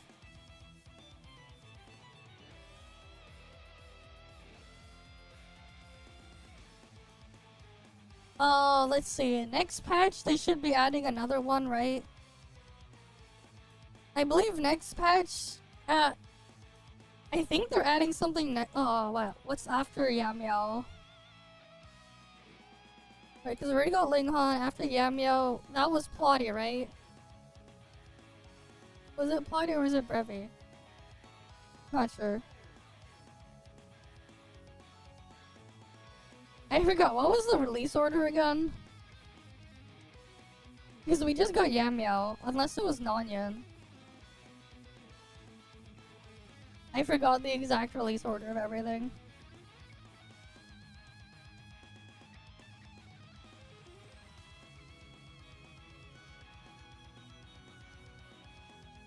This site has not been updated in a year, but...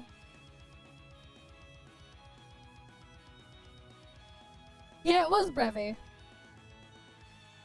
Yeah, I guess Brevi will be added to standard next patch.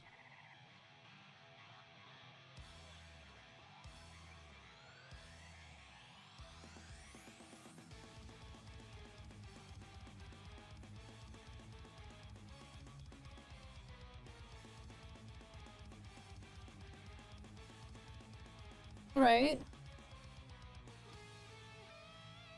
Yeah, it should be Brevi. One character per patch, yeah. Though they skip, if they were released an altered unit, they skip it to the patch after.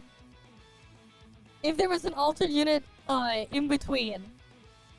So, like, there was a bit of a delay after they put Linghan on standard, because they released, Nonyan after Linghan.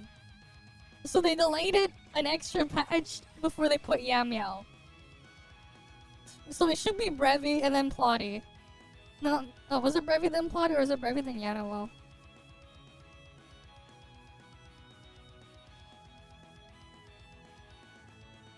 Yeah, no, Brevi then Plotty. Brevi then Plotty then Yanowell.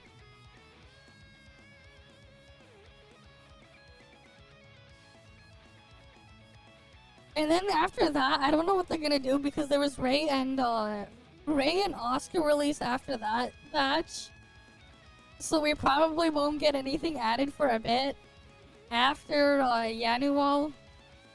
And then they'll add GU. There'll probably be a bit of a gap because of Oscar and Ray.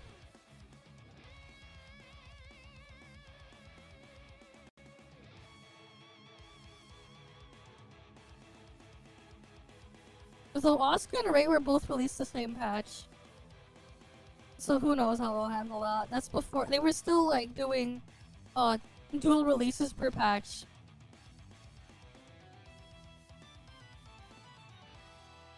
Yeah, probably. We'll see.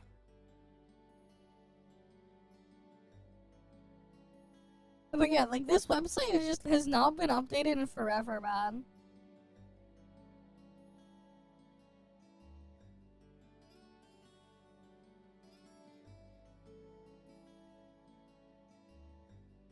But yeah, like it just hasn't been updated in forever.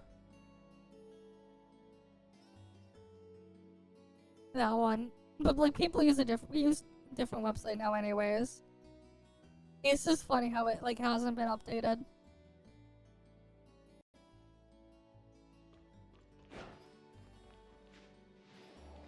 Yeah, fair enough. But yeah, I guess we are gonna get Brevi next patch. which is nice for like benediction players. A very strong thing to have.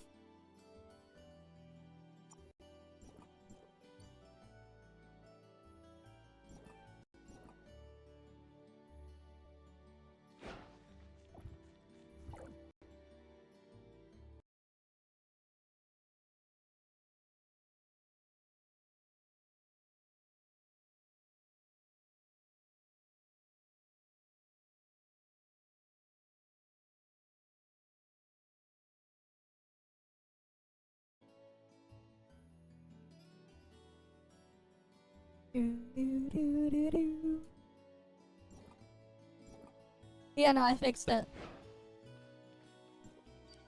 I have like a really weird setup for streaming, like I mentioned before. I use 2 PCs to stream, but they're not in the same room. And I basically stream from one PC to the other. And then the other PC sends it out to YouTube and Twitch and everything. So that like if something happens to the PC I'm playing from, it doesn't kill the stream. Something would have to hit that PC instead. They're on separate circuits, they're on separate like a bunch of things. So like it adds a bit of redundancy in a sense. But the issue is the way I'm sending the signal from one PC to the other. Yeah. I have them in physically separated rooms. They're not in the same room.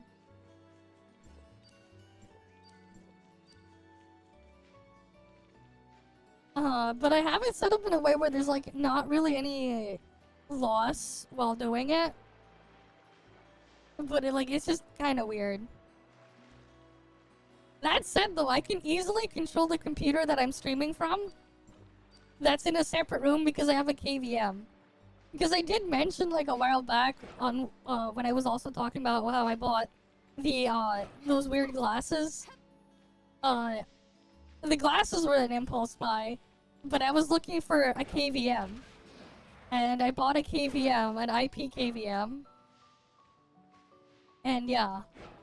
So like that computer that's actually relaying it, that's physically in a separate room from where I am right now, I can turn the computer on, I can turn it off, I could install a completely different operating system, I can see what's on the screen, I can interact with it.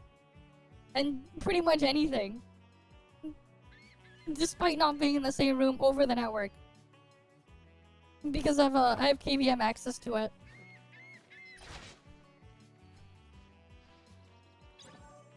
But yeah. Wonder, is there anything interesting to look at? Anything interesting?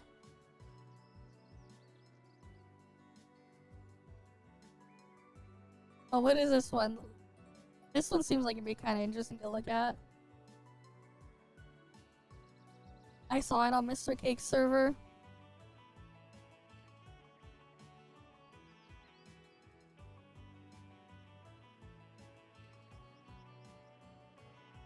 Greetings, goers of YouTube. Just call me Dr. Storm. Okay. So today I wanted to talk about something that many are going to consider old drama, but because of recent events and realizations that happened, I feel it's worth going back to look at it from a different perspective. But in order to do that, I feel like we're going to have to go back to the very beginning of this entire thing just as a refresher.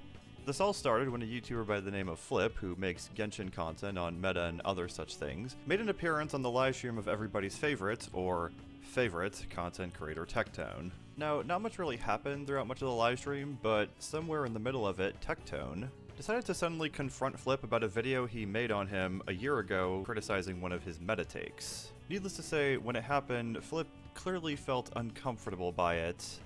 And Tectone honestly just kind of looked like a huge dick by trying to guilt trip Flip into thinking that he was going to actually help bankrupt him during a really shitty point in his life when all he did was roast one of his meta takes and make a thumbnail where he had a clown nose. Do you think me insulting, like saying your Genshin takes aren't good does that hurt you? Do you think that when my livelihood was to make money off of YouTube, do you think when I was $1.1 million in debt, do you think that when the entire Genshin community was shitting on me, do you think me saying, oh great, Another dickhead made a video on me. I can't wait to deal with the backlash. When I had no money, when I was about to lose my house, what do you think that was going to do? You can paint it any way that you want. You can say, look at how much of a silly Billy I was being. The reality is you caused a lot of damage. As a result of this event, YouTuber Sullivan Artis, who also makes Genshin content, made a video defending Flip and calling out Tectone for this behavior on stream, citing it as bullying. Tectone has expressed liking Sol and his content in the past at the time, so he was willing to invite him on stream to have a discussion or debate with him, to which Sullivan agreed. However, by the end of the stream, Tectone did what Tectone usually does whenever he can't debunk the opposition's argument, and he shifted from the position of actually trying to have a genuine debate and discussion with Sol to pretending he doesn't care and just making an ass of himself to try and piss people off. You want to die on the hill that you said you don't respect meta players? Are you threatening me? I'll have you know, I'm a former minor, man. You can't talk to me like that. When did I threaten you? Can You you said- quit? you No, said you shut the fuck wanna up. die? Quit spouting bullshit. I didn't threaten you. Bro. You said you want to die. That's what you said in that clip. I said you want to die on that hill. And there's the full context. Wouldn't that be cool if everybody used full context clips and not out of context ones? And there's the fun in this conversation. So yeah, after that whole circus act, various content creators released their own videos about this entire drama to give their own thoughts out about it. Okay. One of these being the subject of today's video. YouTuber XGoCello, who also happens to be Sullivan Artis' own twin brother. Tectone saw that Cello made his own video talking about he's the very drama and immediately manipulative. decided to invite him onto his own live stream. Now, keep in mind, Cello before this point did not play Honkai Star Rail or any other gacha game, nor did he make any content surrounding them. All of his content up until that point had been about things like Fortnite, Zelda, or any other random topic he felt like discussing, and they rarely broke triple digits in terms of views. Cello also didn't have much knowledge on Tectone before making his own video about the drama, and any knowledge he had about Tectone came directly from his own brother, who had actually watched Tectone and known what he's been like for years. So, keeping all this in mind, it really does seem like the only reason Tectone invited Cello, of all people, onto his livestream was because of the personal connection he had to Sol. There's simply no other common link between the two. The only reason he chose Cello out of everyone else who made a video about the entire drama was because he was Sol's brother. And I think something that Tectone fans, Tectone haters, and even Tectone himself can all agree on is that Tectone loves drama. He loves stirring the pot, and he loves doing whatever he can in order to do that. So, I think it's safe to say that Tectone trying to use Sol's own brother to get back at him, get a rise out of him, or get any juicy details he can about him is not something that is so far outside the realm of possibility. So, considering all of this information, knowing what just happened between Tectone and Sol, and knowing that at the time there was a multitude of people telling him that going on the stream was a bad idea, warning him that it was most likely a trap, what did XGoCello decide to do with Tectone's invitation? I was heavily advised It really is beyond. by like everybody on my brother's server to not talk to Tectone. Yep. I don't care. He doesn't want to talk. I don't Tectone doesn't want to talk anyways. I He have no wants reason to to farm. believe he's anything beyond just some guy who doesn't know how to shut up sometimes, but aren't we all? There isn't really much to go over with the discussion between Tectone and Cello. Not much significant really happened aside from the fact that he told Cello to play Star Rail and sent some subscribers over his way. However, even though nothing bad directly happened as a result of this interaction specifically, the fact that Cello was willing to engage with a man who just had beef with his brother, who he knows almost nothing about, and that multiple people were telling him not to talk to, I mean, it's just such an insanely reckless, stupid decision to make that could not only have repercussions for Sol, but also Solo himself. He could have very well been put in the same vulnerable position Flip had been put in just before this. Yeah, what's that in your bio, Solo? The voice of reason? Yeah, I would consider rebranding. So after that entire stream, a couple other things happened. Tectone reacted to one of Sol's latest videos at the time, you know, throwing a little bit of shade his way with the superior brother joke that Solo had made in the call with him. Sol decided to react to Tectone's reaction of his content. And you know, while he didn't say anything incendiary in the video, he decided to take it down because he didn't really care for dealing with Tectone anymore. But just as his drama was about to die, another video came out from XGoCello himself, titled My Final Thoughts on the Tectone Drama. And just like with him going on Tectone's stream, people were telling him that releasing this video was going to be a bad idea and that it was not going to end the drama the way he claimed it was going to. So, now that we've gone over all that lore with the whole Sol and Tectone rivalry up until that point, it's time to look into Solo's own words and actions at the time of this whole debacle, while significantly more eyes were on Sol and Tectone. Okay. I don't like coming back to revisit drama topics because I feel like they can be adequately summarized in one video and have no need for two. Always a good sign when the very first sentences of the video directly contradict the entire existence of the video. However, seeing as this was something that happened to me personally, I decided to come out of the woodwork and clear up some misconceptions I've seen floating around the internet, whether they be joking or not. Why are you talking as if you were heavily involved in this entire thing? You basically went on one stream with Tectone, didn't even talk about the drama, and that was it. If you feel like it's your burden to bear to clarify stuff that happened during this entire thing, you had the ability to say no to Tectone's invitation and stay out of the drama entirely. Which, by the way, is what everyone was telling you to do. My whole motive for going on stream with Tectone seems to be ambiguous to anybody who doesn't know how I operate with— Oh, so this entire video isn't about the actual drama, it's about you covering your own ass for doing something fucking stupid. Okay.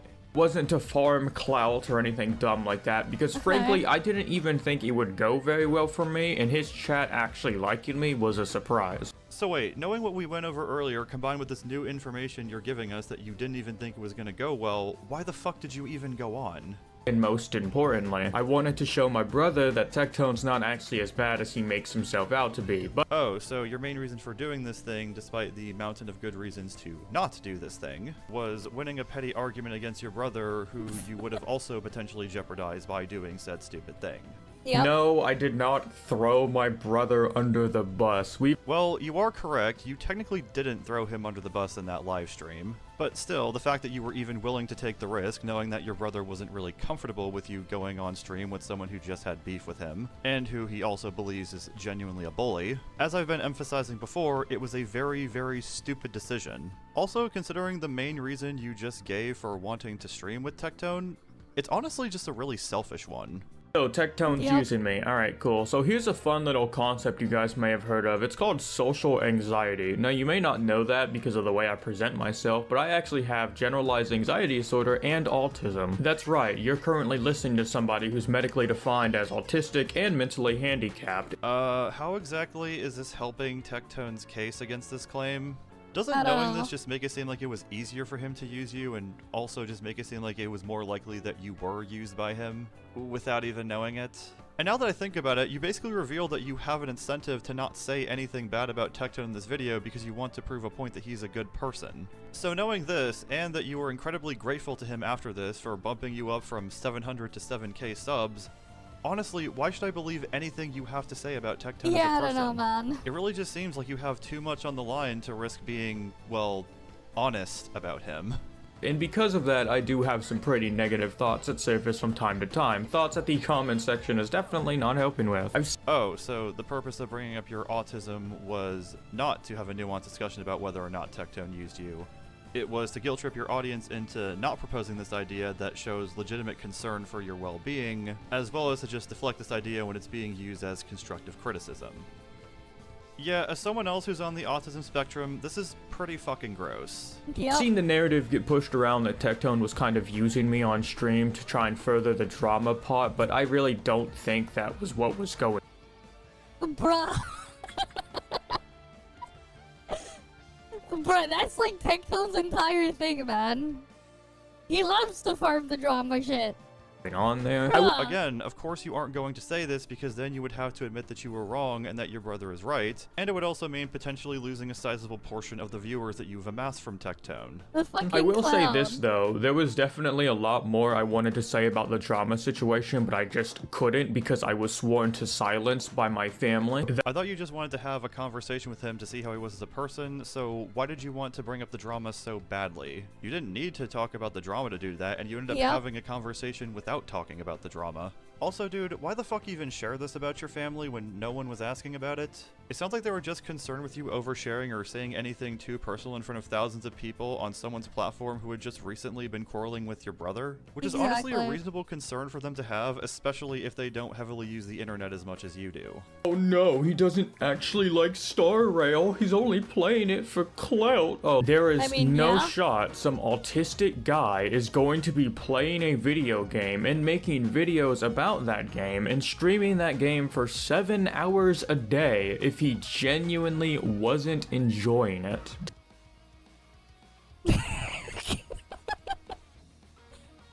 Bruh.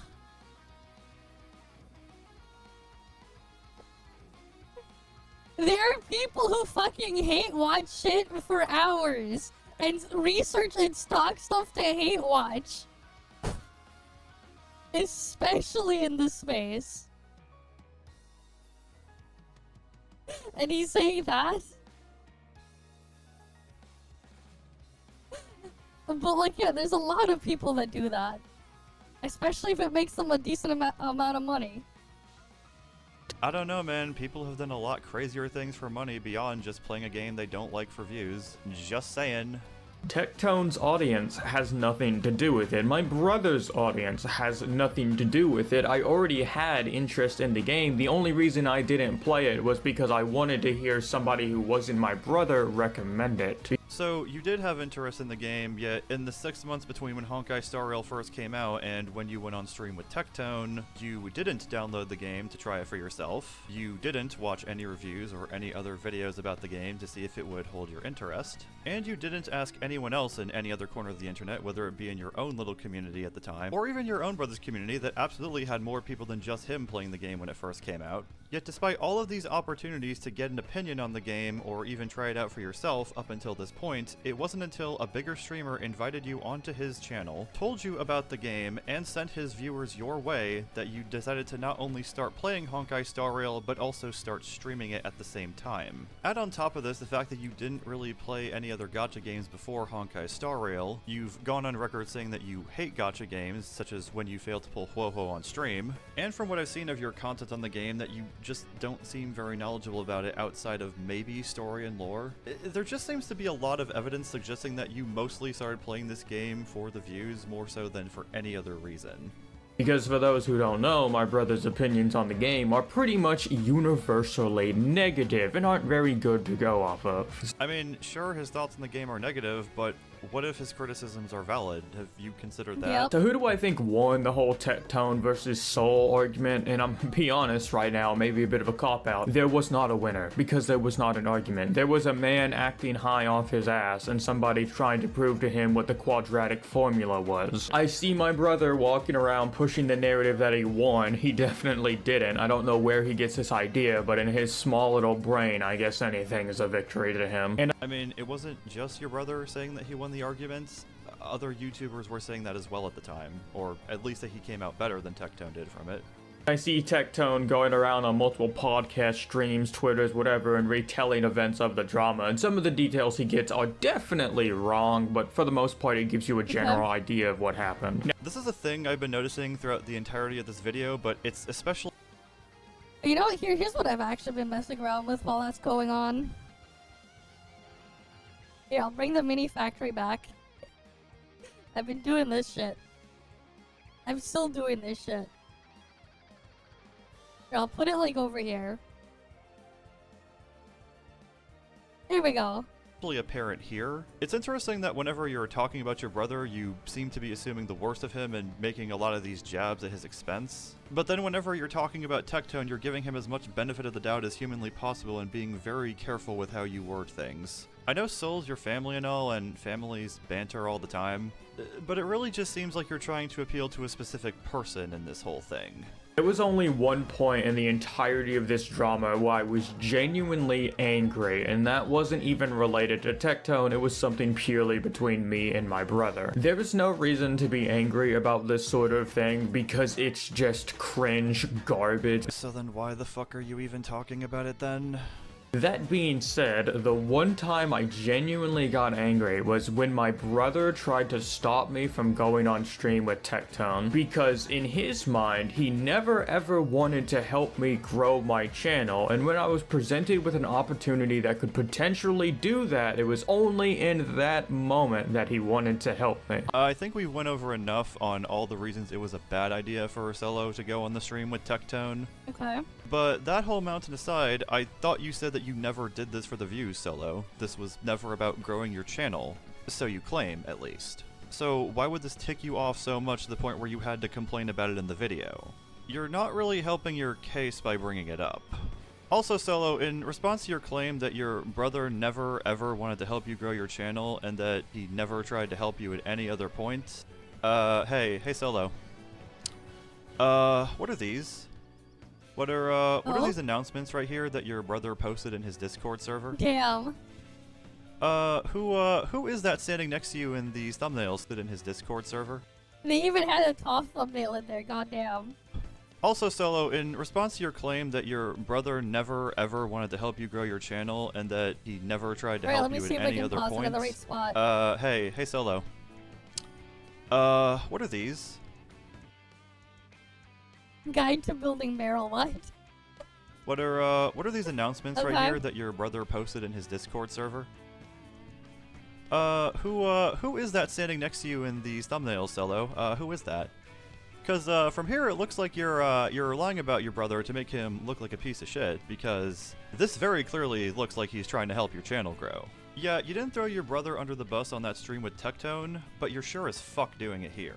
I am somebody who tries to help out people every way I can, and even with the newfound fame that I got from Tectone's audience, I'm gonna use the money I get to fund fixing the shed that broke, and I'm gonna use my clout to point people in the direction of smaller creators. Oh, you mean like how your brother used his clout to point his audience in the direction of your channel, which you are very clearly leaving out for some reason? So the idea that my brother only wanted to help me when it was beneficial to him and detrimental to me pissed me off. Yeah, because these instances right here are definitely detrimental to you and only beneficial towards him. Absolutely. Like, holy fuck, this guy is actually such a lying piece of shit. And about his own family, no less. If I'm being honest, I don't even really care about this drama anymore. It all started over something as stupid as Genshin Impact meta. Then why did you make this video and just lie about your brother to make him look like a gigantic asshole? The only reason I'm releasing this video now is because my brother made a video that was a reaction to Tectone's reaction on his video, and in that video, towards the end, Soul spoke for me about my relationship with Tectone. Well, considering how truthful you were about him earlier, I'm very skeptical about this claim, but please go on. It was only a couple seconds long, but in response to Tectone referencing the inferior copy joke that I made in my video, Soul said, "You know what, Tectone? Something that you should know about my brother." And then he stopped himself and was like, "You know what, actually, you're smart enough to figure it out on your own." Oh, so you've just proven that he said absolutely nothing about your relationship with Tectone then. Cool, glad we confirmed that this was another lie.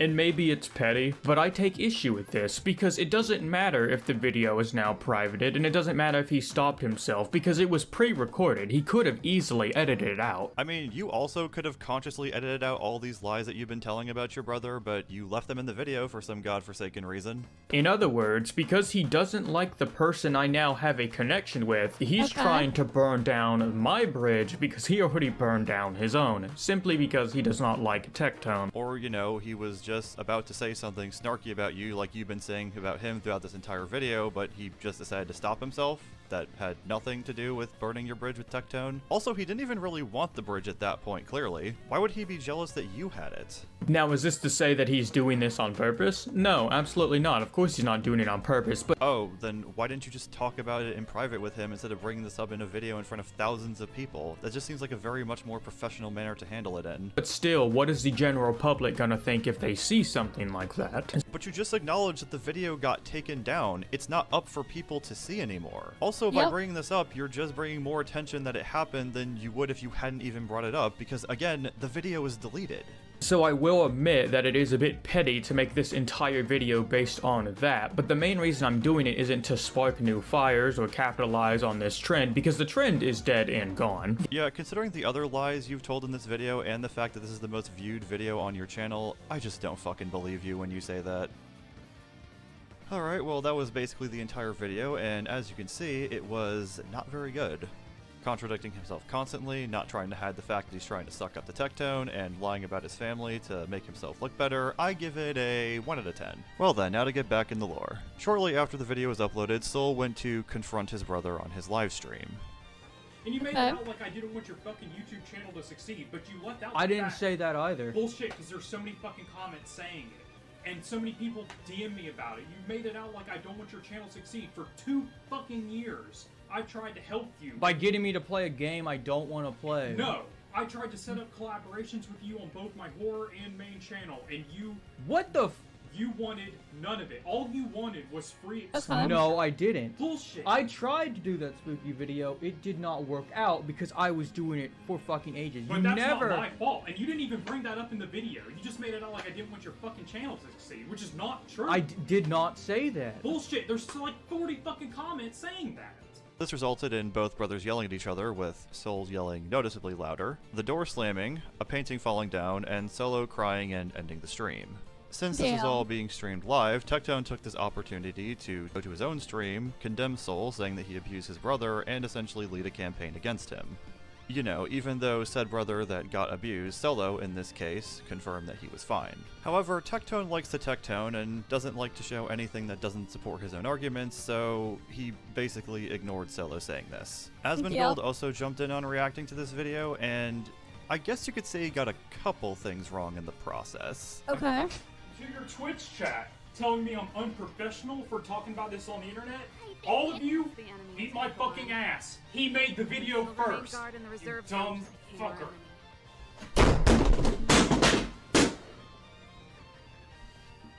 This is over an anime game. How old do you think he is? 37.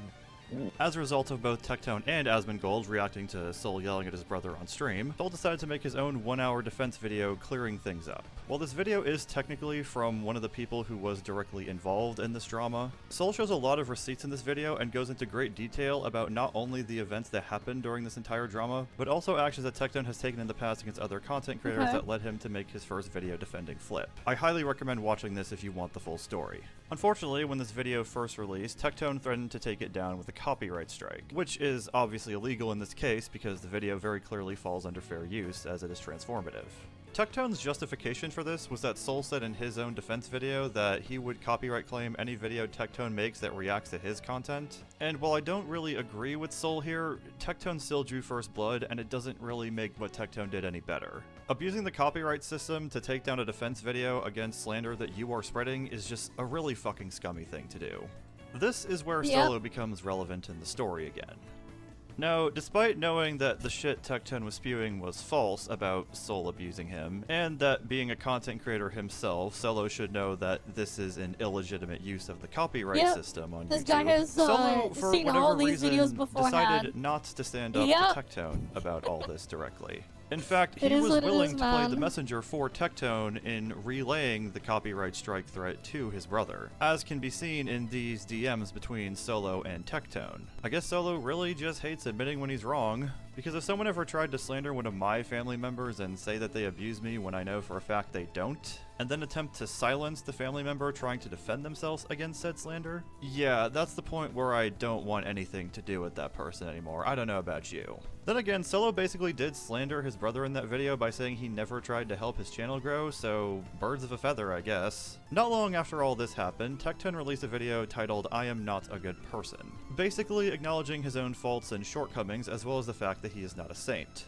It's just him being Schrodinger's douchebag like he always likes to be, saying that he's an asshole and anything he does is for the lols, even though he's gonna go back to morally grandstanding people and bitching about people saying Tectone bad for days on end. Now, Solo actually reacted to this video on his own channel. Now, keep in mind, the entire reason Solo claimed to get involved with Tectone from the very beginning was to prove that Tectone is actually a good person and that he's not as bad as he seems. Yet, here is Tectone himself openly stating that he is not a good person.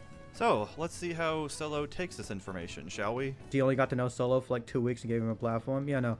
Make no mistake, guys. I know I'm not Tectone's friend. I know I'm not. Asmongold is Tectone's friend. Like, I'm not opposed to being his friend, because I like Tectone a lot. I have nothing but respect for the guy. Maybe we are friends. Maybe I just don't know what a fucking friendship is, because I've only been in 5 of them my entire life. But I'd say, like, Tectone right now, me and him are, like, really, really, really strong allies.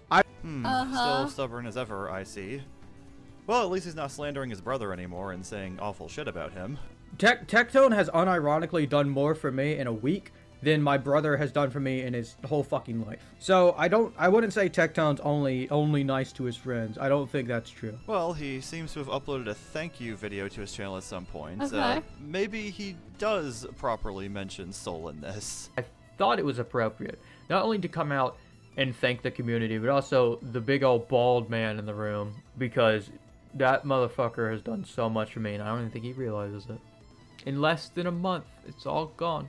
All of the concerns, the hardship, the struggle, it's gone. And in its place is a community of people who actually give a shit about what I have to say for once. It's not like my immediate family who do nothing but talk over and ignore me all the time. It's not like the fucking arguments I have to hear through the fucking thin walls of my house. It's just kind people sending me kind words. I don't know what the fuck Tectone thinks he did. I don't know if he has pride in what he did, but I'll tell you one thing. There will never be a moment where I will not have that motherfucker's back as long as he's in the right, because he has done so fucking much. I understand that he's not a saint. I understand that he's definitely lied about some things and probably didn't even fucking realize it and then doubled down. I'm aware that he's an internet troll and he's probably a shithead to certain people, but I don't think he's a bad person. I never will. I don't think he's an upstanding citizen, not by a fucking mile, but he's a good person. I have nothing but respect for the man, and after all the shit he did for me, you won't catch me dead taking somebody else's corner, regardless of who the fuck they are. If Tectone did something genuinely bad, I might have to tell him to fucking shut up, but if he didn't, I never will, because this bastard in 2 weeks has done so much. Oh, you'll stand up to Tectone if he's in the wrong? You might tell him to shut up if he says something stupid? Solo, remember this from earlier? Remember when you said nothing to him when he was clearly in the wrong, Solo?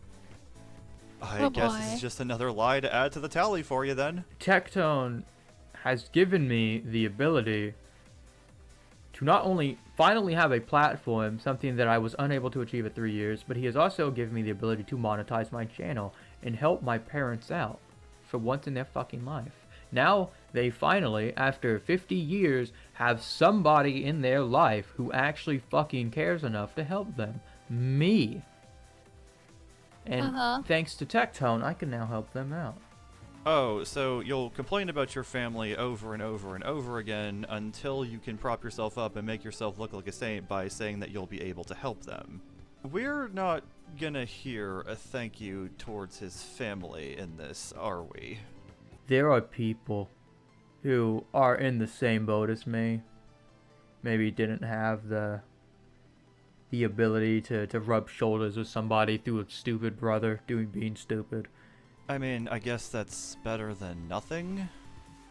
You know, that video was 2 months ago by now. Like, 2 months is time for people to grow and people to learn and think over things, right? You know, maybe now he's finally going to tell the truth and clear... And after I made the video about Tectone, which I still hold true to this day, had absolutely nothing against my brother in it.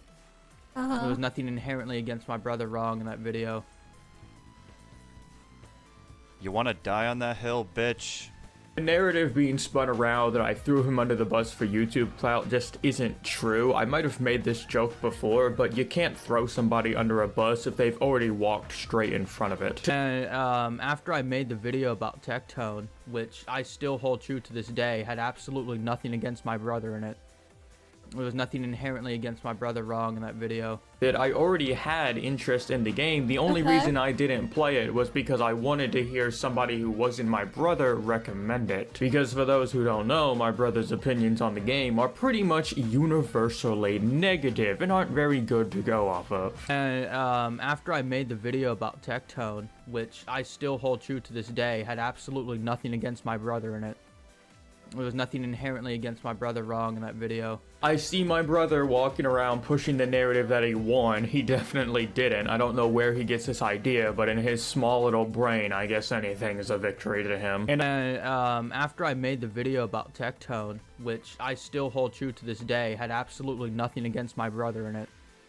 There was nothing inherently against my brother wrong in that video. That being said, the one time I genuinely got angry was when my brother tried to stop me from going on stream with Tectone, because in his mind, he never ever wanted to help me grow my channel, and when I was presented with an opportunity that could potentially do that, it was only in that moment that he wanted to help me. And after I made the video about Tectone, which I still hold true to this day, had absolutely nothing against my brother in it. There was nothing inherently against my brother wrong in that video. The only reason I'm releasing this video now is because my brother made a video that was a reaction to Tectone's reaction on his video, and in that video, towards the end, Soul spoke for me about my relationship with Tectone. And after I made the video about Tectone, which I still hold true to this day, had absolutely nothing against my brother in it.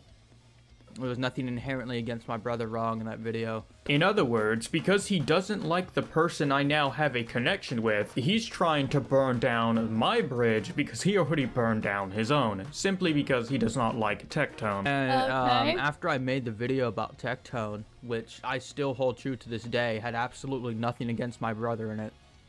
There was nothing inherently against my brother wrong in that video. Yeah, we keep repeating that line. So now this brings us to the most recent event in this story.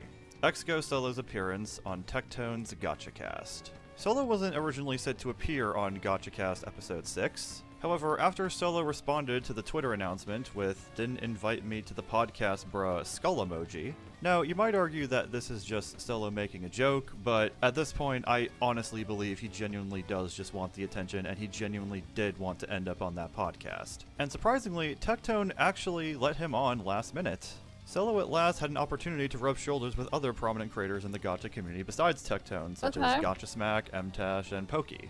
And this also was the first time he seemed to have done anything with Tectone since the initial drama. So, how did the podcast go?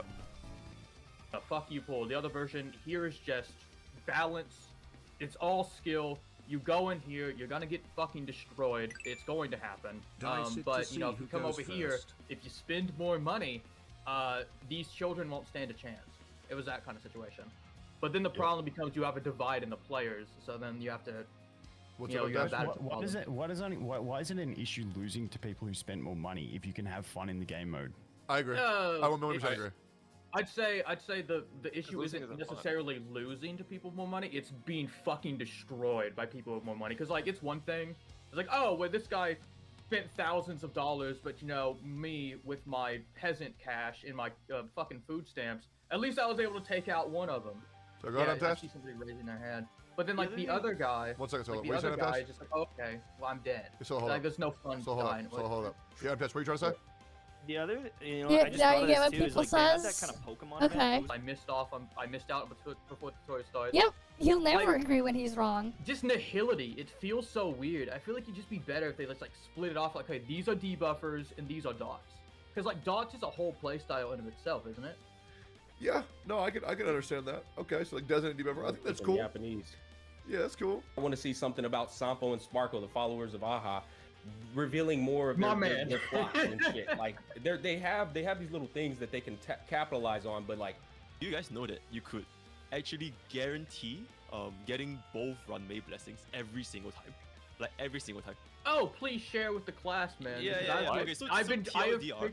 So TLDR, this was discovered in like the CN. Already invested in so many things with time avenues that investing in that game is a big if after all of the bad. Chat's allowed to say whatever they want. Okay, if chat wants to say somebody's yapping, they can say whatever the fuck they want. There's already so much invested in. Like, yeah. I think chat's being funny as fuck. They can have their opinion whatever they want. Just relax. Actually worth it, or Wilds is right around. Yeah, it did not go well for Solo.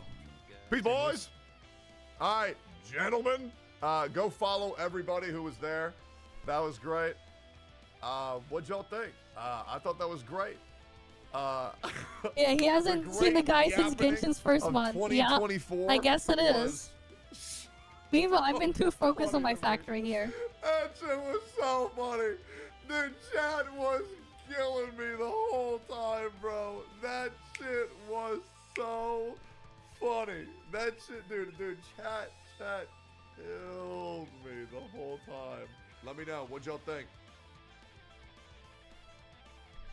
Any thoughts? How would it, WL, what do y'all think? I know you made a business decision there, but it genuinely ruined the podcast for me personally. What did? What did? Okay.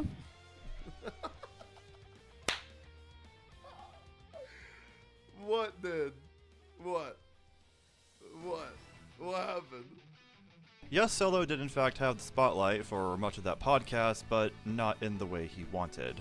Despite the fact that Solo was a last-minute addition to the podcast, and despite the fact that chat was mostly there for the bigger creators, Solo was the one who probably talked the most during the entire podcast and failed to understand when to give other people a turn to talk, even talking over others at some points. Yeah. As such, Tectone's chat, as well as the chats of other creators who were on the podcast, ridiculed Solo primarily by using the word yap repeatedly. You could also tell that the other creators were unfortunately annoyed with him as well. GotchaSmack read the term Japanese out loud from his chat, and MTach in his own Twitch chat expressed annoyance with Solo, saying that he wanted to leave.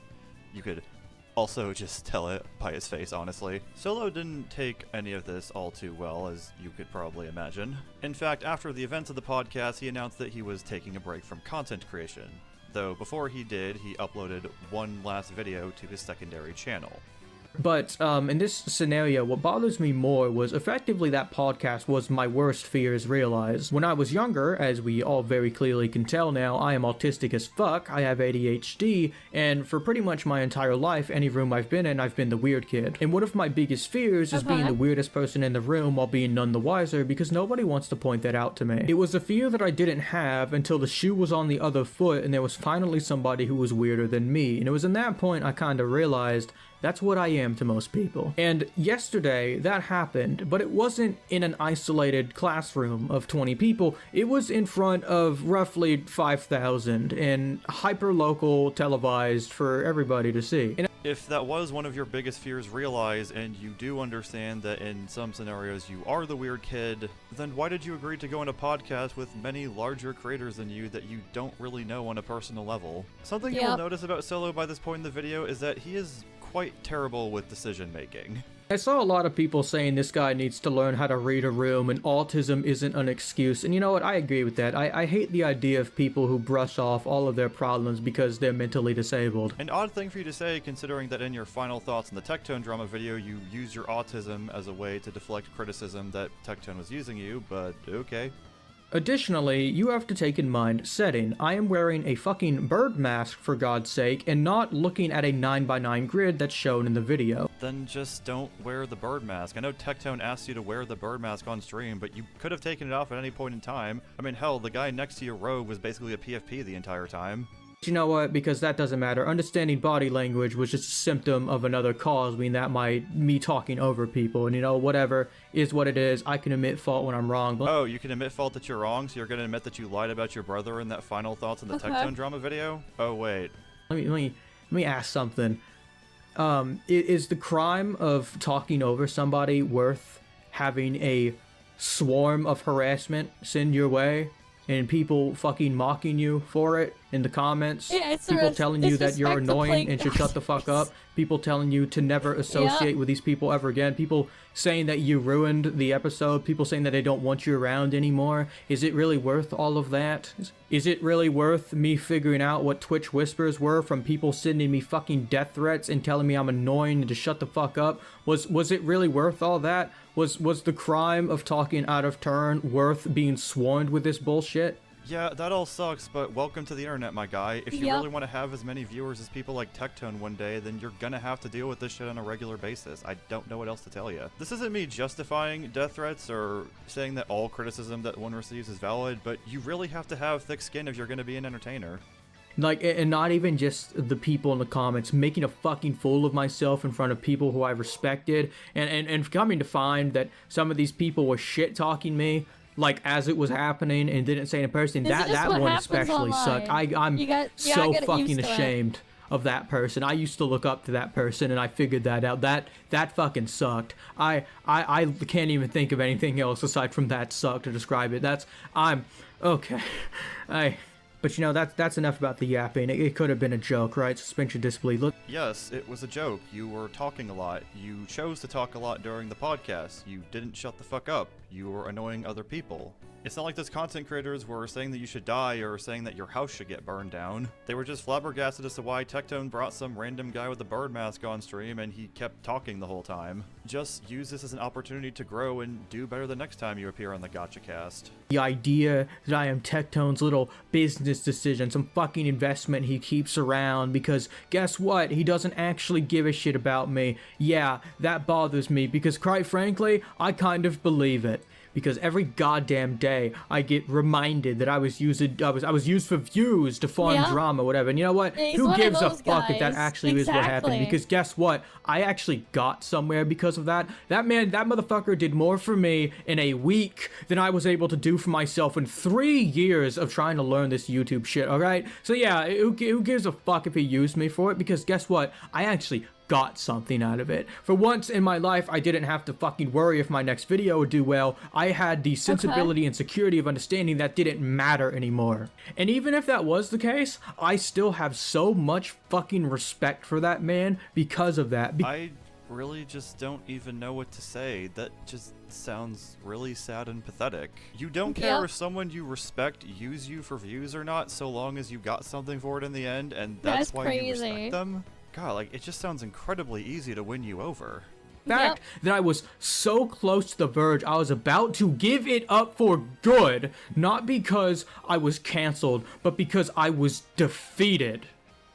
And he saved my ass from that. Yeah, I have respect for that man. And doesn't matter what his intentions were because he actually, I got something out of that. Not views, not something as fucking intangible as YouTube views or ad revenue, but something that I never had before. Peace of mind. Peace of mind that you were going to have stable views, yes. Okay. And I don't know if I'm just trying to validate what the masses are telling me, but something tells me Tectone only tolerates me, which is why the business decision comment fucks with me as much as it does. I don't even want to think about the shit he probably says about me behind the scenes. He probably laughs it up with his buddies, I'm always told, and I don't want to believe it. But at the same time, you know, fake it till you fucking make it, I guess. So, let me get this straight. After everything that you went through solo, after everything you sacrificed, after throwing your brother under the bus and lying about him in front of thousands of people in regards to his character, after making that video snowballed into an incident where Tectone says that your brother abuses you, Peace of mind and is taking a break video. I know, it's to stand crazy. up to Tectone and to fully support your brother at the time, after you said that you had nothing but respect for the man even though he basically tried to bully your brother off the internet, after you played a game I'm still not even really convinced you actually like for months and months on end, after all of that, you are willing to burn the bridge that you worked so hard to build and maintain by doing things that you should not be proud of whatsoever, might I add, all because your ego got hurt by one embarrassing appearance on a podcast. A podcast which, by the way, you were not originally invited to, yet desperately asked to be on anyway. Yep. God, this is just one of the worst investments I think I've ever seen in my life. Be very clear on this. I am a fucking adult. I solve my problems like an adult. If I take issue with somebody, I don't go out and make a fucking video about it. I mean, isn't that exactly what he just did? He made a video? go into their goddamn I saw DMs this in and Mr. K's Discord, but that's crazy. I was just like scrolling through randomly and it was just like, here. It was like right here. This is on Mr. K's Discord. Yeah, who is his biggest shield now? Oh yeah, you got these guys. The EOS suited up, I guess. As soon as Tectone quit Woowa and shitting Woowa, it's either crash and burn. Yep. Oh, that's what will happen, man. That's what'll happen. It'll be hilarious. Another day, another comparison, man. When will get relevant on its own? And ever. Yep.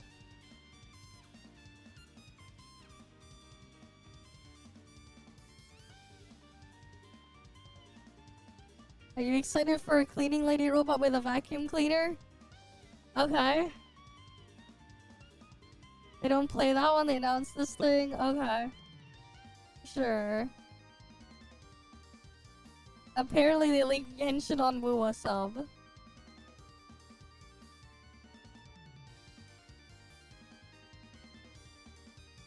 Okay. But yeah, like, I just, like, randomly saw that in the zoo.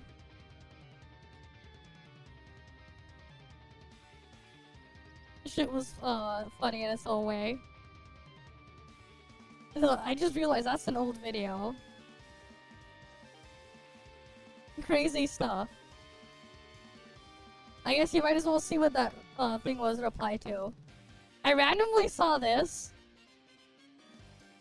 Right? I don't play this shit, but I'm basically like this. Well, technically, if you play the endgame content in these gacha games for the goal of gaining more premium currency, as for some reason that's basically the reward these give you for doing so.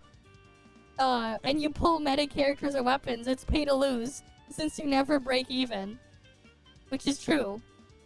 Right? Like if you go and chase after, you know, shit amounts of premium currency in these games as a reward, and you see how much they give out, it's pay to lose. Because you don't gain anything, but you actually lose. Right? Because, like, you think about it. If you spend, let's say, 20,000 premium currency to go chase after, like, 60. You know, did you gain 60 or did you lose, you know, 19,940? Right? That's a 19,940 net loss. If all you were doing is to chase after 60 or whatever the number was. You can scale it up however you want and figure out that thing, but the reality is you're not gaining anything, but you are losing something. And that's still not ignoring that's still ignoring the time factor too. But yeah. Anything on his general channel? Nope, nothing.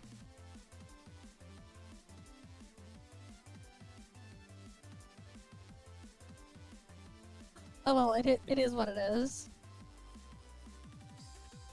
Not much there. Everything's so dead right now. Actually, wait, no. There was something interesting I heard.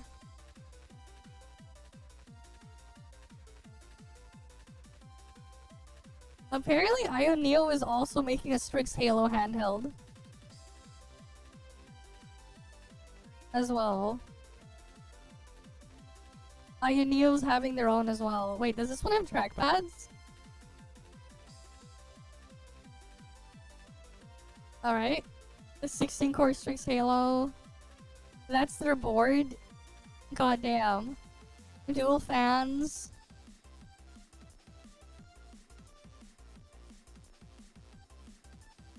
That's crazy.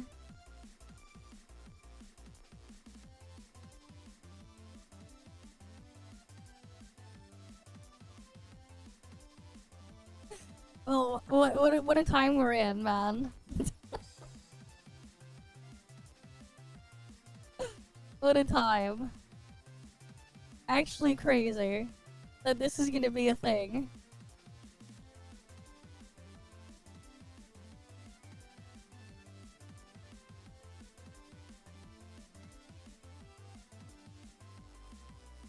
Ioneo next to... Oh, we got slides on it.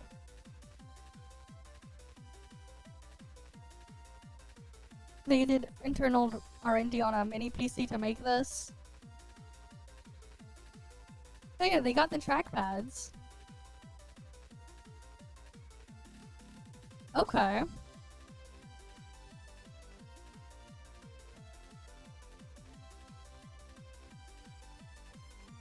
But yeah, this thing is like actually gonna be crazy.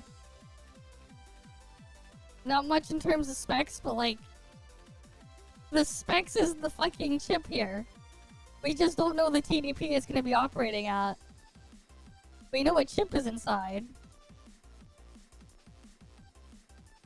But that's crazy. Yeah, dedicated GPU class thing in there. In a handheld, there's like articles on this. Right, we had GPD announce one that they're gonna reveal and bring out at China Joy, which is in a few days. Neo has theirs as well. What's next? Right, there's the GPD Win 5 is gonna have it. Then so is Neo. That's just gonna be crazy. It'll be, like, actually be pretty crazy. Oh, when that eventually comes out. Oh, but yeah. Interesting, that's... Yep, that's what ends up happening to my, freaking thing there. Is there, like, anything else to look at? This person wants to unlink their PSN account. Oh, they created a second one. You play very casually with your main account. You decided to unlink your secondary account from PSN. Oh, they're gonna have to contact customer support.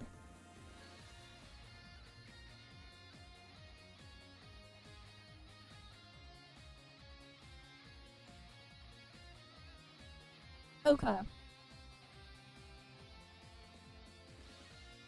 Oh boy, what's this one? Was this a rant on the data mine on Nanto or whatever?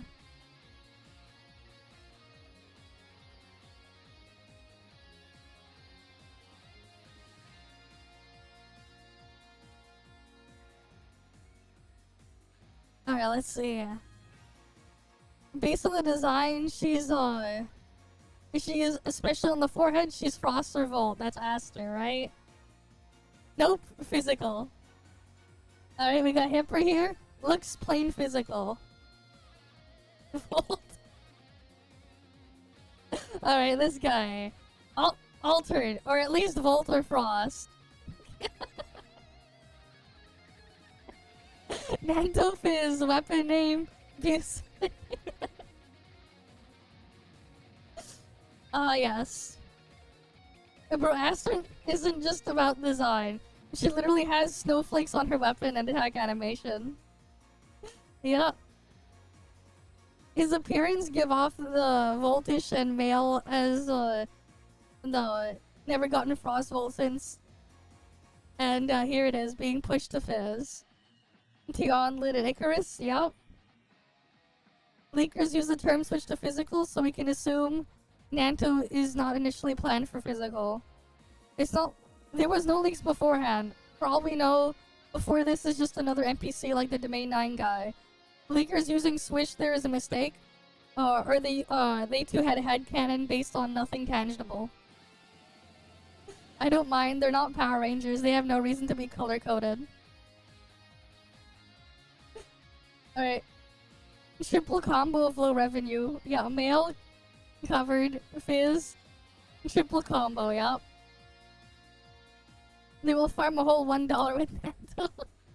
Everything is subject to change. Exactly.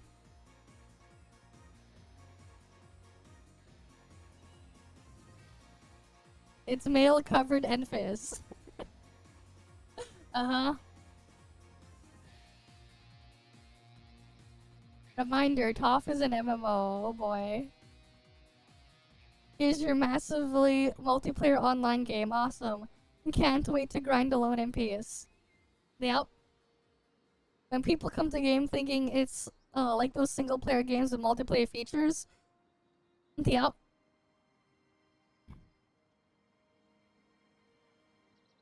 Alright then. Yeah, they're right for the news on CN with their new server coming. They still play solo. The end game is where the multiplayer is, but it's either all the activities are done for the week or 15 minutes after you log in on Monday. Or the game mode's restricted to middle of workday and or weekends. Yep. Like the ambassador system. Okay. You can't farm boss because it's either dead or no one's around to kill it. Yeah, just ask world chat. Just ask world chat and people will come.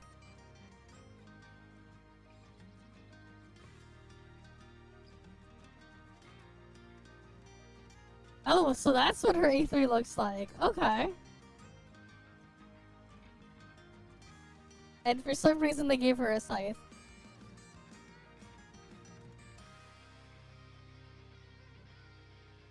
Oh, let's see. ToF experience as new player.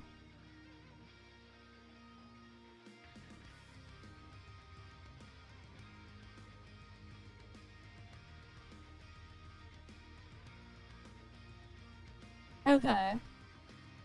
They're a new player, they've been enjoying the game, the gacha works really well with it. Okay. Customized NPC, great touch, they love the online community. Alright then. They have a few things they would like to be improved. Social. The maximum number of players per channel should be drastically increased. They should default to more popular channels. They barely see people around. Yeah, fair enough. They could quickly team up with other players doing the same thing. Okay. The story instances should be shared if you're in a party. Yeah, that could be nice. There should be a less intrusive way of chatting. Needing to pull up a huge sidebar to find the right tab, then close it. Yeah, it is kind of annoying, but yeah. It's a horrible experience as a new player. Cutscene plays that spoils the story immediately after finishing chapter 1. I was confused what happened. Yeah. They went back to started doing the memories. You realize you didn't have access to features you needed. For some reason, game features like Mia's kitchen, bounties, and join ops are locked behind the— Wait, what? They are? Wait, that is crazy.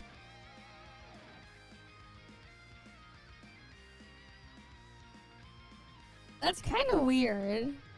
Why are they locked behind the Vera story? What?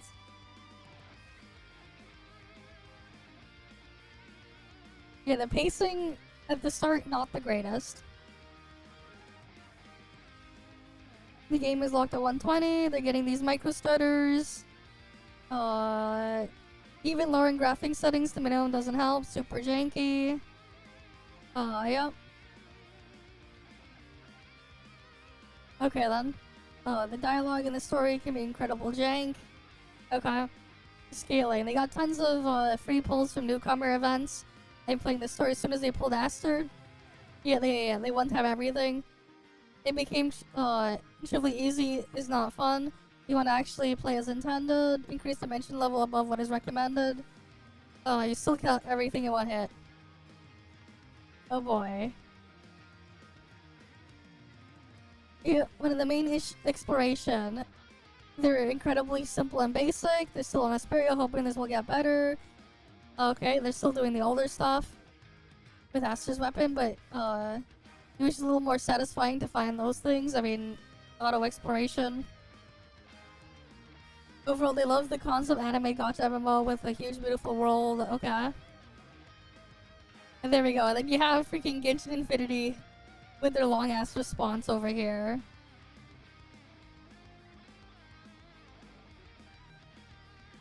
They miss the days requiring world boss required multiple players. Now you can do it solo. They're usually done in a group, but yeah. Cool, now solo that Genshin. I mean, not Genshin. The Gestos world boss. Which Gestos world boss? I soloed all of them. Which one? All of them can be soloed. But yeah. Yeah, it's mobile restrictions for a lot of this stuff.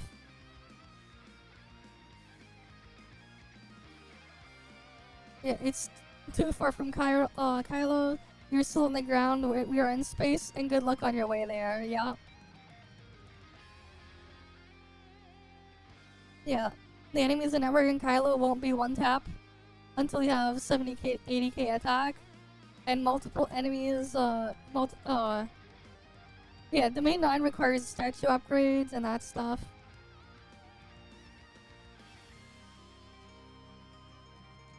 Yeah, join an active fleet or crew. They mean. They probably use Google Translate to translate their message there.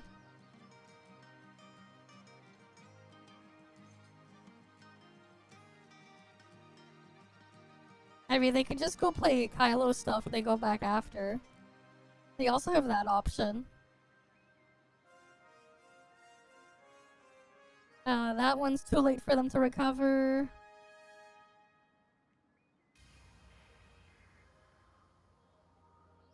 Yep, they're just talking about the stuff in here. 3rd anniversary. Is what's going on there? When was the last time you played? Okay.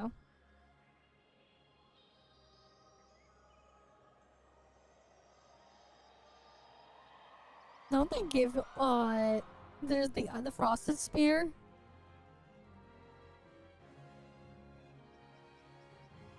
That's not Echo. Echo is the spear, the Volt spear. Yeah, frosted spear and the other stuff. Wait, it was NA for the hammer.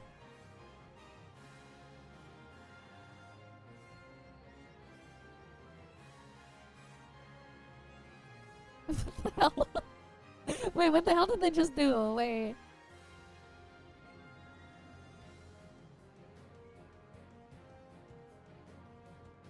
Yeah, you glitch through here. There's just someone floating out there. Oh, did they use the transformation thing? Oh, they did. Of course.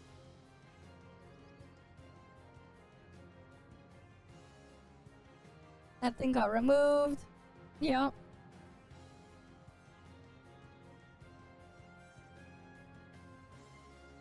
It'd be fun if they had a skill, hold attack, and dodge a movement attack if you're weaponless. Yeah, that could be funny, but nope.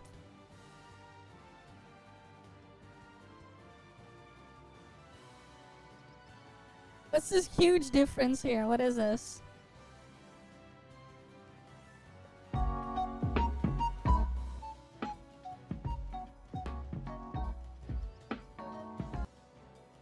They improve old models as well, okay.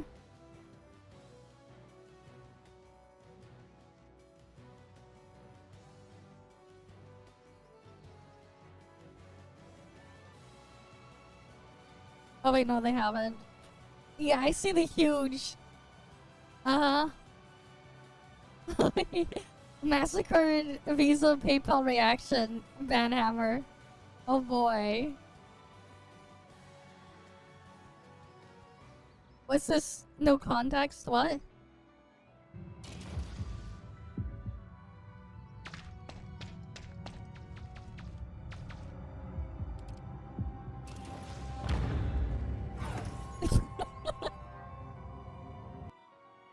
Okay. I mean, they got hit by the thing. Space Mia, yep. Okay.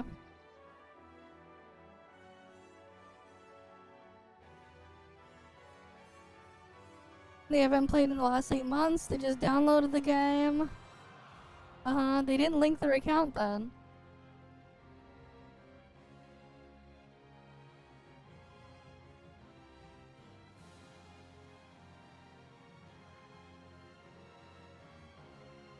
Yep.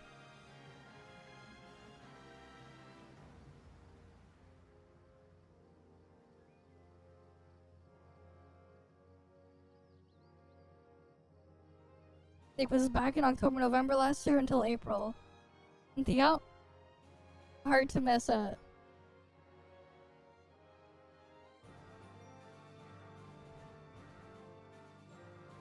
Yeah, they mentioned that the transfer was going back then, but yeah. The icon fixer, they said. Uh-huh.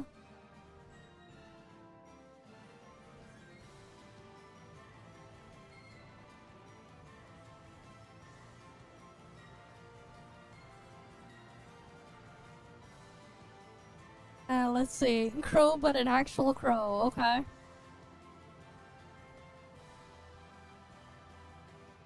Oh yeah, they're talking about the old art stuff here. Alright. New relic. Undisclosed relic on CN. What is this?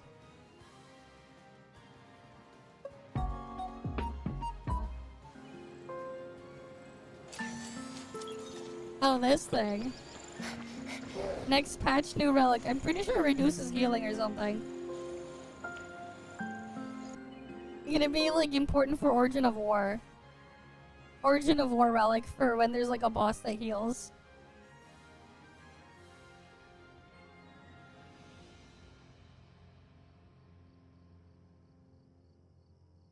Alright. Oh, here we go. Lexus's skills, combos, and everything. Alright, let's see.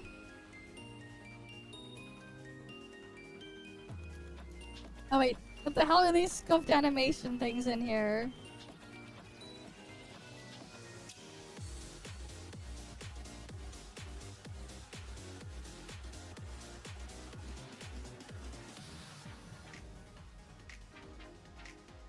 Normal attack, okay.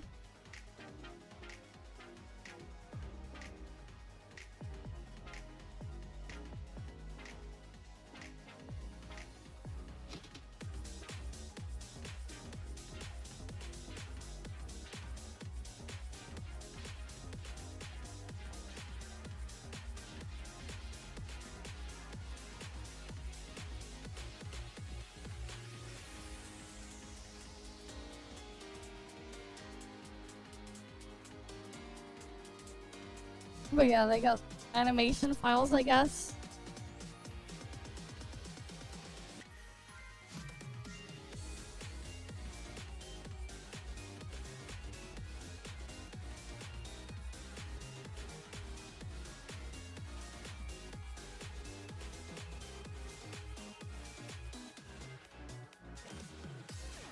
And then the dodge attack.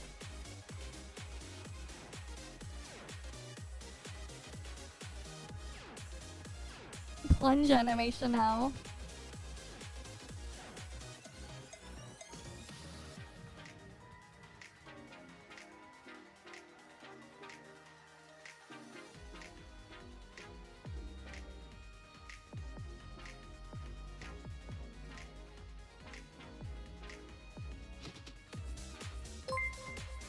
Thanks for the follow as well.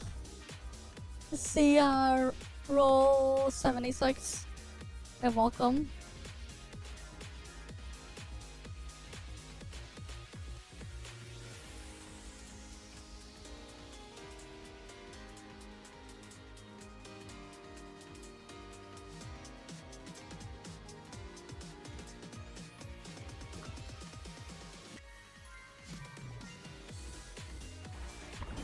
Alright, swimming animations now?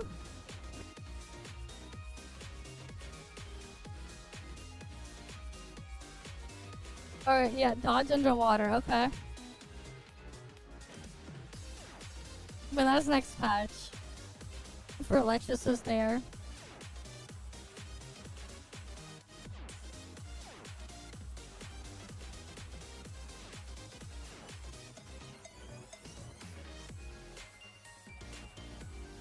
But then you, yeah, like damn, like 7 minutes of animations, that's crazy.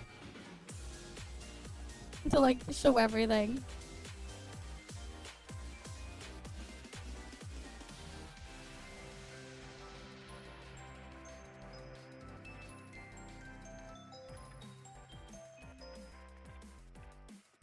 Bro, like that's crazy.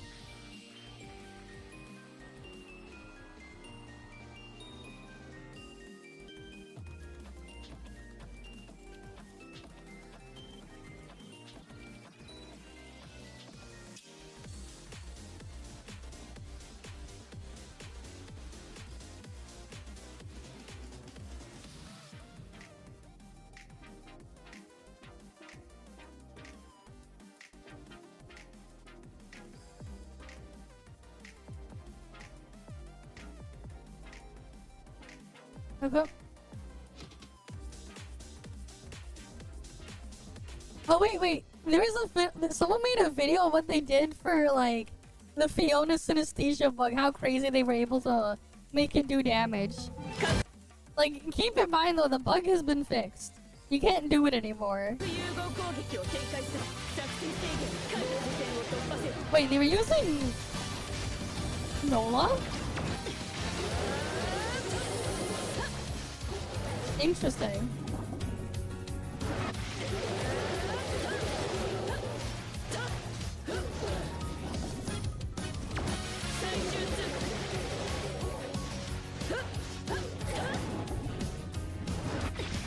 I guess, yeah, and then like don't use the second skill. Oh yeah, that's right, she does generate a lot of charge. I forgot about that. Yeah, this shit was dumb.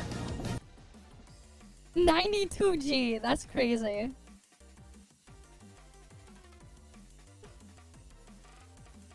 Yeah, it's only synesthesia 1 because of the bug. It's...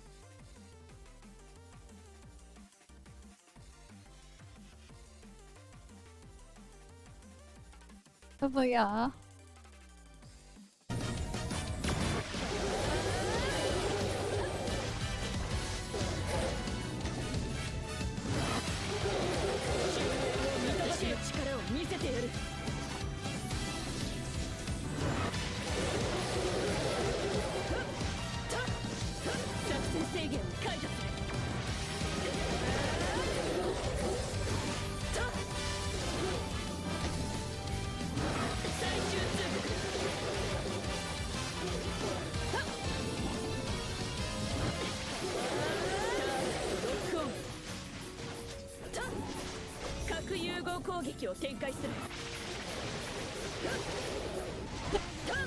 But yeah, it's just dumb.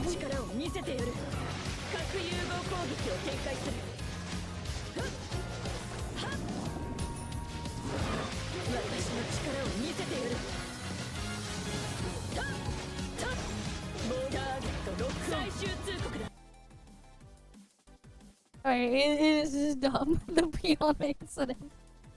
But yeah, they made it all the way. And then they freaking destroyed... They destroyed Chiron. The bug is fixed though. It's gone now. That's crazy that it happened. I wasn't using that setup though.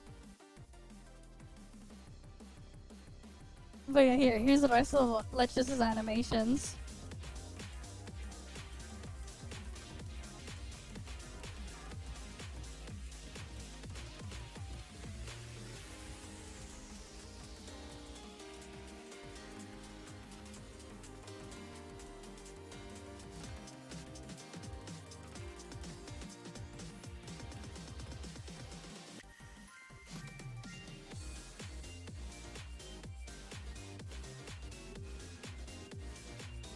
Yeah, we'll see how things go in 5.3.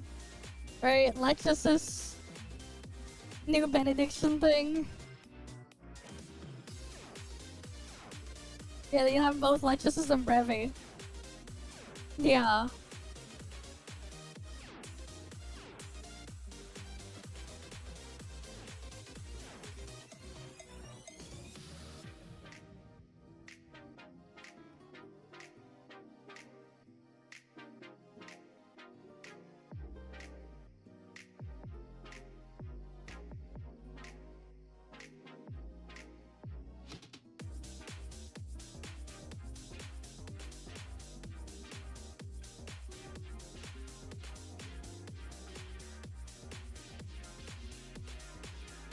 That's it though, like, I forget.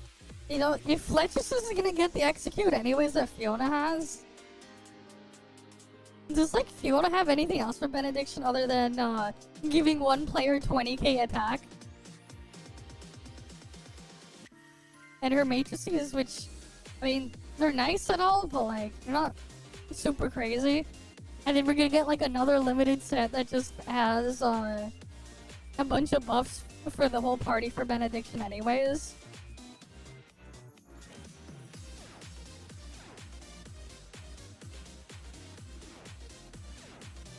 like, yeah.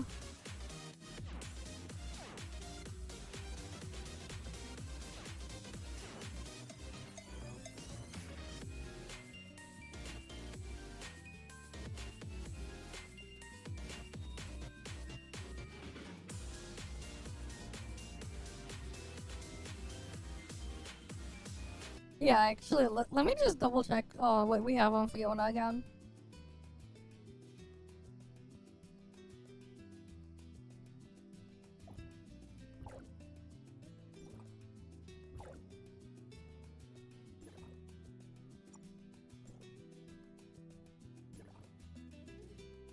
Oh, here I am. That just makes it so the duration of the attack thing here.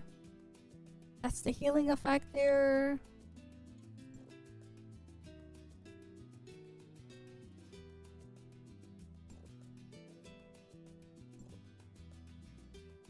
No, that's just one extra elemental crystal for when you're generating them.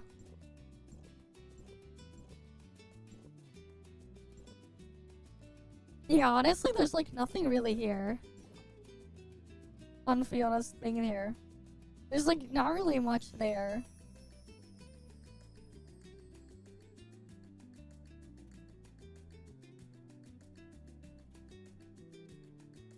Yeah, like she has like if they have 100k attacks, yeah, with the linking thing, you can give 20k attack. But that's it. You can give them a flat 20k attack. Like, let's look at my stats right now. Sure, that's basically... what, an 18% attack increase for me? Because I have a 102k attack? Right, that's effectively... you know... no, not 20%, 18% attack increase. Right? Which isn't super crazy or anything interesting all that much. Especially, like, cause, like, what, Brevi is gonna go into standard next patch? And, like, we look at Brevi, right? What can Brevi do? Well, first of all, Brevi 4-set matrices. Increases outgoing healer on the 2-piece. Right? So, that's just a nice boost to your healing by here. After using her skill, increase the here when benediction resonance is yeah. Wait, no, that's just for the player. Here, when benediction resonance is active, increase all attack of the wanderer and nearby teammates. Add 2 stars of her matrices. You know, well, not quite. This is like 18% additive to your thing. So this is technically less attack buff than Fiona gives. But, like, what else does Brevi do? It's slightly less attack, even if you had 3-star in practice, because, like, what? That's additive to your attack percent. I had how much attack? In my case. I have here...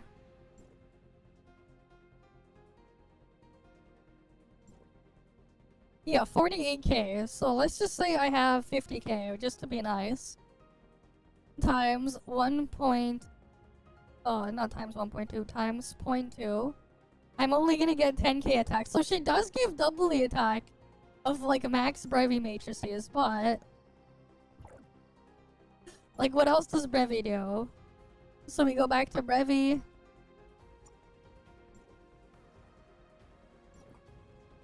Right, and, like, the thing is, like, Brevi will give it to all players. Oh yeah, Brevi has what? What's here?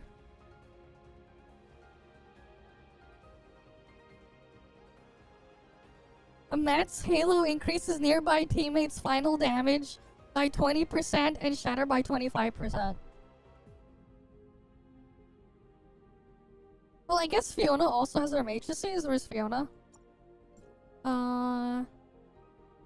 We'll quickly put on Fiona's matrices. Here, well, Benediction Resonance is thing right here. Increase final damage of self and teammates by 8.5%. So this is less than half. But then it also, based on your attack, up to 5%. So like, yeah. It helps with fast discharge, but you don't really need it that much. You actually don't really need the fast discharges that much if you're playing Benediction. It's like kinda weird, honestly. Like, they gave Fiona synesthesia and stuff, but like, they didn't really give her the boost where it was needed. They made a big fuck up on her discharge on the first one, but that's it. Like, technically speaking, even if you had this thing fully maxed out on Fiona, keep in mind it's a bit more clunkier to use Fiona as well than something like Brevi. Brevi just outperforms her. Just baseline. The only thing like Fiona had separately was just the fact that she had to execute. But like, for Benediction anyways, Lechesis is gonna have that. And like, the thing is, like, for Benediction then, like, you're just gonna run like Brevi. Like, the other thing too with Brevi has instant cast, very quick, big burst heal, constant dot heal that you can put on any target. But also, like, the other thing is she can instantly spam cast the cleanse of like of Graying Bite and stuff. That's what like Brevi can do. And Gray Fox can kind of do that part too, but it's a bit awkward to do it on Gray Fox. But like Gray Fox can also kind of do it.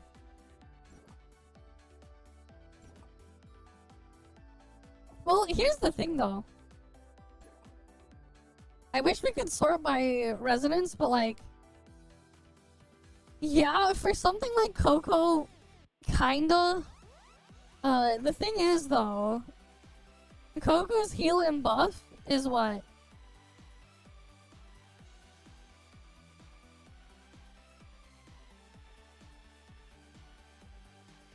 It depends on what team you're using though. If you're using that setup, yes. That's because like a lot of your healing is there. But that's only that specific Benediction setup.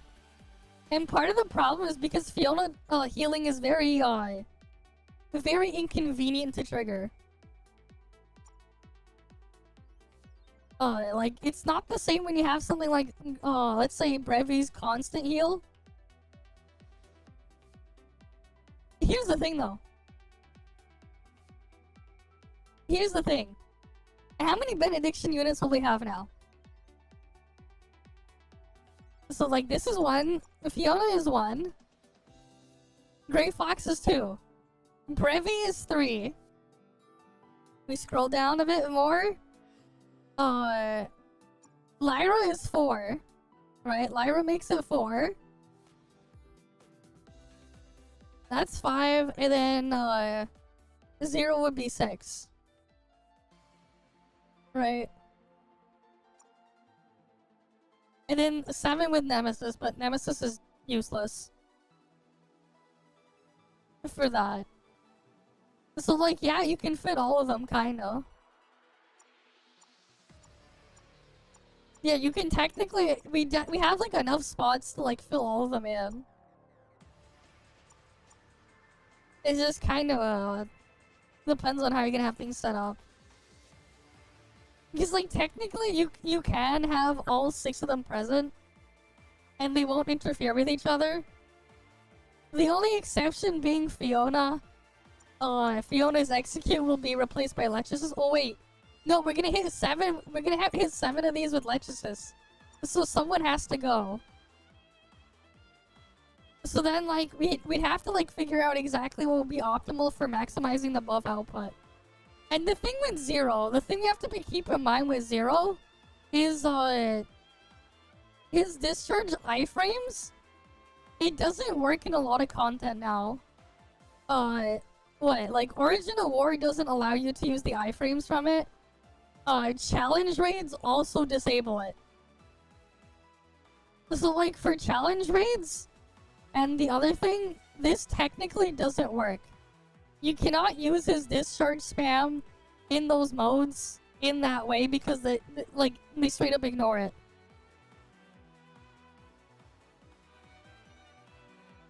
We'll see. It's just that the thing with Fiona, right? You can buff one person 20k attack and that's it. Assuming we have like access to everything, right?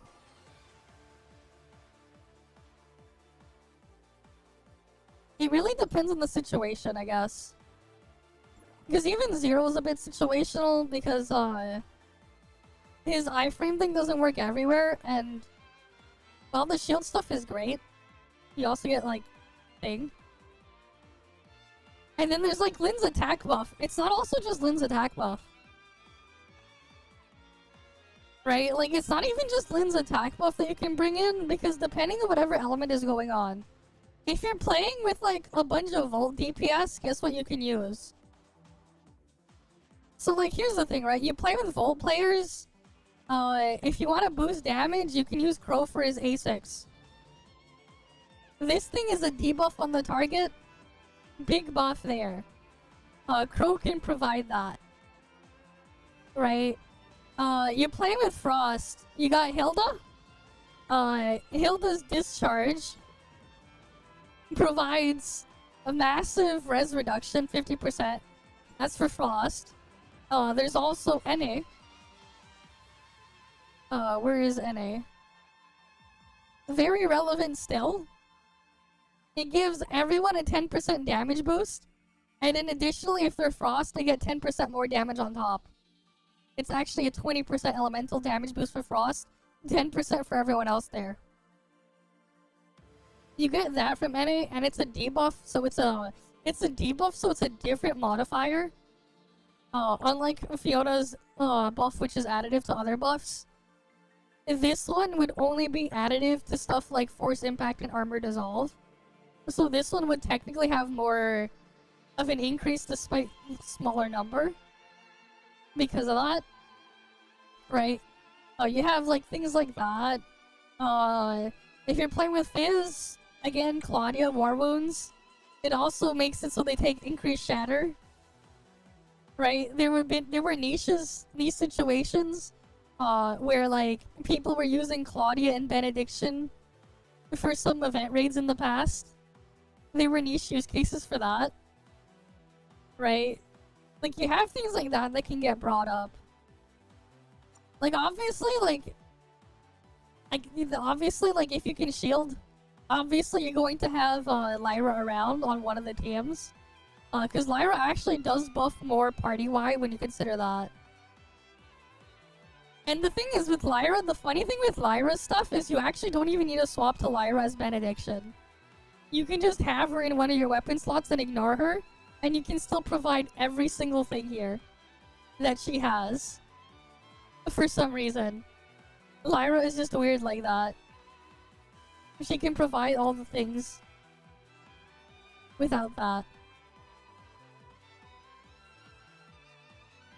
But yeah, unleashing any weapon skill or discharge increases final damage and healing, depending on the number of guards. And guards for Benediction are the players. Each guard increases final damage and healing by this much. And then there's the other stuff in here. There's the cheap death that she can provide to other players as well here. She has that. Right, increases all damage dealt by guards by 20%. And increases the guarded target's final damage by 15% for 10 seconds when releasing any weapon skill or discharge under the effect of Benediction Resonance. Right? This is like a big damage boost right there. On one of Lyra's advancements just for having her slotted in. But yeah. So like you have things like that. Right. Obviously, Grey Fox is Grey Fox. We know what she does. And of course, because Grey Fox is more recent, she has matrices that have effects for the thing there too. Right. If Benediction Resonance is active, increase nearby Wanderer's allies' crit rate by 20%, crit damage by 12%. And then she even lowers enemies' crit resistance, which is the same as increasing crit rate. There are some mobs that do, some mobs and bosses that do have crit res in Origin of War and stuff. But that doesn't really apply that much outside of it. In most cases, though. But you have the damage boost here per power skill stack stuff. Right? Or cheat death, you can provide it to other players as well. Right, so she has stuff like that. Increase final damage of the wanderer and nearby teammates by 25%. This is a straight up bigger buff than whatever Fiona's Matrices has and a bunch of other things. Just right there. Right, so you have that there. With Grey Fox. And then eventually when like Frost DPS players stop using Grey Fox anyways, the funny collapse effect will be very relevant because Grey Fox Benediction can apply this as well. But yeah. So like, yeah, things like that. Which makes it harder for Fiona. I think what's gonna be even more telling though is like when all of those hit standard except for Fiona. Because like the thing is, Fiona will never hit standard banner. Right? But like when everything else hits standard banner, that's when it's like really gonna be noticeable.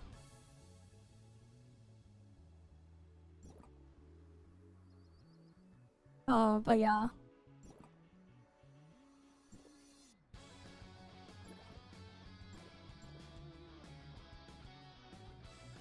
We'll see what happens though. We'll see. It'll be interesting either way to see what happens.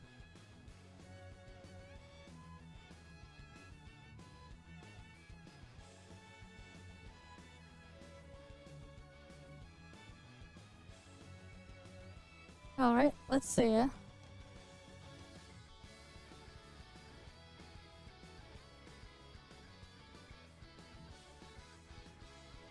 What would I do to make it better? Honestly, she's a benediction hero. Just give her more tools for benediction. Make it so that you can give her the Void Piercer skill discharge effect. Give Fiona instant discharge at the start of battle, just like Void Piercer has it. Give Fiona like make it so like Fiona can link multiple targets for like benediction. Like have it so you can link 2 targets instead of just 1. I would give that. What else I would give? Make it so that after you use a dodge, you get a small heal over time effect for a couple of seconds when you do the dodge thing on Fiona. Right? The discharge at the start, and then also, you know how Void Piercer, you can keep the animation of the discharge going when you press the skill and cancel out of it? Give that to Fiona as well. I would give all of those, right?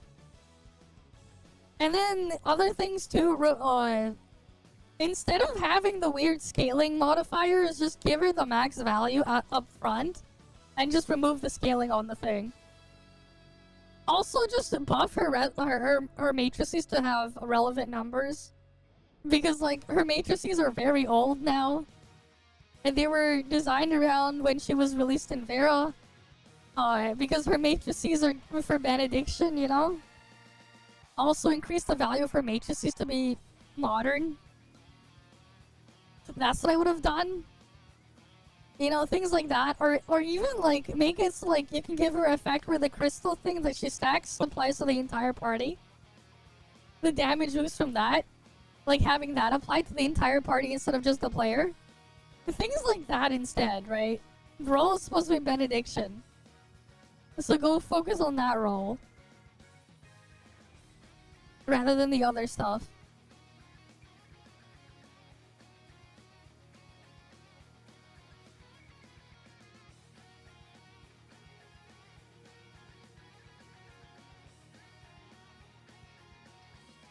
Alright, like, The benediction unit should have focused more on support stuff. The hippopotamus. Okay. Not yet. This is for a different server.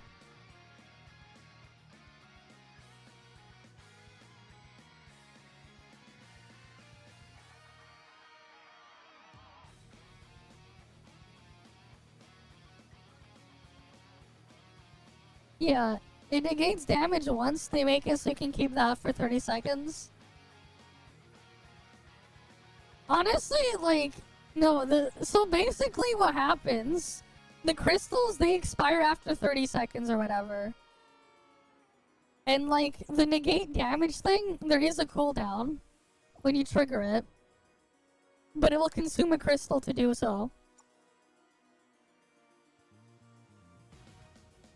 But yeah. Or you meant the other thing.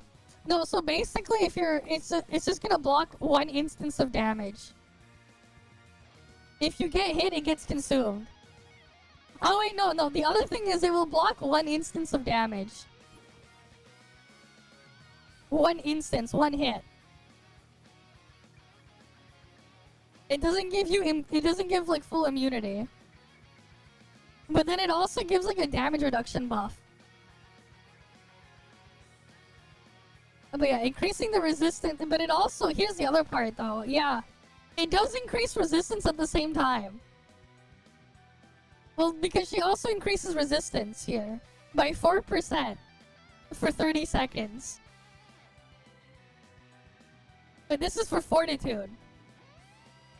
If you're in benediction though, it's just one stack that negates damage one time for 10 seconds.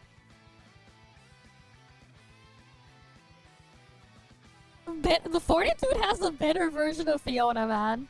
Fortitude makes it so you get a bunch of resistance, which is a lot more useful for fortitude. But it doesn't. But benediction is like one. You can block one hit. It's like, yeah, you can block damage. You just block one hit. One hit. If it's a multi-hit attack animation, you only block the first hit. Not the full attack. Like, that's the thing, right? They should just give her more utility for benediction stuff. And that's like where I stand with the Fiona part. Cause like, it's just really bizarre when like, this is what we get as our synesthesia.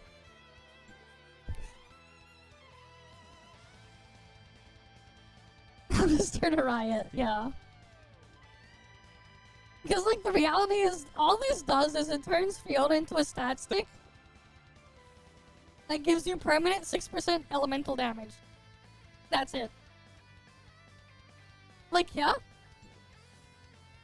This elemental damage increase is great, you know. Don't get me wrong. But, like,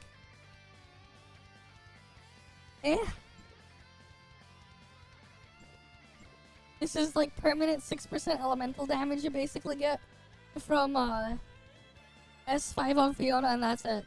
The other stuff on Fiona does not matter.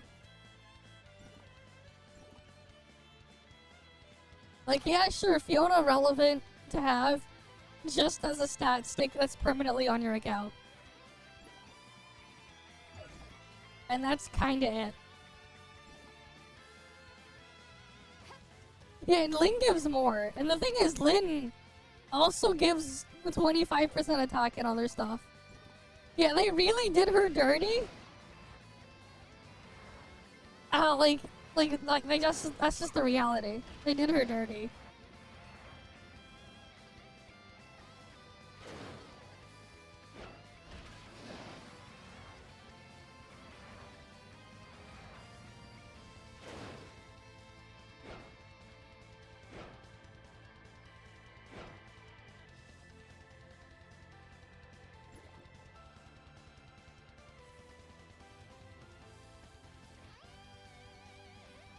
Alright, who's the thing they're talking about there that needs to rename their crew?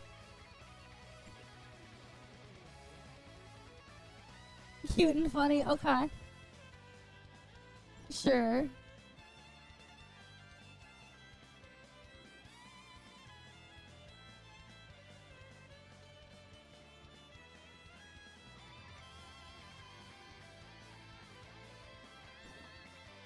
I don't think so, man. I'm gonna be honest, Fiona, Fortitude has so many options they can use as like their filler third.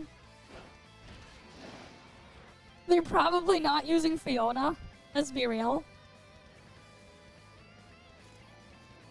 Right, like, heck, if I wanted to like have some crazy setup there, like let's say I'm doing Fortitude, right? Something crazy that you could do, right? We have Aster here. I have Oscar over here. Oh yeah, that's right. Didn't they also have Fortitude in, what's it called again? In the Meryl Volt Meryl? Right? And they all have utility and stuff like that. All three there. There's also NA as well, who's Fortitude. And NA is still extremely relevant in Fortitude today. And like, you're not running that many Fortitude players in like content. Right? It's not like healers where you can run with like Benediction where you're running multiple. Maybe you'll have like 1 or 2 Fortitude. Maybe. Right? But like, that's it. Like, maybe at most will run 1 or 2 Fortitude. Like, look, there's Lan, has utility, and stuff. Like, the only reason why you're running Fiona in Fortitude is purely because you need to survive. That's the only reason why you would run Fiona in Fortitude. For pure survival. Because she does give Fortitude a massive boost to resistance. But yeah, it's like, it's just purely for survival.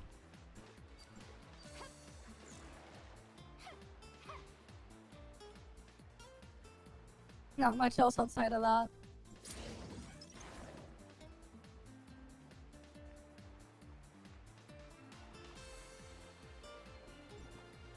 Yeah, so like, I don't really know, man. Fiona's just in a rough spot because like, it's great that they acknowledged her and gave her a synesthesia, but they put it in the wrong place.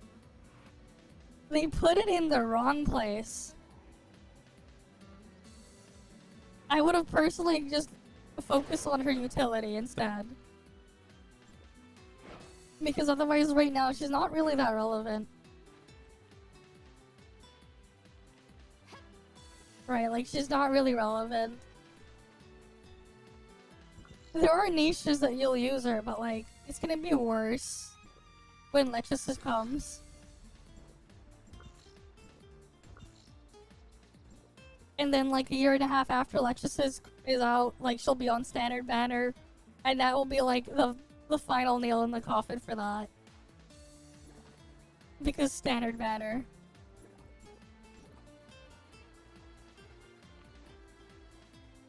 Right, like the thing as well, like with standard banner, it's like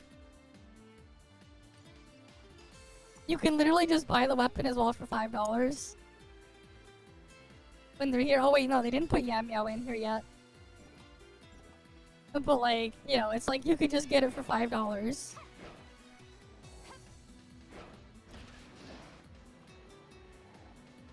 as well if you don't even have the initial copy.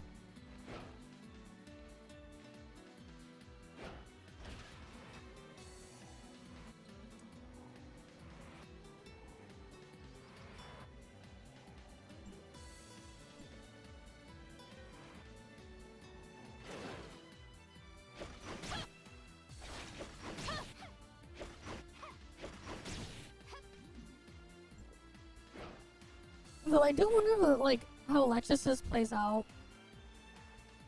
How she works. Does she use this, like, on-field for a thing or nah? Oh, look, free drink.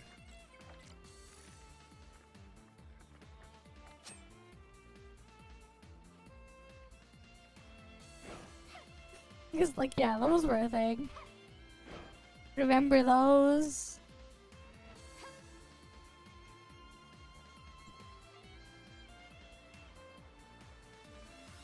Reg has been temporarily closed for since forever. That NPC has been temporarily closed since forever, man.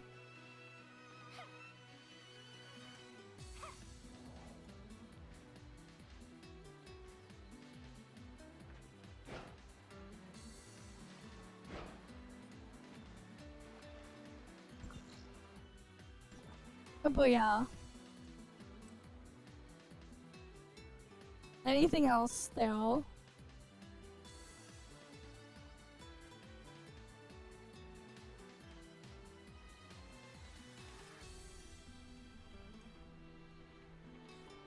That's not Japanese, it's Chinese.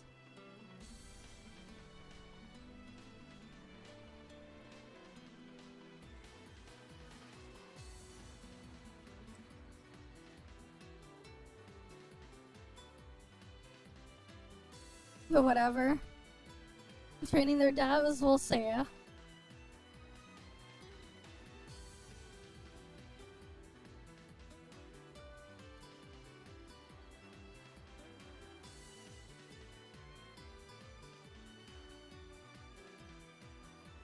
It actually existed before Xi'an. Okay. Its global release was cancelled after all important decisions were made in China. Change them completely will be the experiment. Alright then, it won't be ToF. It'll be closed for months and completely change. Independent server. Okay. The hell was this guy talking about, man?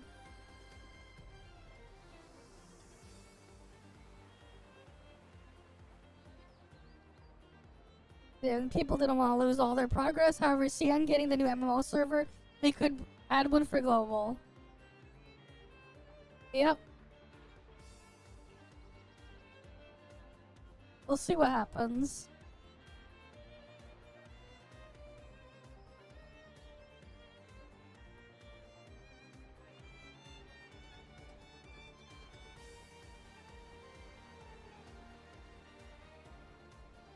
Only Linces is not allowed in this join op area. Really? Wait.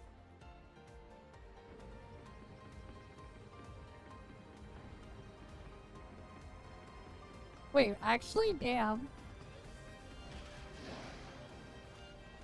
That's funny.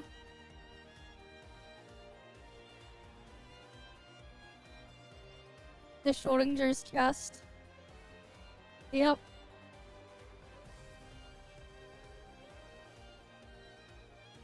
You're supposed to save the world. Yeah, fashion first.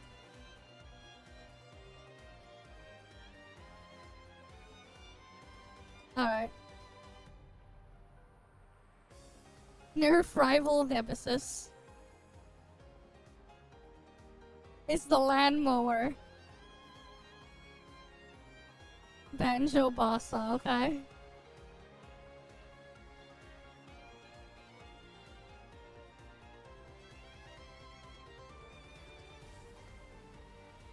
Let's just gameplay leaking at almost any time now. Fiona Synesthesia. Let's just gameplay leak.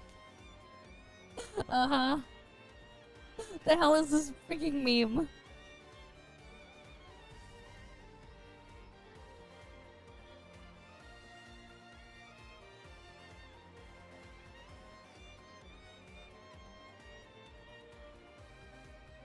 Weird reflection making it look like she has 4 wings. Yup. Very nice though.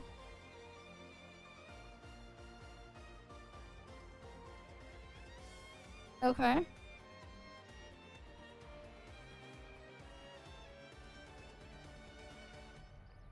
They got the chest, but they died. Yep.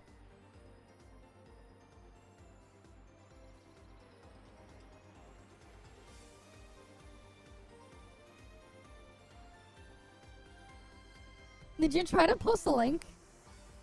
Oh, you typed it? Okay. I see. Oh yeah, someone's surprised about the day-night cycle thing on Aster.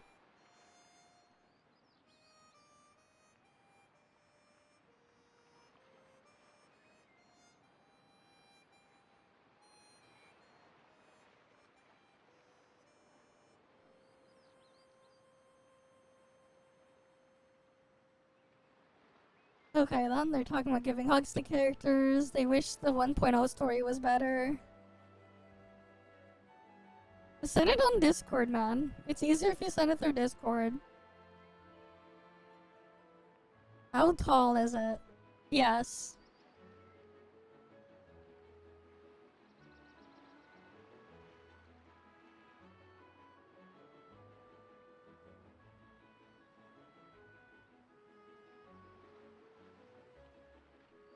It may be as tall as the ISS, but the actual gameplay...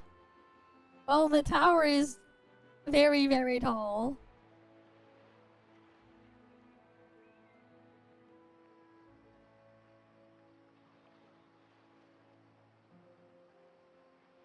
Yeah, it is possible to get stuck in there.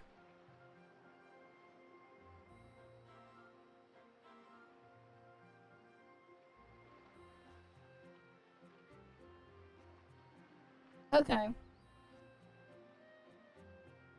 Good, I don't know had enough.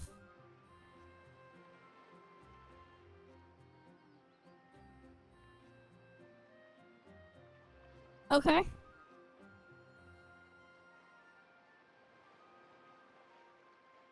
List of companies opposed to this to stop killing games. Yep.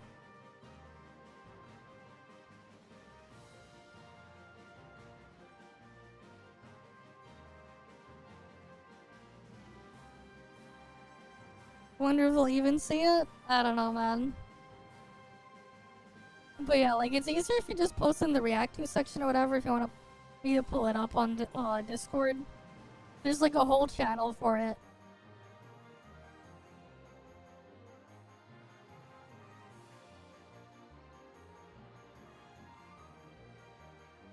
Wait, what happened with this guy?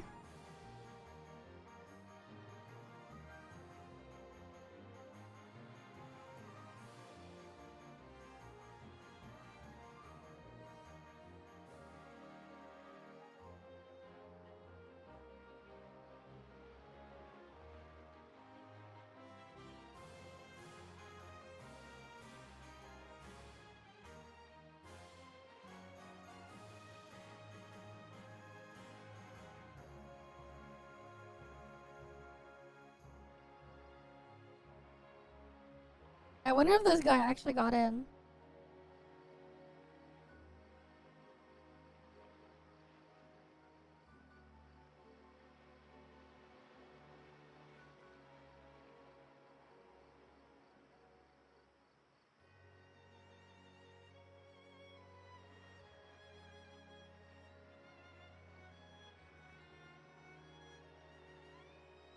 Yeah, they got it in less than 10 minutes, so the guy resolved his problem.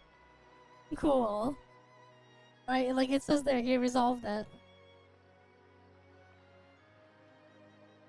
Aster is unique in every... why is she mounting it the wrong way?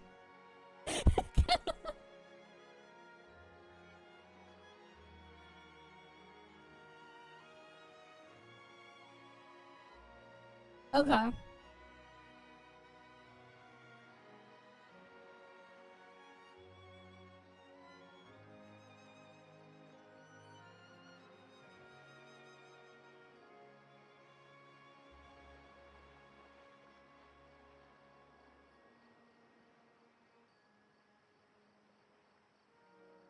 Alright, they got the Chisato there from Licorice Recoil there. Let's see. This guy paid for this outfit, but he likes the free one more. Okay.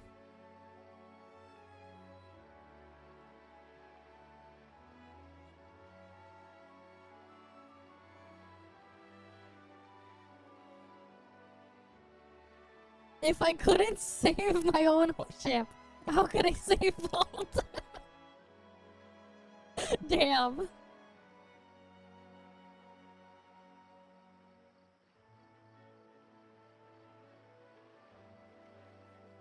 They said invincible, but that's invisible, not invincible.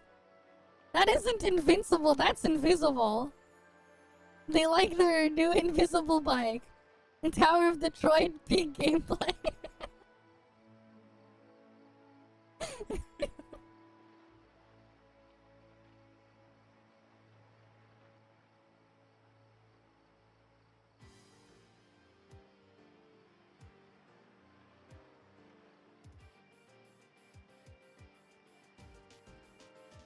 weekly routine is mining rocks with a black hole.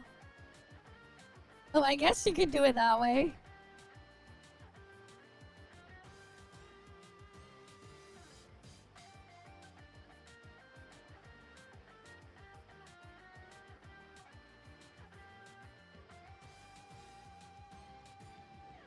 Alright, this is that's just old posts now. Oh yeah, is there anything else new, or like is everything just dead? We already did all the story, did the exploration stuff. Is this shit just dead now? I mean, to be fair, we rushed it in 2 days basically. Not really rushed, we went through it. We effectively went through like what anyways? 15 hours of content? Just in one sitting.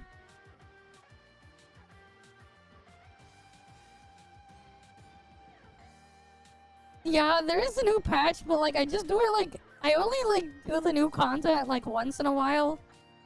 Otherwise I just log in, claim my shit, then log out. It is more of a platformer type game, right? But yeah, I do play it occasionally, but most of the time I'm just logging in, claiming my stuff, and then logging out.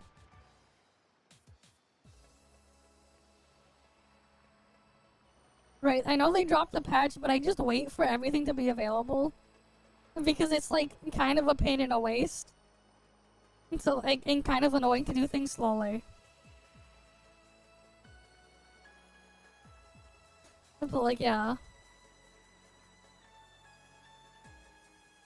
Right, so I'd rather just bank up content. I think now though we're gonna have to figure out is like what the hell am I gonna do? Will I keep stuff open for people to AFK drops? For a bit? Because it's like, the reality is once you get caught up with the stuff in ToF, you're basically done after like 2 hours a week. Right, after like 2 hours or something a week, you're basically done with everything. So I have to figure that out, what we'll do for the rest of the week. Because I will just stay in the category so people can AFK drops or whatever. At least for like a week or two. But I have to like figure out what I'll do now. After the fact. Because there's basically like nothing else to do.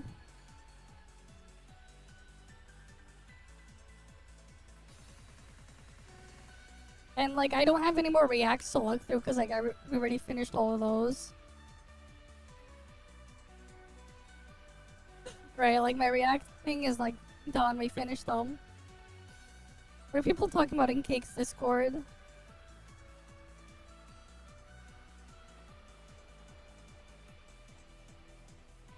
Okay, like, nothing basically. Cool.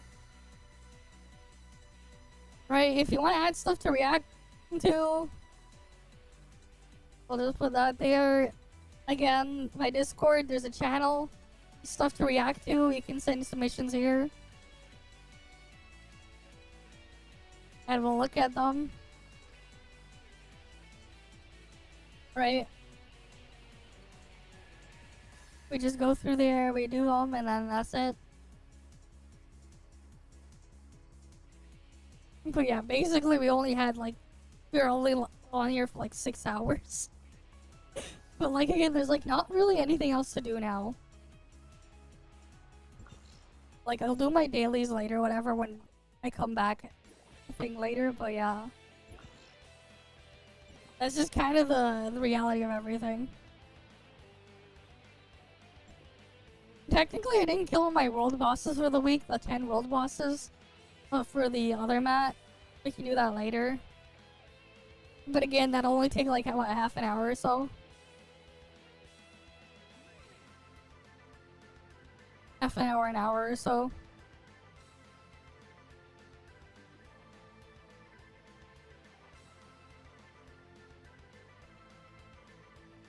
Oh, but yeah.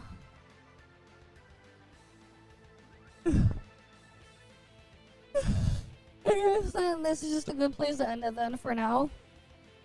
I'll go head out and get some sleep. And leave you guys to AFK for drops. Right, because like there's not much else left. So we'll kind of leave it there.